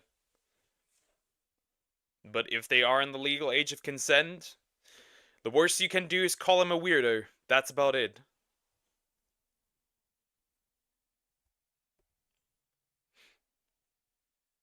Had a phone call, see you later. I'll play catch up. Take care, Cricket. Have a nice day. The amount of cases people try to use age of consent of their own state to excuse that type of behavior. Well, it depends. I don't know how it works. I don't know how it works. You tell me. If the age of consent in both states is like, I don't know, 16, is that fine legally or not? I don't know, but the doctor disrespect situation is literally the same thing. He did not commit a crime in this case, which is why you can't call him a PDF. He did not commit a crime. That's how law works. And ever since I read this case recently, I'm like, I am never throwing that word around so lightly. I'll instead use weirdo. How do you like that, daddy? Yeah, I'm smiling because I'm uncomfortable. What do you mean, how do you like that, daddy? Bruh. And I want to also reiterate, James is 26 years old and Evan is 20 at this point. Yes, I'm 20, that's correct. No, that's not an illegal age difference, but there's just something so disturbing to me about this being a pattern. Evan was also responding to James with That's nothing in particular bad. That's nothing in particular bad. They're both of legal age. They're both consenting adults. I don't care about that. However, if it was unwanted, then that's a different thing. But I don't really care. It's kind of different. Disrespect had a wife and kids, and him texting 6-year-olds is weird. James doing it is weird as well, but I don't know. Dr. Disrespect doing it is worse. He cheated on his wife, and to do so, that's very true. That's much worse, yeah. He sent minors explicit sexual imagery. That's committing a crime. Wife is irrelevant to him being called PDF compared to James. Did he send sexual imagery? Because I thought it was inappropriate messages. Just so we don't spread false information. I think it was inappropriate messages, not images, if I remember correctly about the entire thing. Because that's very different. with pictures and videos that was egging on the behavior and seemed to be enjoying it. This escalated into them actually having sex, according to Evan's former friend Zach. Zach claims that Evan showed him a video of the hookup with James, and Evan allegedly said money is money, leading to the belief that James paid him to have sex with him. Well, that's a different situation. I was talking about James sending imagery. Doctor just spoke. Well, that's... I have no idea for law. But we still call Doctor a pedo. Yeah, but he's kind of not. Which is why I'm not throwing that around anymore. He's a weirdo and cheater. Because, like... I don't know. I feel like if we use that word for everything that's underage, there's a huge problem. Because if it's legally wrong and you face repercussions, that would suck. Because the age gap is way more. Yep. But we're paying another dude for EDP. Well, for EDP, we 100% know that the dude was going for that the dude is a PDF. We know that. He wanted his cupcake. Now, to our knowledge, according to Evan's friend Zach, Evan is straight. So this is a situation where... So he paid him to have Sagex. It's looking like, and I have to say allegedly to protect myself, but it is looking like there is some truth to him using his wealth to get what he wants. Because there are claims that James paid a straight 20-year-old to have sex with him. This is so disturbing on so many accounts because not only did James know that he physically abused Kayla, he still wanted to hook up with him anyway, but he was willing to use his... Wait. Now it's just clicking. He had Sagex with the dude that abused the girl with the nose rings. Bruh. Bruh. That's crazy. What is this? It's all just degeneracy. That's crazy. His money to make it happen. So this goes so much deeper than anyone knows, because not only has James admitted to talking to 16-year-old boys inappropriately and admitted to having a problem, he's admitted to being obsessed with straight boys. Now he is caught with proof to back it up that he has paid at least one straight boy to do it. He doesn't seem to care about these individuals and the lasting impact that their decision to do this may have on them. He knows people need money, and he knows people will choose money and give him what he wants. Fame and wealth is so dangerous in the wrong hands, and I believe that it is in the wrong hands, and the hands are connected to James Charles. I think that he is dangerous, and I think that he is disgusting. This man is disgusting beyond words. This type of manipulative behavior is going to hurt people, and it probably already has. Who knows who he has paid to sign NDAs, allegedly. It's so sick to fetishize people who are not sexually attracted to you and making them hook up with you because it turns you on. Paying them to hook up with you because it turns you on. It turns you on that they don't want you? That's so weird, bro. Bro is such a weirdo. Bro is such a weirdo. It's crazy. It turns you on that they're not attracted to you at all. It's vile. The fact that one day James is going to be a 45-year-old man out in the wild scares me. Do you think his type of young straight boys is going to change as he ages? Or is he just going to get better at manipulating? Now, I have to say that all of this is alleged until there are facts to back it up. However, the evidence and the first-person accounts of these situations was very, very serious. James started the friendship as, I'm here for you, I've been through the same kind of things, like, I want to give you advice. I feel that James Charles was helping him out because he wanted a relationship with Evan Johnson. A physical relationship. Bruh.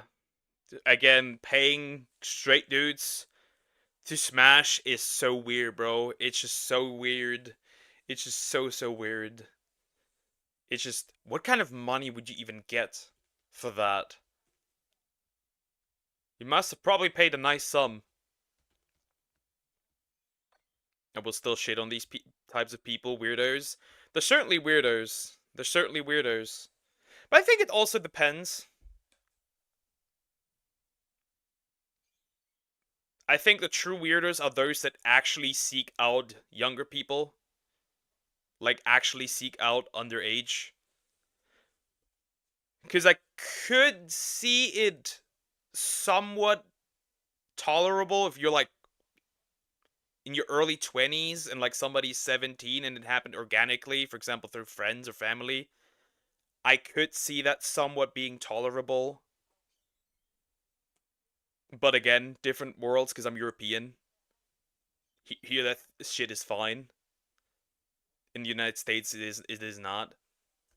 Physical relationship. He chose to hook up with a guy that he knew beat his friend up and nearly killed her. He knew this and still chose to do it. I can't even put it into words how horrific this is. It's unforgivable. But to make matters worse, not only did he do these things, but then he proceeds to try and act as a mentor to Evan. He set out to help Evan and mentor him with these allegations that Kayla was coming out against him with. He was the person that was sitting there next to him trying to help him get through this. He said he had gone through similar things and wanted to mentor this abuser through the abuse allegations because he thought that he wasn't smart enough to know what to say and how to handle it on his own. He wanted to help an abuser. It is vile, it is inhumane, and it is unforgivable what he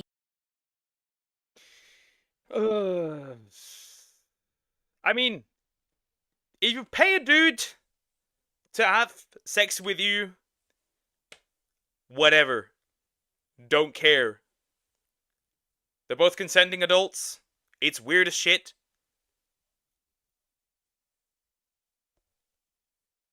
Whatever. I don't care. You're both consenting. You both know what you're doing. You could have rejected the money.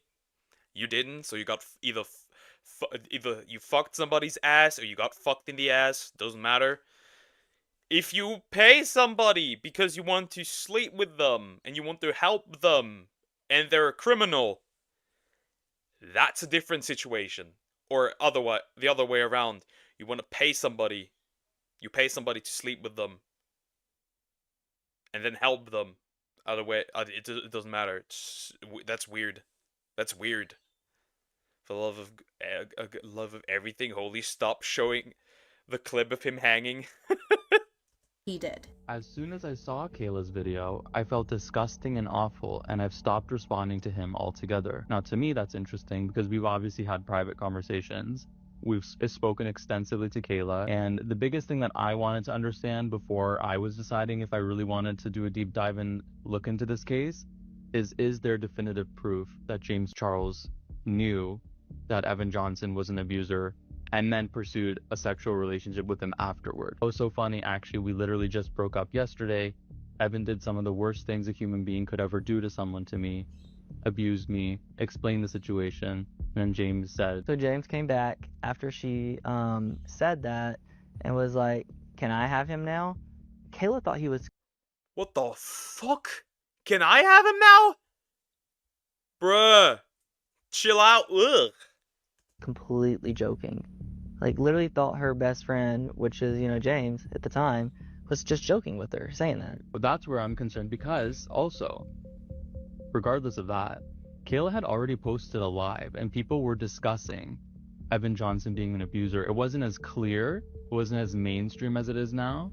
But if the public knew, James knew. There is currently a legal battle that is going on. There is a court date set for Kayla with Evan. While all of this stuff is going on with James, she has done some videos discussing this without mentioning names. However, she did heart a comment accusing James Charles of being the friend that betrayed her. Also, with that being said, she had another friend that gave Evan her location, the man that tried to kill her. Somebody gave Evan her location. That puts her life... Yeah, nah, I think we should... Nah, bro. Nah. Nah. in danger. Now, in the most recent video from Kayla on her TikTok, she is alluding to the fact that she might know something that she can talk about after court is over, which will be in a couple of weeks, and I'm interested to see what that is and if it pertains to the James Charles allegations. Now, as of right now, when I am filming this video, James has not posted on his TikTok in 6 days. Be Better Company on TikTok did a video where he said that he had a conversation with James about a year ago, and he claims that in that conversation, James told him that the only thing that he regretted about his cancellation period of sexualizing underage boys and sending inappropriate messages to them, the only thing that he regretted about that time was addressing it. So I just wanted to let you guys know that James Charles is officially trying to get my video banned from YouTube. I have to be honest, it's pretty disappointing to see the radio silence. I mean, on behalf of James, I'm not surprised because he's in a little bit of a pickle here. In order for him to acknowledge the situation, he would have to admit what he did, and that would make him look very bad. To give a little bit of other insight, I had a conversation with James Charles about a year ago, and I asked him if there was anything he learned from his controversies, we'll say. And he said the number one thing that he learned and the number one mistake that he made, in his own words, was ever addressing anything to his audience.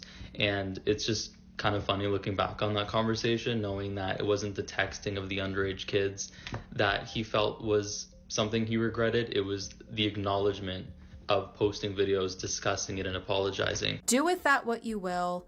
Let me know in the comments what you think, and I'll see you soon for another video. My opinion is incredibly simple. I think this dude is a fucking weirdo. If he hasn't committed a crime, he is still a fucking weirdo. If you actively pursue underage, anything, it is a completely different thing. If it happens organically, you know, can happen. As long if it's legal, you can't do anything. Can happen. However, actively seeking out because it turns you on, That is some weird behavior. That is some incredibly weird behavior. Ugh. Ugh.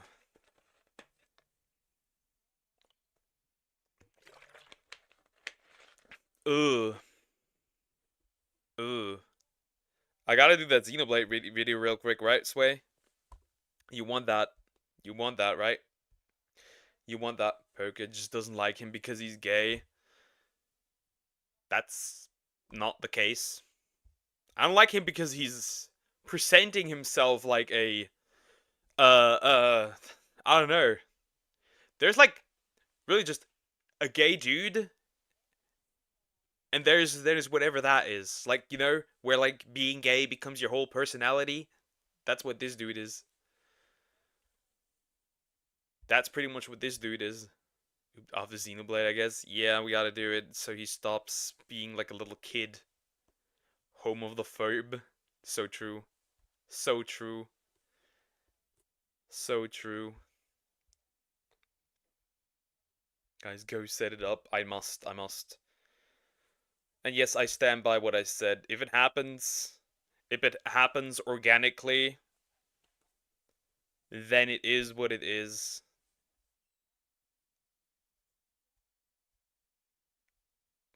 Of course, I would have some safety precautions, right? Anything sexual. Parents are aware. Consent of the parents. Then I'd see it somewhat tolerable. And obviously not too old. Anyways, let's go. YouTube poop. Xenoblade Chronicles. Put a sock in the Bionis. By Bionis. This is... What? What? The sock? Sounds pretty socky. Anyways, let's go. I can take the smaller ones, but the rest will be like fucking Zord over and over. My turn, Shulk. No, look out! Look at this, small fry. Splat it! Running out of fry. Running out of fries. Where's the Totodile? I should have shot the Totodile instead. I don't have time for small fries. You may be able to block a Totodile, but let's see if you can block this! Over the head! Shit! How does it feel to be such a hot hero? That's still hot. My turn, Dumban! The Monado won't fuck you! You'll need to step on Atelier! Happy feet! Whoa, whoa!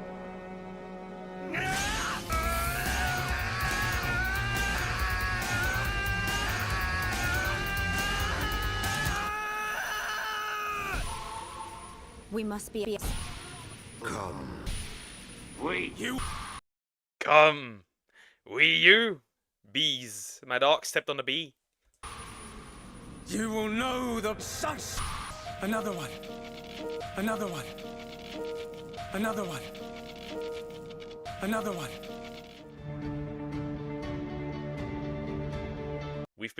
You've been watching Wise Words with Shulk. Goodness.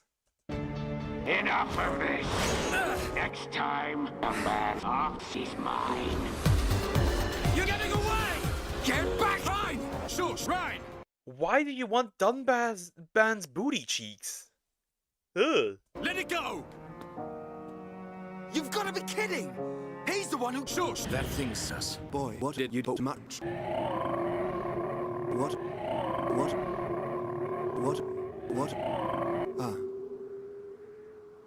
I do not know what the fuck you just said. Wow, big chungus. Why Dixon? Nice to see you, Dixon. It's been a while, Grandpa. 1 year, if my memory hasn't left me. It's been a while, Grandpa. 1 year, if my memory hasn't... It's been a while, Grandpa. It's been a while, Grandpa. What was that thing? A telelia. It's been a while, Grandpa. Dixon, thanks for helping out. Bionis. Put a sock in it. So, what's your plan from here? Fuck that sword, I presume. What else? Wow, that sword, wow. Wow, that sword, wow. A year ago, those things... 1 year, if my memory hasn't We're left building me. a huge finished building. It's a... Wait, what? That's an excellent location. So true. Hi, Solar Bubbles. How are you? I'm doing fantastic. How are you doing? Hope you're doing good. An excellent location. Source Valley.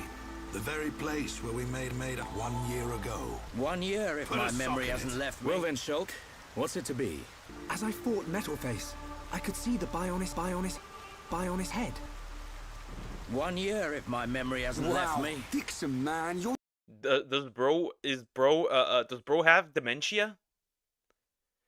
His memory still hasn't left him, I think. Just full of surprises. It does sound crazy. If you want to go to the Bionis head, you'll need a high Entia. The high Entia, huh? I dismiss them as Telelia. Seeing is believing, right? Have you ever met one? Seeing is believing. And it's all for your lower back. The lower back? Lower back first. Lower. Peak fiction. Wait. I agree with Dunban here. I'm glad you're doing well. Hello, how to pronounce that? Hoan? Is that how one pronounces that? Hi, how are you doing? Hope you're doing good. He doesn't have dementia. He remembers 1 year ago. Look like one of my French friend. I am not French. The French are my neighbors, though. I am German. Dixon, Dunban, you're the heroes who played over. What? A year ago, in the battle to defend 1 what? year, if my memory I realized something when we were fighting Zord. We must fight. The Monados! Then I am obliged to join you. You want to come with us? Scared I'll get hurt? No way. Back off, bitch. It's my Monado. We're at the bottom, so I guess the only way to go is up. The bottom. Right. I've never seen anywhere like this. Elite Smash. Wow. Hi, Eliza. Hi, how are you doing? Hope you're doing good. Hello, hello.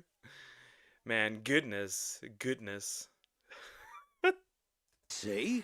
This is why I've been saying you need to get out of the lab every now and then. We're aiming to get inside the Bionis. Wow.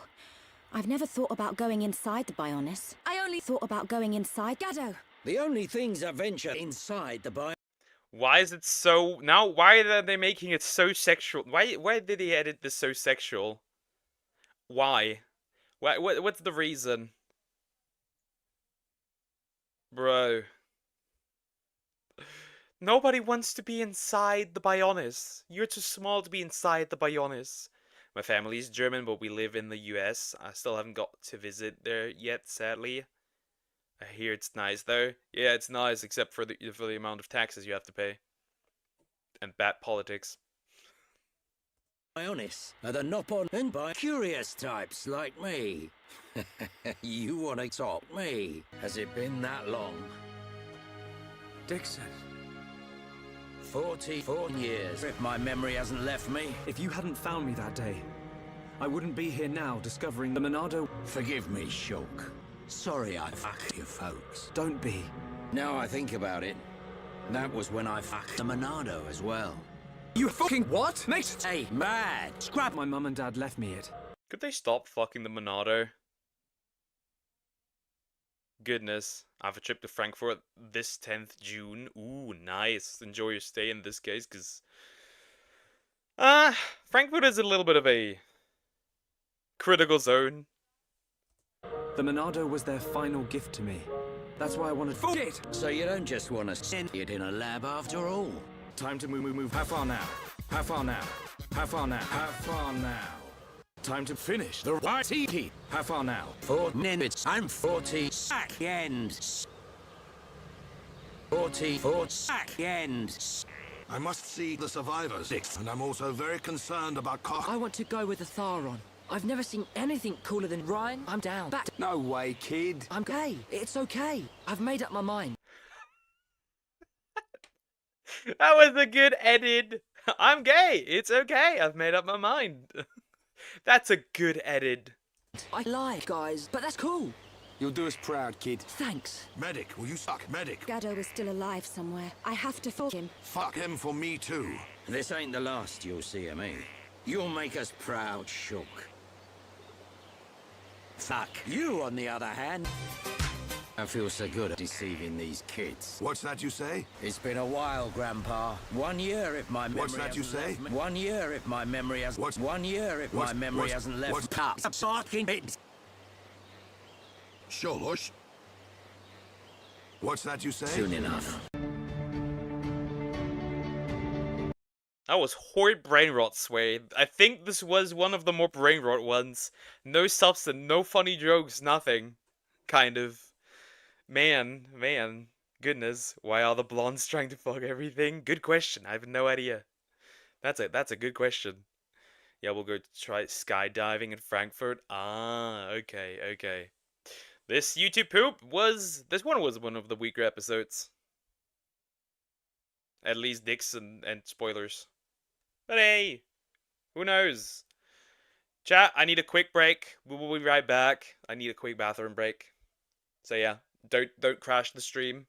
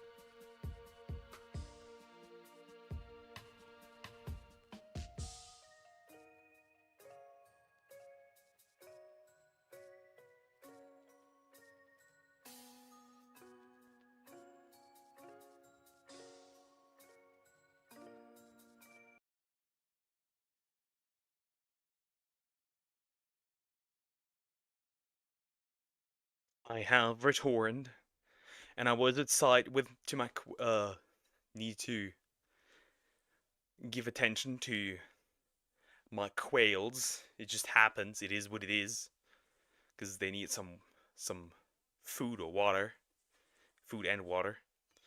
So yeah, because usually I feed them at night or like close to night, because I'm really busy in the morning. But yeah, this time not, I guess. This time I had to do it earlier. Alrighty then, we've got some. I still got some things that I want to look at, some drama related stuff, because you know, I do like the good old drama, and we still have some VTuber drama to cover. Then my headache has gotten worse, but I don't care. It's just 2 hours. We can finish this. I can finish this stream. I should be possible. I'm not that weak, as they say. Easy. Anyways, we got some drama still that I need to look at. Okay, which one is it? Is this the first one or this one? Look at the date. Hey, what's up, guys? Rip here. 3 days ago? Hey, what's up, guys? Rip here. 1 day ago. Okay, we got this one, this bigger one. Hey. Well, the Korsha drama. If you know, you know what's been going on with VTubers recently. The Kirsha drama. It continues. It has continued, and it will continue, and it will not stop. I found out after publishing hit pieces on problematic VTuber.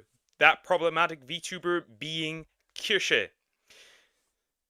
They have taken down all 3 articles. I think the Via Lure article is still up. I think there's another Sportskeeda article, and both of those Sportskeeda articles are still up. It has just been wild. People came out to defend Kirsha. People lost friends over defending Kirsha. One of my VTuber colleagues, Loom, just lost a friend because of that. But, you know, you gotta stand on your morals. It is what it is. I've not lost anybody yet over this, but the thing is also, I don't really interact with the space that much, to be fair. I only exist really on, I don't really do anything on, for example, like Twitter. I don't interact much with others. I just chill with my, I guess the Christian VTubers would fall into that category, but pretty much I just chill with the people. Well, why did I come? Tell me, D-Luke, for your brain rot. But I will watch this first. I will watch this first. Let's go. Hey, what's up, guys? Rip here. So it looks like we're getting a trilogy to this ongoing Kirsha situation. If you want full context behind everything leading up to today, you can check out my 2 previous videos on the subject. However, things have gotten very crazy with this cancellation campaign targeting Kirsha and her sponsors. A life ruination campaign fueled by various articles and viral tweets trying to slander her, including 3 hit piece articles produced by Vice. And now, after the effect of those, Kirsha is now making an official response with the help of this individual. Not sure who they are, but they cosplayed as Kirsha and delivered the document to their door. This contains a Google Doc that Kirsha has made responding to the situation and also making... Delivered to their door? Are you telling me that Kirsha made somebody pull up to Vice? Nah! This is crazy! How based can somebody even be? How based can you even... That's wild. She sent somebody to pull up at Vice's door. That is crazy. Retraction requests to Vice and threatening possible legal action if they do not follow through on that request. Now, to sum up everything leading up to this video in a very simple way, there's a cancellation campaign targeting Kirsha. They're trying to get her deplatformed. They're trying to remove her sponsors. And they're doing this through hit piece articles as well as viral tweets trying to paint her. And yes, the people, the woke morons, have yet to even get an inch of ground in this situation. on one hand, we have Bind, who stopped kind of posting, but not really about her because he is scared of legal action. On one side, we have Niara, who was just also just an autogynephilic moron. And we have Anna Valens, also known as Anal Violence, who is also not just an autogynephilic moron, but also a really weird freak who wants breeding facilities for women. Essentially has great fantasies. Do with that what you will. As a white supremacist, racist, Nazi, bigot, all these buzzwords they love to overuse on social media. And unfortunately, this campaign was successful in ending one of her partnerships, and that was with the game Crime Boss. And she was an integral part of growing this game and putting it on the map. And when people saw that she was removed, her partnership severed as a result of this ridiculous, slanderous cancel campaign, you can see the results. The negative reviews poured in. People are very mad at these developers for really having no spine, and also for... Makes sense, right? Makes sense, considering, right? That she was the major driving point of the game, and now, she isn't anymore, so the people that played this game obviously don't want to play it anymore. Because, you know, it is what it is. And I feel like that is deserved. Would I call it a success? I guess sure in some way, but then on the other hand, Kyosha was like number 2 or number 1 most super chatted streamer on YouTube. So do with that what you will. Welcoming in the modern audience, who, by the way, is now asking for refunds because they think this game is too problematic. Congratulations. Played this for free on PS5. It's a bit bigoted. They use the phrase candy ass, which is a gay slur. Also, the people of whatever shown as courageous, that wouldn't be out of place in a racist 80s movie. Nice. The people that you gave up your top supporter for hate your game. Success. Crime Boss, you played yourself. Now, of course, that's not good enough for a lot of the people involved in this harassment campaign against Kirsha. You can see this Anna Valens individual. This is a Vice journalist who's made or been the subject of all 3 hit pieces on Kirsha that have been recently released. And now that they had this successful campaign with Crime Boss, now they're going after other sponsors, mainly gamer subs, trying to get them to end their partnership with Kirsha over misinformation and their primary sources, which is largely from Reddit posts and 4chan posts. Yes, words of other people on various websites like... As usual, they don't look into this stuff, they just follow and use what fits their narrative. Obviously, this part is bad. They have repeatedly told me to delete myself to commit 41%. Obviously, don't do that. Don't do that. That's wrong. But this dude, I will refuse to respect this dude's pronouns. Ain't no way I'm doing that. This dude has great fantasies. Ain't no way I'm supporting that. So you're certified good guys, by the way. That's the best they got. But also there's other people fuming in the VTubing scene. You can see this post that got a lot of attention saying, so much Kirsha hate has been on my timeline recently, and I have to say to that, keep it going, guys. I love to see those racist Nazi Mayo Moon crickets get dragged to filth. Of course, racist. I find it funny that there's racist and then using Mayo Moon crickets as a slur against white people. Yeah, sure, buddy. Sure, you're ultimately the good guy. Man, the anti-racist strike once again. This is advanced levels of racism, ladies and gentlemen. This person has to pull out a whole thesaurus to try to make up a slur to go after Kirsha with, while also trying to supposedly combat racism. Now, as these people always say, freedom of speech. Also, just use some. I can't speak anymore. Just use something that's simple, like mayo monkey, mayonnaise monkey. That works. Why make Mayor Moon crickets out of this? Like, what's the point? Does not mean freedom from consequences, and that's what happened here. They would lose their ambassador position with Advanced GG. Cooked! Finished! That is why based Advanced GG!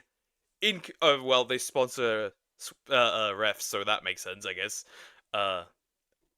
Well, you lost your sponsorship in this case. Well, deserved. Ha! Get fucked.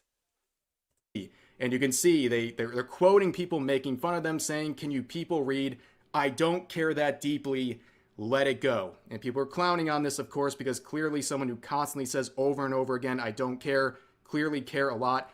But here's what I think they care about. Well, if you didn't care, why announce it as an airport? Like, you're an airport. I am, unfortunately, no longer with, Advanced GG. What do you mean? You could have just shut the fuck up. I think they care about being made fun of. That's what they care about. They don't care about losing the Advanced GG partnership or ambassador position that much, because let's be real, this is not shaming small content creators. I was a small content creator myself at one point, but this person has like 6 YouTube videos and their last stream was like 6 months ago. I don't think they were making a substantial amount of money from their ambassador position with Advanced GG. So losing that was not some major financial blow. So I think that's why they're so okay with what happened.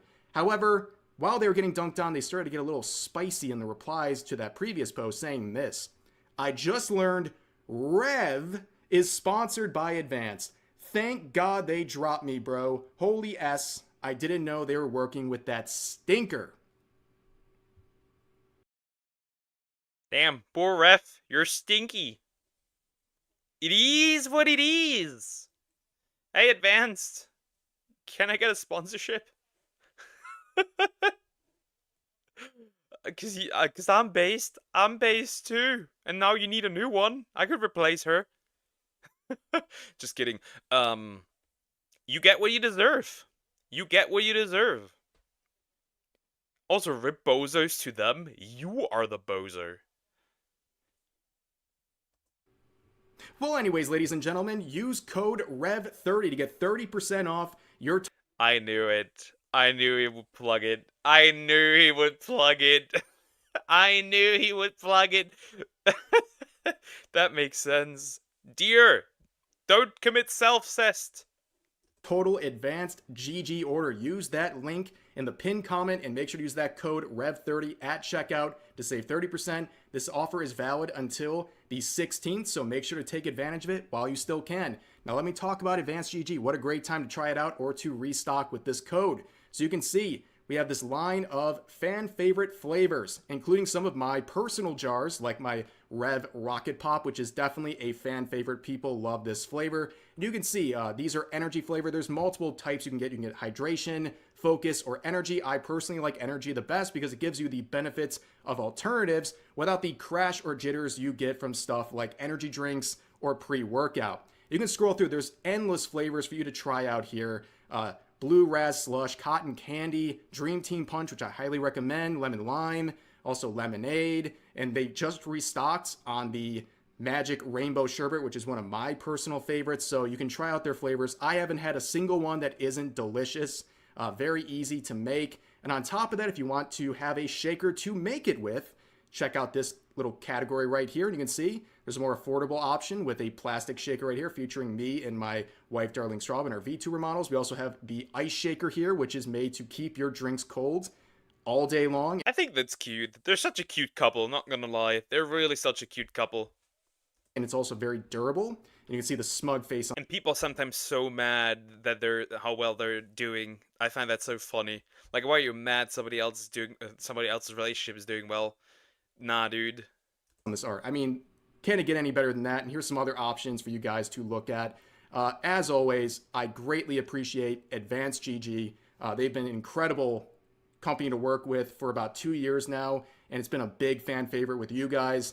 And using this link in the pinned comment and Rev30 to get 30% off your order greatly helps out me and this channel in advance, and also makes the worst people seethe. Yes, that is a win-win, ladies and gentlemen. Check out that pinned comment and help support the channel. And yeah, that is it for the spiel. And of course, you can see right here that Kirsche would respond to this series of tweets when she's referred to as a Mayo moon cricket, and she would say, actually, I'm a fox. And also, let me make this clear, since people are saying this. I 100% stand with Foxu. And apparently they also went after Rosie Bell for not siding with anybody. Which, by the way, if you don't side for the side that is trying to get rid of Kirsche, you're on the side of Kirsche, so you have to pick a side regardless, so I'd rather just, you know, position yourself anyways. It's about Kirsche, I'm sure they're going to say it about me.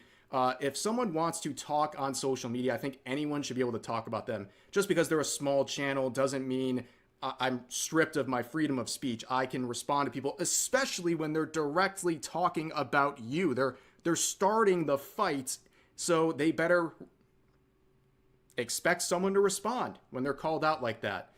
But anyways, let's return to Kirsche here, that original post we started off with earlier in the video. You can see her tagging Vice and saying, like some kind of secret middle of the night ballot drop, I left a little something for you.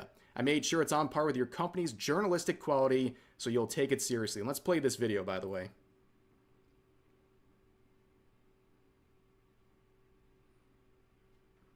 Amazing stuff, as always here. But of course, let's get into the Google Doc. And it's so funny. Google Docky! It is so funny that she literally let that deliver by somebody to ban everyone. Nope, they're watching a movie. She made a very concerted effort to make this an elaborate shitpost while also seriously addressing the issue. So she begins by addressing Vice's Waypoint, which is, I guess, Vice's attempt to revitalize that platform here. But you can see she says, an open letter from Kirsche. Hey Vice, what the F? I'm Kirsche, a VTuber, which means I stream with a digital avatar that looks like this. Down here, she says you can catch me on these various platforms. She gets lots of support and then says, I'm not a Nazi. They walk funny, did too much meth, and didn't like to laugh, and they probably would hate me and most of my friends. So how come you keep calling me one? And then she says, Vice used to be a very respected outlet. I agree with that. They used to be a very respected outlet, one that I enjoyed personally. But they say, in any event, about a month ago, Waypoint, which is one of your verticals, a quasi-independent outlet, a failed gaming news site that you are trying to revive, something most people don't even know exists.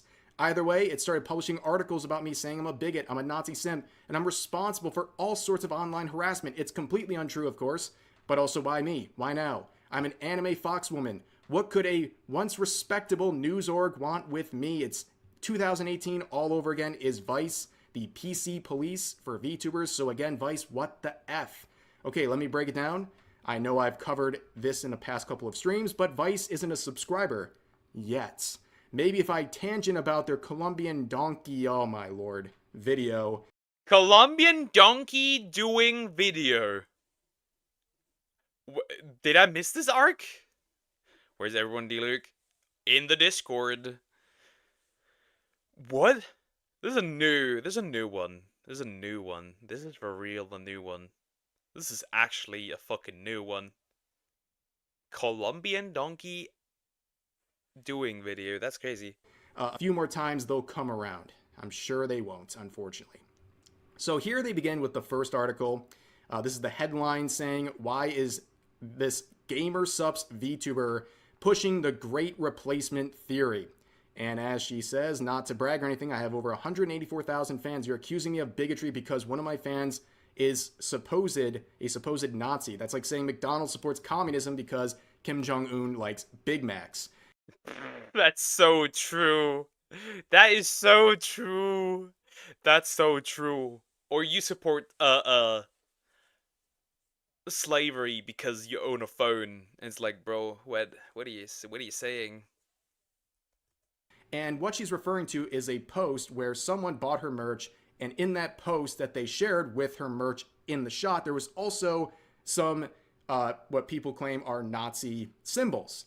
And now they're trying to say, because of that, she is supporting X, Y, and Z. It is an incredible reach, and they're trying everything in their power to basically lambast her over that.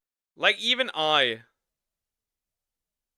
Like, even when I like a tweet, I don't look exactly like I see something and I don't look exactly like the picture or the art. There could be something controversial in there, and I wouldn't notice. I think Kirsche didn't particularly look. Calling someone a Nazi is basically just a way to say you don't like them these days. Say you don't like them these days. It has lost all meaning, to be honest. It has lost all meaning. Same with like pedophile or other words. They have no meaning anymore because they just are thrown around constantly. It's just really just Nazi's just somebody I don't agree with. It just is nowadays. That. Now, of course, we can't really get into these articles without talking about its author, at least the author of the first two, Anna Valens. You saw her earlier. She's been tagging the sponsors Kirsche works with relentlessly on social media, and she is someone who is a massive hypocrite, and her credibility is none. Don't call her a she. Don't call her a she. That's not a she. That's an autogynephilic man. No trans woman out there would reasonably talk. No trans woman would reasonably talk about wanting breeding facilities for women. No actual trans woman would say such a thing. Nope. Nope. The macaroni in the pot project, by the way. Race is just a word now. It just is. It means not. Racist also just means nothing. Because I feel like everybody is, even the people, even the non-racists or the those who claim they aren't racist are racist. Like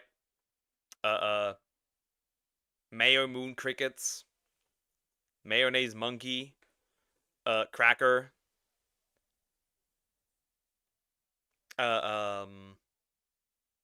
Other things like remember when Trump was voted into office and they were wishing for Latinos to get deported. The good guys, by the way. Similar. It's like that book. Everyone I don't like is Hitler. Yep. Breeding facility. Yep. Breeding facilities. I think Asmongold covered this. I don't think the full audio, but pretty much what Anna Valens wants is for trans girls to have various breeding facilities where they can breed cis women. Yep, you're certified good guys. Also, he's into farts. And the NSFW, what was it? Fanfiction that Kirsche read on stream got her banned for a day as well. So there's that. That was also by Anna Valens. It's just really bad. It's just really, really bad. As I will show right now. So recently she started working with Vice. And one of her first articles was this. These VTubers want you in their lewd game. You might want to pass. And in this case, they're talking about the LewDtuber agency Via Lore, right? They make two major claims. They said that their hiring process is transphobic with the biggest reach you will ever see in your life. But relevant to what I'm talking about here is they call out one of the talents who is a lolly VTuber who obviously does lewd activities with this company since they're a LewDtuber agency. And Anna Valens says that is problematic, that it's promoting pedophilia and that this content caters to predators, all predicated. Yeah, yet you have grape fantasies. Sure. Sure, how about you knock on your own doors? If you have any. I don't care, dude. It's fiction. I don't give a rat's ass. But yeah, pretty much you have to pass. That's what they want you. If you are trans, you have to pass. Which makes sense, since it is a agency targeting straight men. So it makes sense that you would need to pass to be able to enter. Once again, this is not transphobic. If I don't hire women because the job is too physically demanding for any woman to do it, that does not mean I am sexist. It just means that you can't do the job. What? 2 dead relatives are now buried in peace, but there are 4 of them who's now investigated the fingerprint on that scene. Still testing. It's on Facebook. Okay, I have no idea what you're talking about. You mean your 2 dead relatives that were, you know, on the concept that they support that clearly says fiction affects reality. That's how they're jumping to this conclusion, saying fiction affects reality. That is the standard they are using onto other people to make wild accusations. I don't think fiction influence reality. I guess it does to a degree, but not in any way that there's no data suggesting that it does to a major point.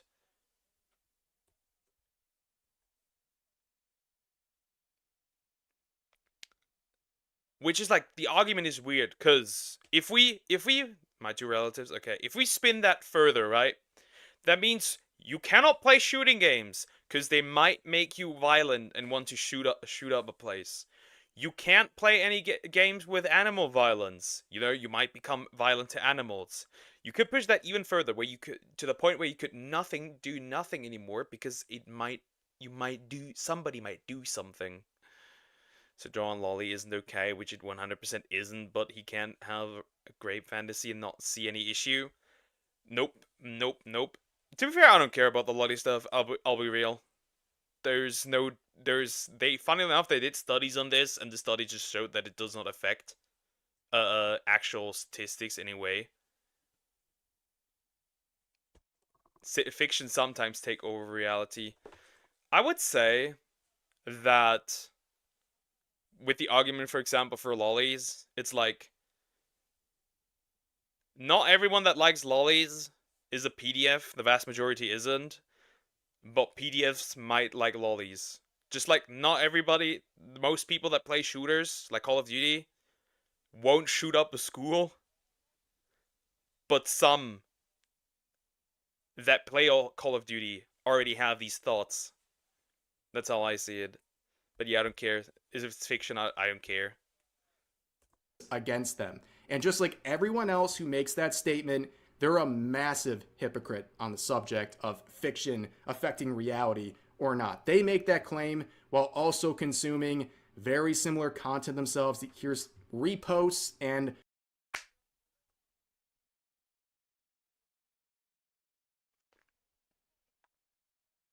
reset the clock!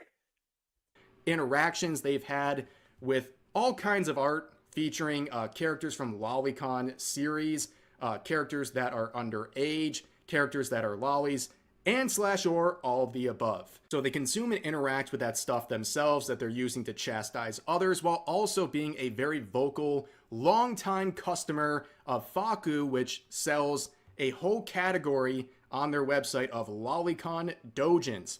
So they don't go after... Reset the clock! Reset it immediately! That's what I think that's what they mean with projection. I think that's what they mean with projection.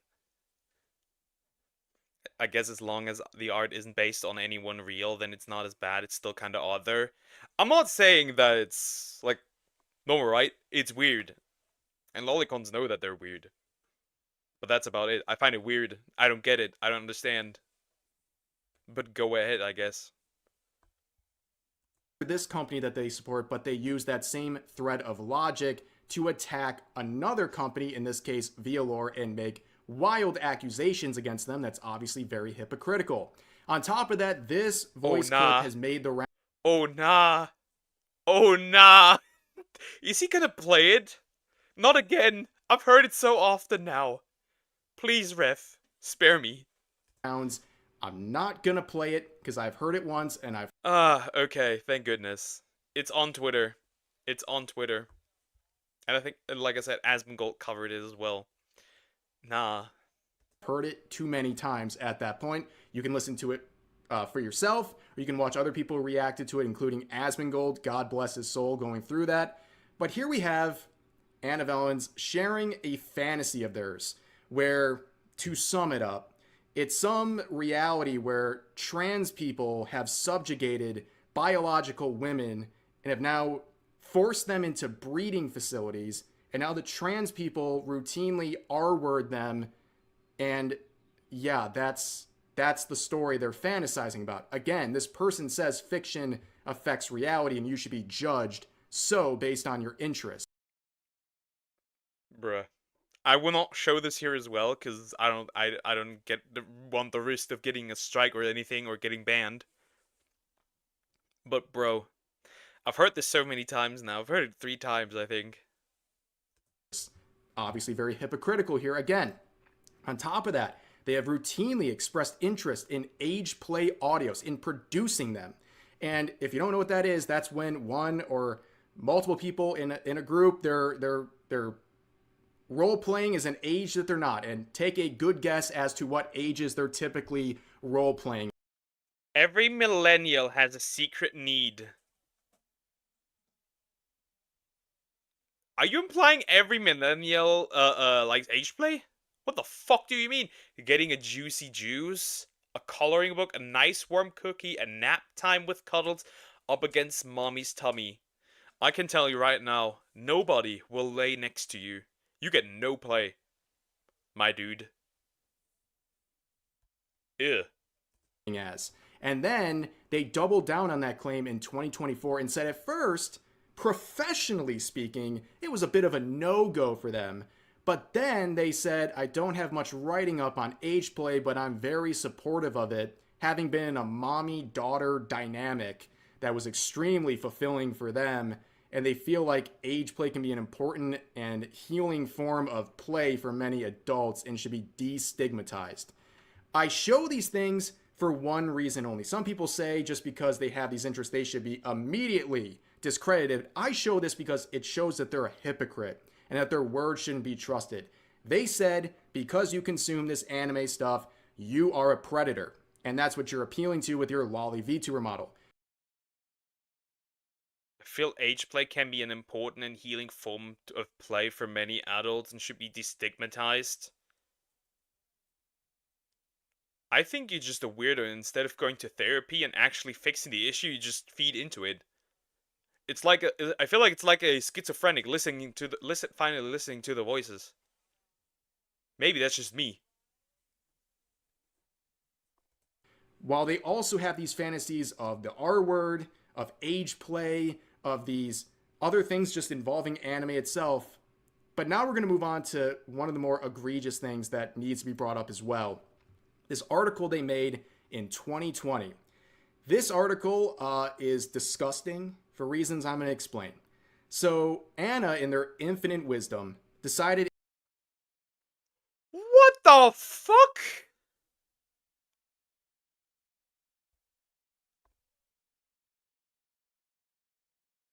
What playing Fall Guys with a toy means for tech and consent in games.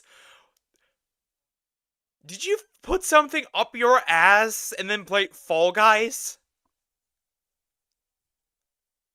Age regression is healing. Age play is gross. That they're very different. Yeah, because one is sexual, the other one is not.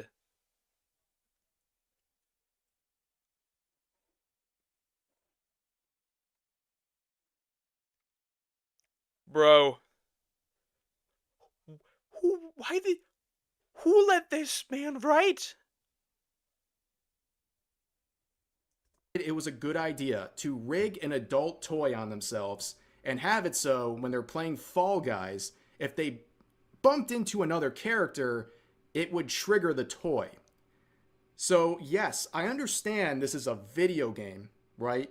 And it's interaction with other players, but there's no consent here. They're getting gratification through this game involving players who don't know that it's happening. They're not consenting to what's happening. That's what makes this very disturbing, and what makes it even more disturbing is that Fall Guys is a game heavily played by children. I don't want to say look through their hard drive, but I think it's time to say look through their hard drive. Look through his hard drive. Goodness. That is weird as fuck. You're not a PDF, but you're weird as shit. You are weird as fuck. You have not committed any crime, but you are weird as shit, bro. If you do it in a single player game, I don't give a rat's ass. Fine, go ahead, do it. Have fun, I guess. Goon to your game. But bro, yeah. You guys, why not watch the stream? They're free, for real. So I don't understand on what planet they thought this was a good idea. This is a very disturbing thing that they produced back in 2020. I produced these things to show you this is not someone who's very trustworthy. This is not someone who should have much credibility whatsoever. They're a massive hypocrite on a million different subjects. But let's finally return to the Google Doc here, okay? So you can see Kirsha talking about this first one, saying, rather than back up this outrageous accusation, the article starts off by talking about my sponsor, GamerSupps. So then they go on here and say, however, GamerSupps is in hot water with many VTuber fans due to the behavior of who else but Kirsha, an anime fox girl with a knack for sharing alt-right talking points. Kirsha has landed herself in controversy after controversy online due to her right-wing beliefs. At this point, it begs the question whether GamerSupps will one day pull the plug on the VTuber for good. Do you see the way they're approaching this? This is all about life ruination. This is about pulling sponsors. This is not about spreading awareness. Yeah, it's not. And to be honest, based for GamerSupps to still be sponsored with like sponsoring Kirsche, to be honest, others would have dropped her, like Poggers or I don't know. There's probably some. I think Advanced GG obviously sponsors Ref, so that should be fine. But yeah, I think the new VTuber tea company, not the Dragon's Tea, not the Tea Man, but the other VTuber thing, that by the way doesn't make coffee, they just package it and send it to you. Nothing more to it. They would have done something like that.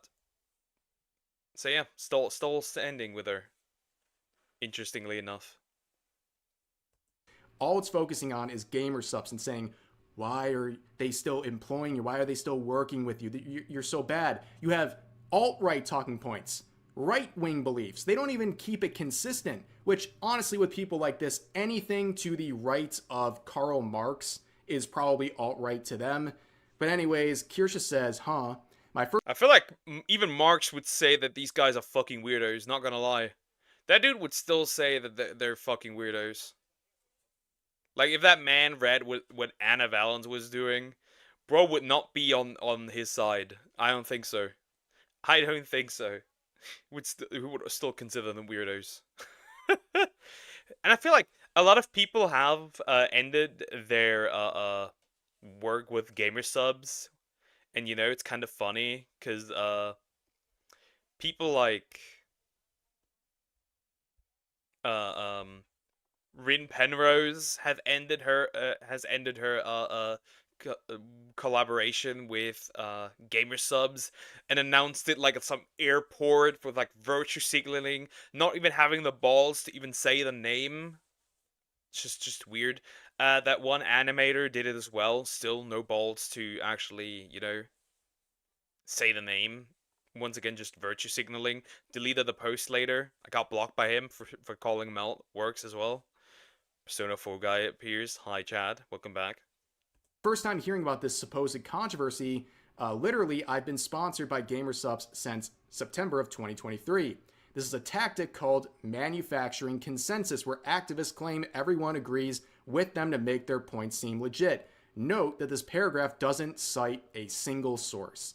Yes, so they are literally just saying everyone's offended, while they're creating the narrative that everyone is offended in order to make their claims have any sort of meaning whatsoever. And also the sources cited in the article, guess where they're from? Anonymous posts on Reddit. This is hard-hitting journalism in action, ladies and gentlemen. But let's continue on. Here's the headline of the second Vice article, saying VTubing has an elephant in the room. Bigotry. And what's their proof of this? A random 4chan post. Yes, ladies and gentlemen, that's what we should be really focusing. It was just I didn't get to read them because They were down before I could. So it's just a random 4chan post. Also, it's not VTubing that, if anything, not VTubing has that problem. It's indie VTubing, if anything. You will never catch corpos do anything political. Oh, Bint. Oh, Bint! Bint is here, who blocked me. Marina blocked me as well, though it might be longer since I called her out originally when she went after Taiga. So there's that. On as a trusted source. He went after Taiga. So, again, for the millionth time, Kirsha says, obviously I think harassment is bad, I don't do it, and I tell my fans not to do it. The suggestion made repeatedly in this article that I and my fans endorse harassment is totally false. In fact, fully half of the tweets quoted in this article are from a person who goes by Invented or Bint, who has serially harassed me for months. Does Anna Vellens mention this in her article? No. Do I have proof of this harassment, which I would have shared if Vice bothered to ask? Absolutely. Here's some examples.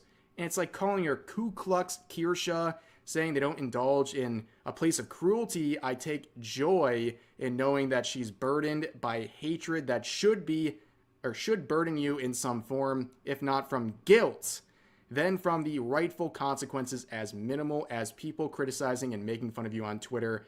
This guy is also, by the way, an absolute fucking hypocrite. First of all, he is absolutely mentally ill because he's so obsessed with Kirsche. This is like, those 4 tweets are nothing. There's like plenty, dozens of tweets about Kirsche. Bro is incredibly obsessed. In addition to that, he got scared of legal action, so he said he would no longer talk about Kirsche, and then immediately proceeds to continue talking about Kirsche. It just is what it is. I think bro is just, and also he was part of Nietzsche sisters harassing Selen, who's now Doki Bird. Do with that what you will. Horrible dude. I think he's just a failed VTuber that will never amount to anything much. Can I add, low-key set off the domino effect that led to a sketchy VTuber sponsor to lose thousands of dollars on my resume. So they're proudly saying that they're going to be the main charge here, trying to get her to financially suffer and lose sponsorships. Again, if you want to know, you can look at this person's profile. Like, it's not a daily obsession. It's not an hourly obsession with Kirsha. It's a by-the-minute obsession. It is non-stop attempts to engage in life ruination. They have latched on to Kirsha, and I unfortunately suspect they're going to continue. But that's the sources being used for these articles. But they continue on and says... Yet, Niara, if you don't know who that is, also another one who does the similar shit. It's just, dude, it's just 3 morons going at her, and all 3 are failing. I love to see it. The article doesn't mention this person that they're using as a source. And also, the article again talks about my sponsor GamerSupps and tries to make it seem like there's some sort of controversy brewing. Here's the words that were in the article. Earlier this week, independent VTuber Rin Penrose announced the end of her partnership with gaming supplement company GamerSupps. According to Penrose, her decision came to due to associations with creators whose views strongly conflict with my own, as well as a lack of communication from the company on this issue. And Kirsha says, look, I love GamerSupps and that they support VTubers from every side of the political spectrum. That's one of the things that makes them such an amazing partner. That and their awesome supplements. And then she says, crossed out here, use code REV30 for 30% off your advanced GG order. That's very... Rev, stop plugging yourself. Let Kirsha have some. Yeah, based for plugging herself in this. Based. Kind of her. Here we have this saying, I hope I continue to work with GamerSupps, but if this effort to cancel me is successful, I have to wonder who's next. Well, that's the whole point. And people are already taking the crime boss narrative and using that as fuel to keep going after more sponsors. You're giving people a feedback loop. When you as a sponsor drop someone over these cancellation campaigns, you're rewarding their insane behavior. And yeah, that happened with Poggers too. That happened with Poggers as well, where They tried to cancel Akimi on Twitter, and it absolutely failed. And it absolutely backfired for virtuous. They absolutely backfired for poggers for virtue signaling. It just shows me that you will drop me at the slightest bit of backlash, and I'm like, if it's nothing major, like you haven't committed a crime or anything, I don't see why you should drop somebody. Their life ruination campaigns, and you're encouraging them even further. But now we move on to the third article, where it's titled Waypoint Stands with Anna Vellens. And they show posts from other people that's now being attributed to Kirsche once again. And they're showing suggestions on Throne, a wishlist website. This is one of them, for example. They're showing this on social media saying it continues. Whoever did that is so based. Ruby's men's classic clown costume. Not only did you shit on him for being a weirdo, you also gave him the clown. That's based. Whoever put that in there, you deserve a hat pad. Referring to the harassment campaign they've been facing, and it's a clown suit. Okay.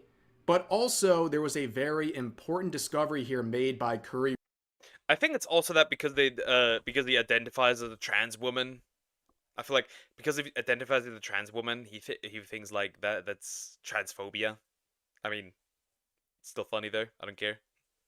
Ringy. This is really important. This is referring to the third article. There was a change. There was a change to the article the day after, and now some of the content is missing. Well, what content?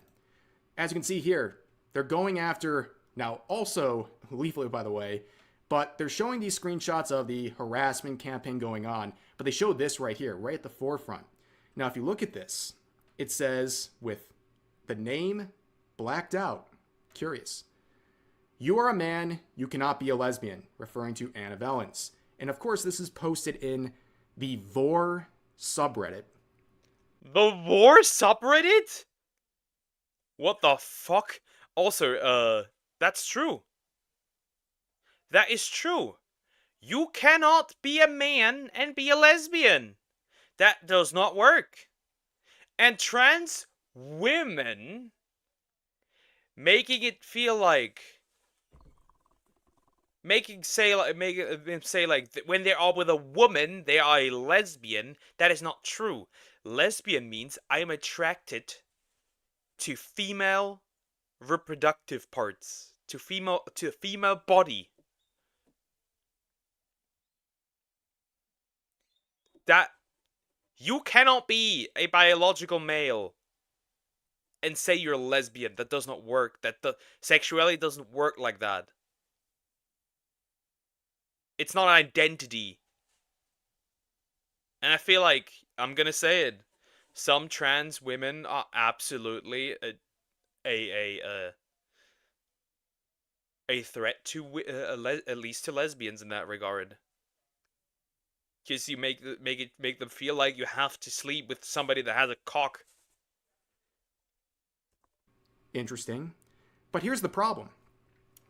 Look at the screenshot. Posted 1 second ago. Either Anna Vellens has the fastest reaction speed in the entire world, or this is possibly a manufactured piece of supposed evidence here that they likely created themselves to paint themselves as a victim of an anonymous user sending a hateful message. This is a really terrible look for Vice. It was Vice's article trying to defend Anna Vellens, and this is the type of evidence they're producing. It looks highly manufactured, if we're being honest. This looks really suspicious. You see this all the time on places like Twitter where people are like, I'm being harassed. Here's a hate message. And, you know, they forget to crop out certain things, or they have situations like this, posted 1 second ago. Or they say they received death threats.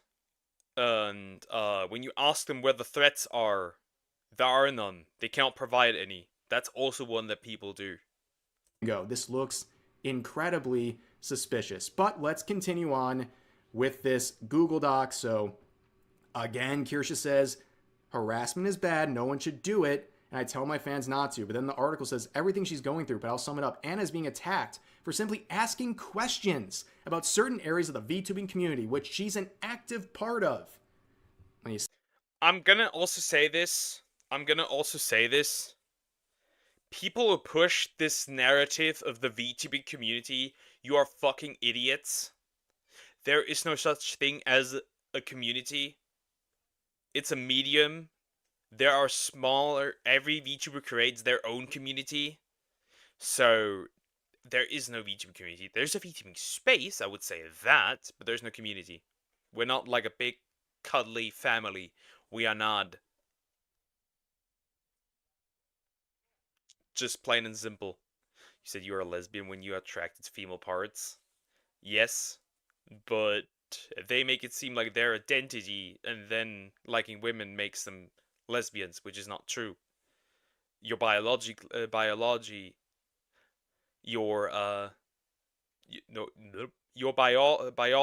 your whatever, that and your attraction does that. I don't want to go to military exercise because I'm scared more Americans die because of training exercise. That's interesting. See what this whole active part of where they're trying to go with all this by going after big names for clout. But of course, Kirsha responds saying just asking questions. Look, I read those articles pretty carefully. I do not see a lot of questions, mostly a lot of statements based on Reddit threads and other anonymous sources. This seems very targeted at me and why. I'm an anime fox girl, VTuber, your vice. What the F? Also, this happened in the article. The time for games is over. The irony is totally dead.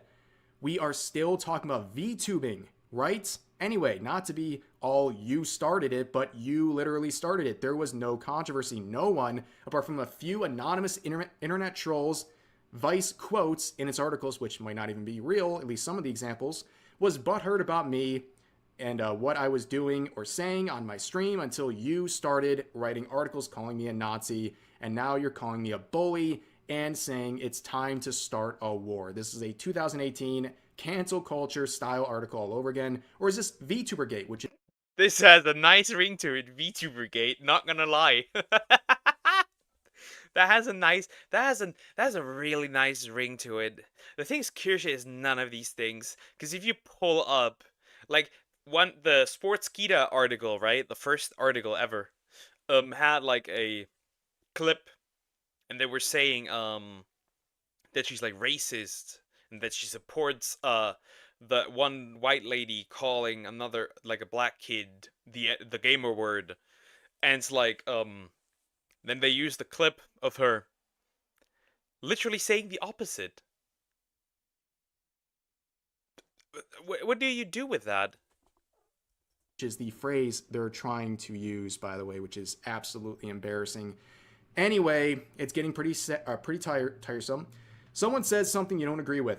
Start saying they're controversial. Name drop a bunch of brands they work with, play the victim card, or rage tweet at them until their sponsors bail.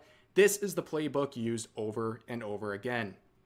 And here is the final page saying, anyway, if you're just asking questions, I have one. How come in the middle of all this, Anna Vellens is asking people to buy her gifts on Throne? Surely this isn't just a big branding opportunity for someone who wants to become a definitive VTuber journo, right? Right? Seems awfully suspicious. Now here's the important part.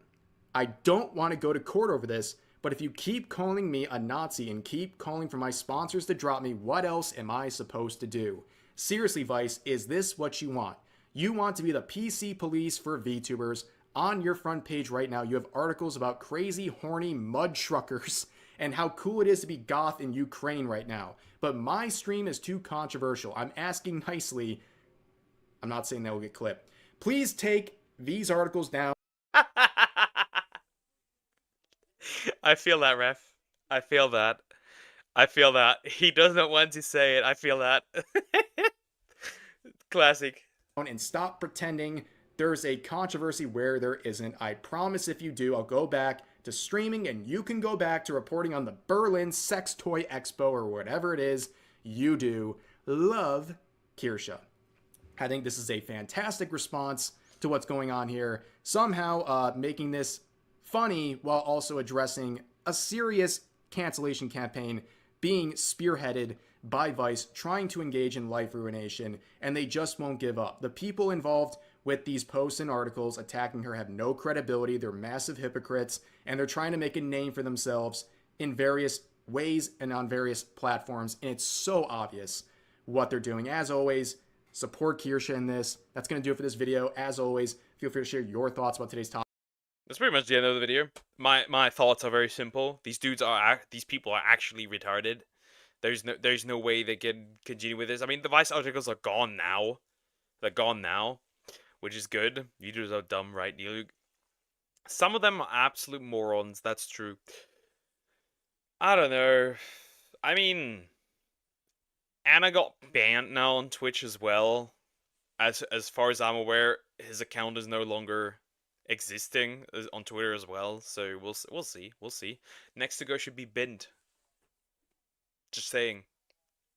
Anyways, let's do your doze, dear. Let's do your damn doze. Let me look for the doze. Give me a second. Let me look for your doze. Some orange hair ones too. There are many orange hair ones. I think some deers are also pretty stupid. Not gonna lie. Some Roblox people. There's some deers that are pretty dumb.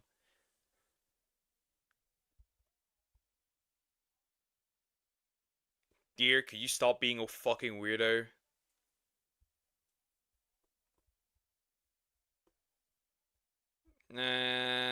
Let's use this one. Who cares? At this point, it's just all the same. It's just the same moronic animation. Who cares? Who cares? Let me reload. Don't play that. Thank you. Anyways, let's go. Here it is. Squid Party by Coty Animation. Let's finish this. Deer wanted it. Let's give him his brain rot. Not gonna lie, that reminded me. I did that too. I do that too. I did that too. And it's been done to me as well. It just is what it is. Gets worse and worse every single time. It just gets worse and worse. Is finished.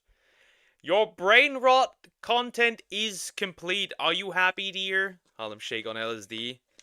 Nah, this is the content that deer consumes.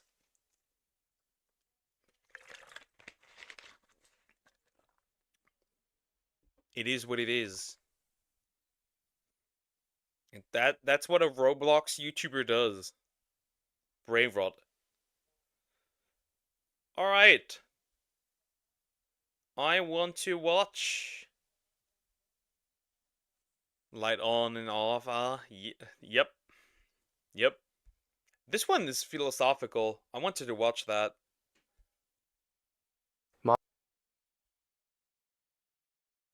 Because that one felt philosophical. I wanted to watch that.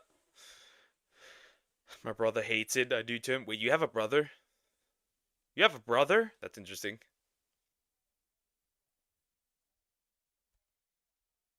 Why? I hate that the website Edge. Edge, what are you doing to me? And what Pumpkin used to hate when I dated. And as a revenge, she walked in on you while you were taking a shit, so I guess you deserve each other. Modern Life is designed to break you by Alex Way. I have no idea what he's gonna talk about, but we see BlackRock, food, smartphones, OF. Something went wrong, I agree. Modern Life is designed... I agree. Something did in fact go wrong. Grandma was right. And the parents were right as well. It's a damn phone. To break you. And no, I don't mean that in a poetic, metaphorical way. I mean literally. Your job, your relationships, your lifestyle, even your sense of self. All of it is set up in a way that's meant to drain you. In a way that makes you feel like you're constantly behind, constantly not enough, constantly stuck, and... That's very true though. That's very true. But I also feel like, the idea of not being enough also comes often from parents, to be fair. But yeah, if I look at it like, school does that, parents do that, job does that. I feel like, yeah, modern life is toxic. Sure. Not that it doesn't have its upside. Everything went wrong since the creation of television, computers, and cell phone. R.I.P. to the king. Ted. Constantly not as good as other people around you. And if you feel that way, it's probably not your fault. We're all going through something like this. Aside from the top 0. Yeah, I feel like that too. At times. Yeah. 0.001% of people in wealth and status, I guarantee you that we're all going through something. Actually, I would not say that. I feel like a lot of the successful people, the rich people, a lot of them, they have the same issue. They grew up to never be enough. And they're probably still at it and still have that mindset. Similar like this. It's not just dysfunctional, it's intentional. On a macro level, it's almost like there's a system in place, some kind of weird partnership between corporations, government, and just the overall culture that's been designed to keep you alive just long enough to milk your money and drain your life force in the process. I know where he's getting at. Like, consider this. I feel like the original plan to get women into the workforce was not for equal rights. I feel like it was just to tax double the amount. I feel like that's just it. I feel like it's just tax people more. Not much to say here. Is it just me who feels that way, or have you kind of started to see the same thing too? I mean, something like that sounds extreme, but if you zoom out, I think that's exactly what it looks like. This system, if we should call it that, it's built for productivity, not people, for profit, not peace. And the craziest thing is that if you're not breaking under the weight of it all, then that probably means you're numbing yourself just enough to get by, and that's what they want. If you've ever wondered why you feel so disconnected from the world around you, why work feels so pointless, why dating feels like a rigged game, and why even dating is the rigged game, and I attribute dating all to the problems all to social media and dating apps. That's where the problem are for dating. I would say that a lot of the problems really just come from like social media and comparing ourselves the entire time. basic happiness seems like something that's so difficult to achieve. And I don't mean like comparing yourself to a basic level. I mean like comparing yourself to people that have like put in years of work and you like feeling not enough. There's a difference in like you compare yourself to somebody who you like know IRL, and you compare yourself to somebody who is like, you know, for example, sports. We compare ourselves to, for example, dudes that take steroids that we could never achieve naturally.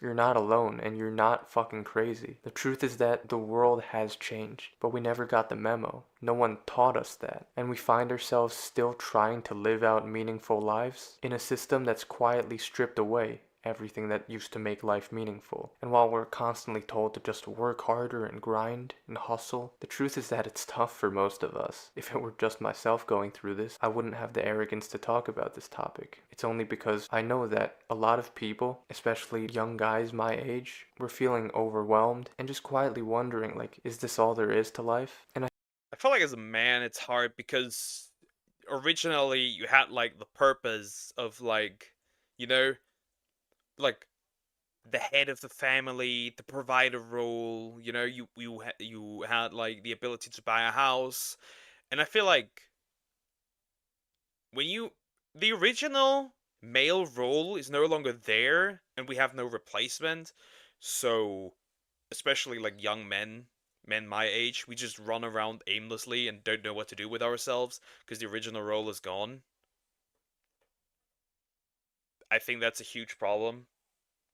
I think no one wants to say this kind of stuff aloud because doing so feels like admitting defeat, but someone needs to talk about it. And I feel fine with doing that because I don't see it as defeat. I see it as awareness. And awareness is the first step to breaking free. Because what we're up against isn't just a country, a corporation, or a culture. I can't even explain it, but it just seems like some kind of machine that's designed to keep you constantly tired, consuming, and distracted from what's really going on.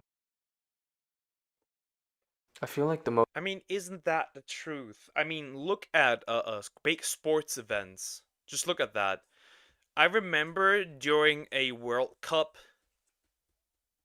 like a soccer, football, whatever you want to call it, World Cup, where for example, Russia secretly increased the age you can retire to like 72, and I was like, bro, nobody paid attention to that.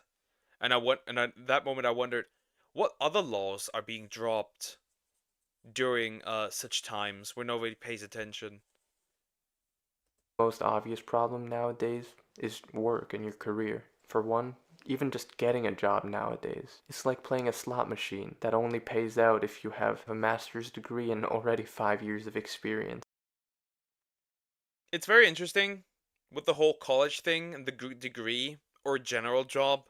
They want you to apply for a job and get a job, right? But you already have to have experience, which is like weird because like in order to get experience, I need to have a job, but in order to get a job, I need to have experience, which is like super weird. Like the fuck you mean? How does that even work? Um, in also, I feel like I know a lot of people that have like sent in countless and countless of like job applications. I know somebody had sent like 500 job applications, and I mean, I've actually seen 500 files, and they were all rejected, except for one where they got at least the job interview. At the same time, that dude asked a friend, and that friend asked his dad, and then he had the job. I feel like at this point it just makes more sense to um ask somebody that you know if they know somebody that may have a job. For an entry-level job. Some of the demands you see on job applications is just crazy nowadays. It's hyper competitive, it's cutthroat, and thanks to AI, things are about to get even worse. It's already hard enough to compete with other people around you in a globalized economy, but soon it's not just going to be other people. You're going to be competing against robots too. Machines that don't sleep, don't eat, don't get sick, don't take days off, and don't require money to survive. If a I think the jobs that are replaced by AI, they're just going to be gone relatively quickly. A lot of the designing jobs are going to be gone. I think within the next 5 to 10 years, they're all gone. It just is what it is. Nobody's going to stop that. In addition to that, obviously, I find it horrid because they this is not on the immigrants, obviously. I don't put that on the immigrants. But they get immigrants here, and those immigrants work for lower wages. And then you, as somebody who lives here, has a higher standard, you look kind of screwed. Because you want a higher wage. Stuff like that. It's obviously on the corpos. corporation can cut costs and get the same efficiency or even better, why the fuck would they not do it? It seems like the job market is just evolving faster than we can adapt, and most of us are left scrambling to catch up if you're not like the top 0.1% of talent. But let's say you do go through all that hassle of applying to the job, and you do get it. Congrats, what's next? You get to work 9 to 5 for the next 40 years of your life while the government takes your taxpayer money and sends it to Israel, giving your entire life and your energy to a company that can just or any other country, but they send it somewhere, but they can't fix their own country. Like we have roads, bridges that need stuff. Internet, there's still spots where you have like no not even a little bit of internet, and I'm like, bro, what are we doing? Instead we sent money to Peru so they can build bicycle ways. Let's go. just let you go without warning if they ever wanted to. But during the time that you are lucky enough for them to allow you to work for them, you spend your days doing tasks that just feel meaningless. Sitting in boring meetings, writing mundane emails, and overall just pretending to care about things you don't really care about, if we're being honest. Also, you can do what? Afford rent, food, a house, groceries, a Netflix subscription. You cannot you cannot afford a house anymore nowadays. You cannot afford a house. They had what, like a 1 bedroom apartment newly built, right? €500,000. Like, what do you do with that? Like, what do you do with that? As a single person, you cannot afford that. As the average person, even with two people, you cannot afford that. For like 1 bedroom apartment, $500,000. Goodness. It just becomes a cycle of living to work and working to live. But what's the point in all that? It feels like there's no dignity in it anymore. And unlike in the past, not even like a sense of stability. Again, the global marketplace is more competitive than ever, and companies have more reasons than ever to fire you without warning. The whole process of going through like a normal job and career, it just feels like... Thankfully, they can't... I'm European, I'm German, right? Thankfully, they can't really fire you. They can't do that. Thankfully, because of how jobs are made here, how you do apply, and like contracts and stuff. So at least in that part, the United States are a little different. Endless resumes, endless rejections, and the looming fear of falling behind. But what's worse is that in the past, there was at least reason to justify living that way. They sold you the dream of a stable career with a pension and a paid-off house, but it's 2025 and it seems like that whole thing is a relic of the past. In addition to that, back then you could afford a family and a bunch of children. Today you can't be happy if you can't afford a spouse. In the past, most people worked normal jobs and lived normal lives, but they had something to live for, something deeper, a family, a relationship, neighbors and friends around you, a community, a nice little house in the suburbs with the white... Another one that people don't want to bring up that people had in the past that made life easier for them because they had something. Religion. I'm gonna say it. Ever since we have kind of moved on from religion, we're kind of fucked in a societal way. Because morals just jumped out of the window that originally were stable. Picket fence and all that. It wasn't necessarily glamorous, but it gave life structure, and it gave the average person something to live for, and something that they could realistically achieve within their lifetimes. But now, that vision is practically a fantasy. It's very hard to be just a normal person in today's world and succeed and be happy. The way I see it is that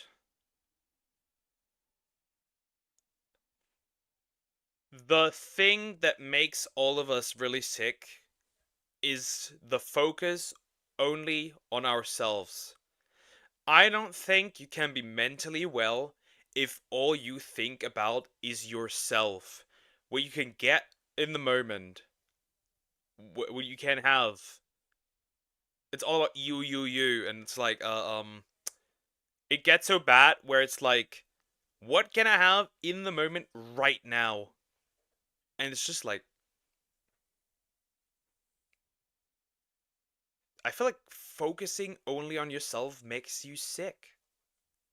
It just does. I don't know how to explain it, but it just does.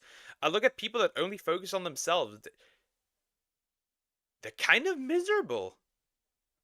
Everything has changed. For example, with the prices nowadays, home ownership is out of reach for most young people unless you inherit wealth or get incredibly lucky. Starting a family feels like an impossible task when you're living alone or with roommates and rent takes up half your paycheck. Even if you do try your best to live the American dream of that previous era while working a normal job, it would... In addition to that, standards have increased both on men's and women's sides. Standards have very much increased. I think things would calm down in a way for dating if people normalize their standards again. It doesn't matter how big her tits are. It doesn't matter how big her ass is.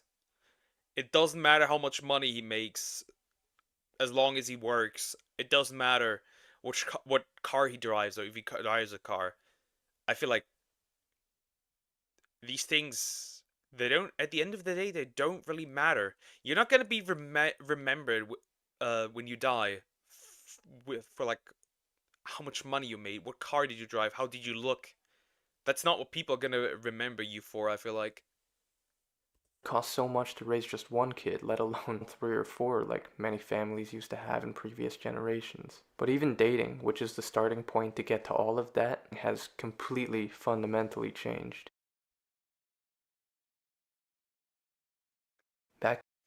It absolutely is. It is so fucking cooked. I am so glad that Frog is incredibly supportive. It is crazy. I think it's just amazing. Like I said yesterday, someone who wanted to move out back in 2019, well, now you can't. And for me, it's like, I don't really want to and need to move out. We have enough space. I have a garden of my own. I can have my quails. I can have a dog. Why the fuck would I move out? It needs some renovations. I will get to that eventually. But I'd rather just eventually take over this house and have my own house than just move out and get into like a shitty 1-bedroom apartment that I can barely afford. Back then it was simple. People dated within their communities. There were natural opportunities to meet people through things like friends, school, church, or just hanging around the neighborhood when people went outside and cities were walkable. But now, everything is digital. You see those graphs about how online dating has just skyrocketed in recent years. Relationships, something that used to be deeply 50% is over 50% is crazy. The people that form relationships. I wonder if that's here in Europe as well. Very interesting. I think it's mostly competition, and also like the apps themselves are rigged. In addition to that, I feel like, because, so here's the thing, with the apps being rigged, they probably don't even there might be a chance they don't even show you potentially, which I never considered. They might not even show you. In addition to that, you only basically work based on looks, which that might work as an initial attraction, but it's not gonna, you know, keep a relationship. In addition to that, I feel like pictures are not good enough, because how somebody looks in a picture under certain lighting may look worse than, for example, if they had good lighting. Or movement, how somebody moves may change somebody's attraction. So there's that. I had another point that I now forgot. People don't really meet organically anymore, because the spaces to meet organically, they don't really exist. They're kind of gone. They've died. Like when I look at like sports clubs around here, the only thing is football, and it's only for dudes. There's like, you can't do anything here. You can't. meaningful to us as people, it's just been turned into a fucked up game. Swiping, ghosting, algorithms, elo scores. What the fuck, dude? It's harder than ever to find someone who wants to build a future together with you, let alone someone you connect with on a deeper level. And dating is extremely tough, especially if you're a young guy in this era. It just feels like you're playing a game that's stacked against you. Dating apps have basically ruined everything. Yep, they ruined a lot. Also, it's like interesting, right? Originally, it was like you and your community. It's like you against Steven, who likes the girl that you like. And now it's like you against every Steven out there. What are your odds? Your chances are incredibly low.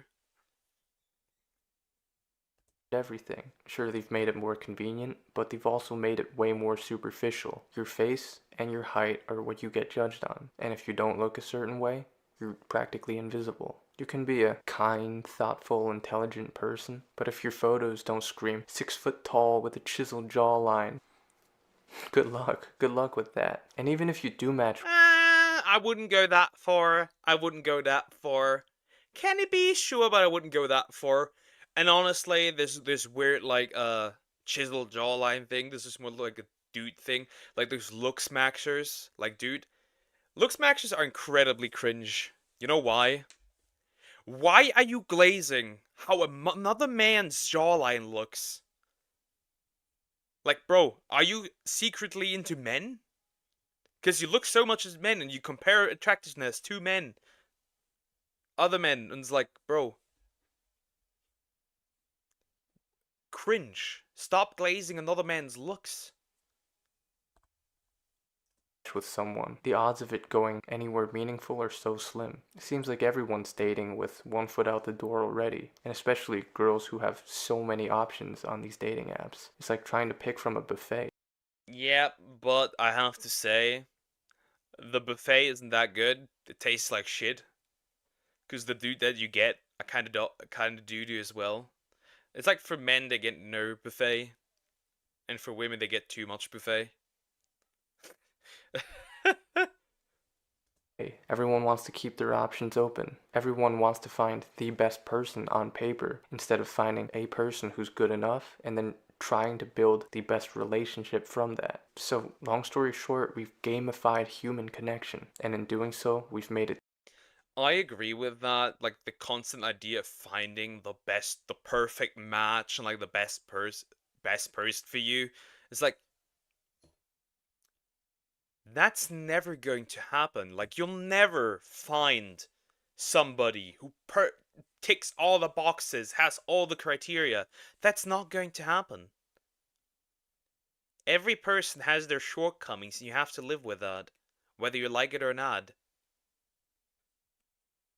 Disposable. That's why more people are lonelier than ever, both guys and girls. That's why our mental health is worse than ever on a societal level. It's all just a system of endless short-term interactions. Cheap thrills, no depth, no commitment, just the next swipe. Everything is surface level, and it seems like we're losing the ability to connect with people in any real, lasting way. And part of it is because even the cultural messaging has shifted. A lot of people, but especially women nowadays, are encouraged to prioritize career and independence over everything else. Like, I want to be a boss babe. And that's fine if that's genuinely what you want to do. Like, no one's here to judge your life preferences. But if we're just being honest, it's led to a dynamic where relationships are seen as optional, even burdensome. And again, while some Yep, families have become a burden. You can look at media and like overall, you've pushed this narrative of like the strong independent woman who's just a second-hand dude, which is just how I see it.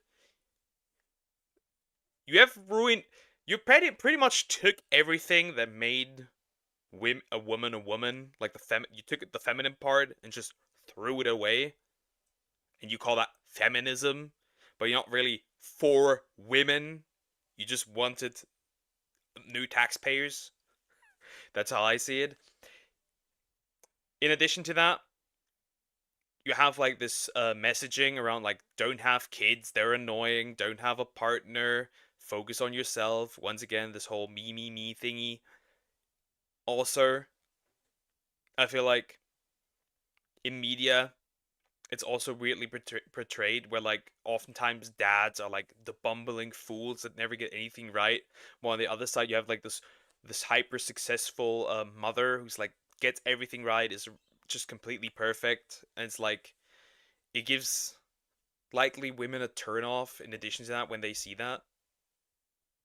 some people might enjoy that freedom, I feel like a lot of us are afraid to admit it, but on a deeper level, we're craving something more. And that gives rise to the loneliness epidemic, as everyone likes to call it. It's so ironic that we're the most connected generation in history, but also the loneliest. You see the studies about people who say they feel like they're chronically lonely, and the numbers are only going up. Social isolation is really like a public health crisis, but no one's talking about it because no one wants to admit their problems. Because I feel like people think that's embarrassing to admit, but just being real, most people that I know live alone, work alone, scroll alone, and just aren't in relationships either, at least not long. I think a big factor in the loneliness epidemic is the destruction of the nuclear family. It just is. Like, you had like multi-generational homes where like you, your parents, your grandparents, likely even your great-grandparents lived. Like, the chance of you ending up lonely were essentially non-existent. And now you have like people, they live alone, they may go out like once a week with their friends, they work, and that's pretty much it. I was like, bro. Long term. Me and my friends spend way too much time sending each other reels on Instagram, but even though we're technically connected through our phones, it's not genuine. And in general, just through social media, we find ourselves. I'm just parasocial to my chat. That works. I just like being parasocial to my chat. The perfect thing. Watching other people live their lives while quietly wondering why ours feel so empty. But the truth is that everyone's feeling empty, it's not just you. Even the ones who post how glorious their lives are on their stories and Facebook pages. And again, the lack of third spaces is another reason. Most people's lives nowadays are just condensed to you work, you go home, you scroll or watch Netflix or some shit. Cities aren't really walkable. It seems like everyone's in their own little bubbles. There's not too many socially acceptable places where you can just talk to people or just hang out or meet someone new. Everyone seems isolated and atomized. And then you wonder, why does life feel so hollow? But the answer is obvious. It's because we're not meant to live like this. But even if everything does seem to work out for you on the surface, like you have a job, you have a partner, you're planning for the future, how do you afford everything? Housing prices, like I mentioned earlier, are going insane. The cost of food is rising. I show this picture all the time, but I've seen eggs that are selling for like $18 at my local grocery store. And all this time, wage. Very much. Everything's so expensive, it's crazy. In addition to that, I feel like to the earlier point of loneliness, I feel like a big factor also is that children don't really grow up with their parents anymore. Like, if you're working and I'm a kid being like 10 hours in school, it's like, who is raising me? My mother and father or the fucking school at this point? And it's the fucking school, it's the state. I don't know. Wages are barely budging. It's not like wages are increasing so much to make up for it. Most young adults today just will never be able to match the buying power of their parents. And people don't understand, you can't ask for higher pay continuously. You can't. It doesn't work that way. Because if you ask for higher pay, the prices will just jump quicker and even higher. So what needs to happen is the taxes need to drop. And not the wages to increase. Because if the wages increase, the prices increase. Drop the taxes. Parents. And meanwhile, every aspect of life. That's why minimum wage is kind of, raising minimum wage is kind of retarded. Because if we raise the minimum wage, everything just gets more expensive. It's being turned into a payment plan right in front of our eyes. You don't buy a car anymore, you lease it. You don't buy a service anymore, you have to subscribe to it. Even when I go on Amazon, which is supposed to be for like one-time purchases, I see all these options for like subscribe and save, where they deliver that thing. Or remember the printers where you have like to subscribe that you can even print? That's crazy. That is wild. That's funny. Or like the newest case, the Nintendo Switch 2 being like it's not your console, you can't do what you want with it, because if you do, they will just straight up yeet that thing out of the window. They will just literally destroy it, so you can't do anything with it anymore. Like every few weeks or something. You're being conditioned to normalize renting out your life, but there's no alternative, so you keep on paying. The system is rigged for dependency, and those big. Well, we know who that is. But there's no alternative, so you keep on paying. The system is rigged. Look at Klaus Schwab. Well, he has retired, but somebody else has his baby. 100%. And you will own nothing and be happy. So true. So true. That was the saying of the WEF, by the way. You will own nothing and you will be happy. Yeah, it will all be more subscription based. Eventually, you driving your car will be subscription based, and you have to pay a subscription to even use it. At that point, you don't even need a car. You might just use public transportation.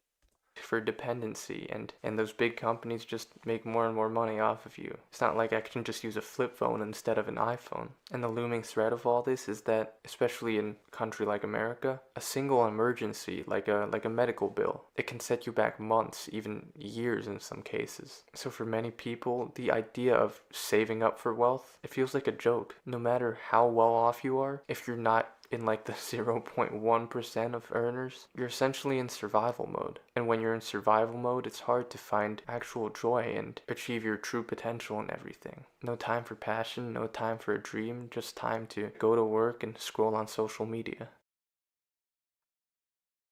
I feel like I've been all over the place in this video, but the bottom line I'm trying to get across is that the things that used to give people a sense of happiness, like community, connection, stability, family, purpose, raising a child, those things are no longer guaranteed to us, and it's not even close to that, honestly.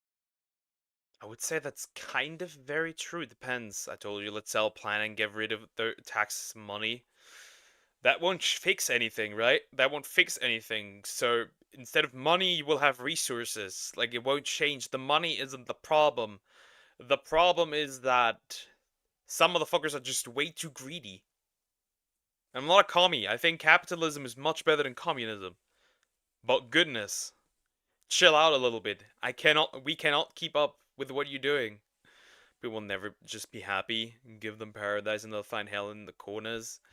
That's I guess you are right that people will always find, because like, you have something, then you get something, then you have like a high dopamine kick, and once you've had it in that, you go back to baseline, and you're like neutral again. This is what it is. Take good to casually and get used to it and curse and complain about the bads. Yep. That's how humans are. And the system didn't give us anything meaningful to replace those things with. Instead, it gave us screens, it gave us social media, it gave us hustle culture, it gave us endless content and dopamine hits. Every app you use is designed to keep you distracted. Even the news cycle is meant to keep you scared. I go on YouTube, and a lot of my YouTube feed nowadays is just bombarded with what's going on in the world, when it's not like I searched for that shit in the first place. The content machine is engineered to keep you scared, and when you're scared, you're more likely to listen to what the powers that be tell. Yep, in addition to that, it just gives more clicks, so people will continue to use it. When I give a speech at your funeral, that is all I'm gonna say. Okay. You. It seems like we're being kept stimulated just enough to never question why we're unhappy. And when we do it, we're told that we're the problem, that we're lazy or entitled or not trying hard enough or just too negative. But that's not the truth. The truth is that Gen Z, or whatever you want to call it, we're still trying. It's not like an entire generation of people just got lazy overnight all of a sudden. Some might say we're trying harder than any generation before us, at least on the mental side of things. Fun fact. They're calling Gen Z in Germany lazy. Fun fact. They're even harder working than the millennials, which is funny. I like that. I like how the boomers called Zoomers lazy, but then they work harder than the millennials. So please call the millennials lazy. Thank you. But we're getting less in return. The game has changed, the ship has sailed, and the rules are different than what it used to be. And if you've ever personally felt like you're not built for this world, something just feels off, I just want to say that it's probably not you. Stop blaming yourself. You're conditioned to want to blame yourself, but it's not always your fucking fault. In the end, there's no perfect answer, but if modern life is designed to break us, then the only way forward is to stop letting it. And by that I mean to try to at least build something different. Why play by the rules of a game that's rigged against you to begin with? Maybe it's not the right time to just sit back and accept the hand that was dealt to you. Maybe it's time to fight back, but in your own way. Because maybe the solution isn't to play a broken game harder. Maybe it's to build a new game, and that's what I'm trying to do for myself. If you've watched till here, I can share some stuff about my personal worldview. Over the course of my life, I've been hurt to the point where I've accepted the fact that I will never be able to live the life that I used to imagine. I'm someone who's not built to succeed in this modern world. I'm extremely short and I'm not attractive in a world that prioritizes your superficial features. My mind works very differently than a lot of people, like I'm neurodivergent. I've never fit in. I've never been successful with girls. I've always felt like an outcast. I was a good student until I wasn't and started to really struggle with that to the point where my stress and anxiety over school made me Same-ish, same-ish. I was solid at school. And then like high school I dropped off, but that was mostly attributed to the cheating ex, but that's a different situation. I feel like I do. I can fit in partially, not all the time. Like I diverge, for example, because I'm way down to marriage. That's just unusual for a dude. That doesn't really happen that often. But most of the time, and I guess I grew up too fast, which kind of screwed me over. But that's just me. What if I feel like this video is going to hit me in real? I build a new game, you know, who could, only the greatest conquerors. Take over Germany. physically sick. I'm also just not the type of person who does well in very structured environments like an office. I feel like almost everything in my life has sort of set me up for failure. And all of that, again, just means that I'm not the type of person who can succeed trying to live a normal life in this world. But maybe that's okay, because the result of all that is that I've stopped comparing myself to other people. I've stopped chasing what I'm supposed to want because I feel like I can see through the trap of it all. And instead I'm focused on building something that feels right for me, no matter what other people think. Because fuck that, I'm not gonna succeed in their world anyways, so I might as well try to succeed in my own. Because if you're also like me, if you also feel like the world is broken some way, or if you just don't fit in, maybe the solution isn't to play the rigged game harder. It's to build a new game for yourself. That doesn't mean it's easy, but if you're doing that, or at least trying to find a way to exist in this world without losing yourself completely and kind of are able to see the things going on around you for what they are at least, then I think you're doing better than you realize. You're not broken, you're just awake. Was that a hard quote to end it? I like that. Anyway, if you enjoyed this video, if you felt like you connected with this message in some way, or if my videos on this channel have ever helped you, I'd really appreciate if you'd consider joining me over on Patreon or my channel memberships. I'm really trying to build something with this channel, and if you'd like to see that happen so that I can continue making videos long term and speaking about these kinds of issues, then your support would be greatly appreciated. And also check out my second channel where I post travel and hiking stuff. Really cool videos on there, and I'll have new ones out soon. And whatever you're going through in life, just keep fighting. Just keep fucking fighting. Based in a way, I do feel similar. I do feel in a similar way. I do feel similar. I just think, like, the game is just rigged to pimp out people. Not gonna lie, it's just rigged currently to pimp out people. It just is what it is. I built a new game for you, build a new game for yourself. Nice words. I can try to. If you feel your life is broken, just fix your life. To live is to struggle.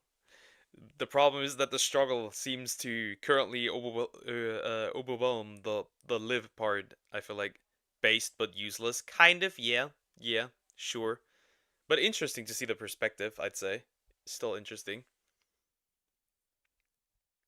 I'd say. Interesting. Guys, I'm ending here. My headache is starting to get a bit annoying.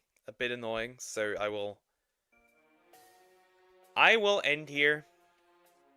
I heard relatable words and none ways to play better or different. Yep. I guess that's what you gotta find for yourself. I'd say.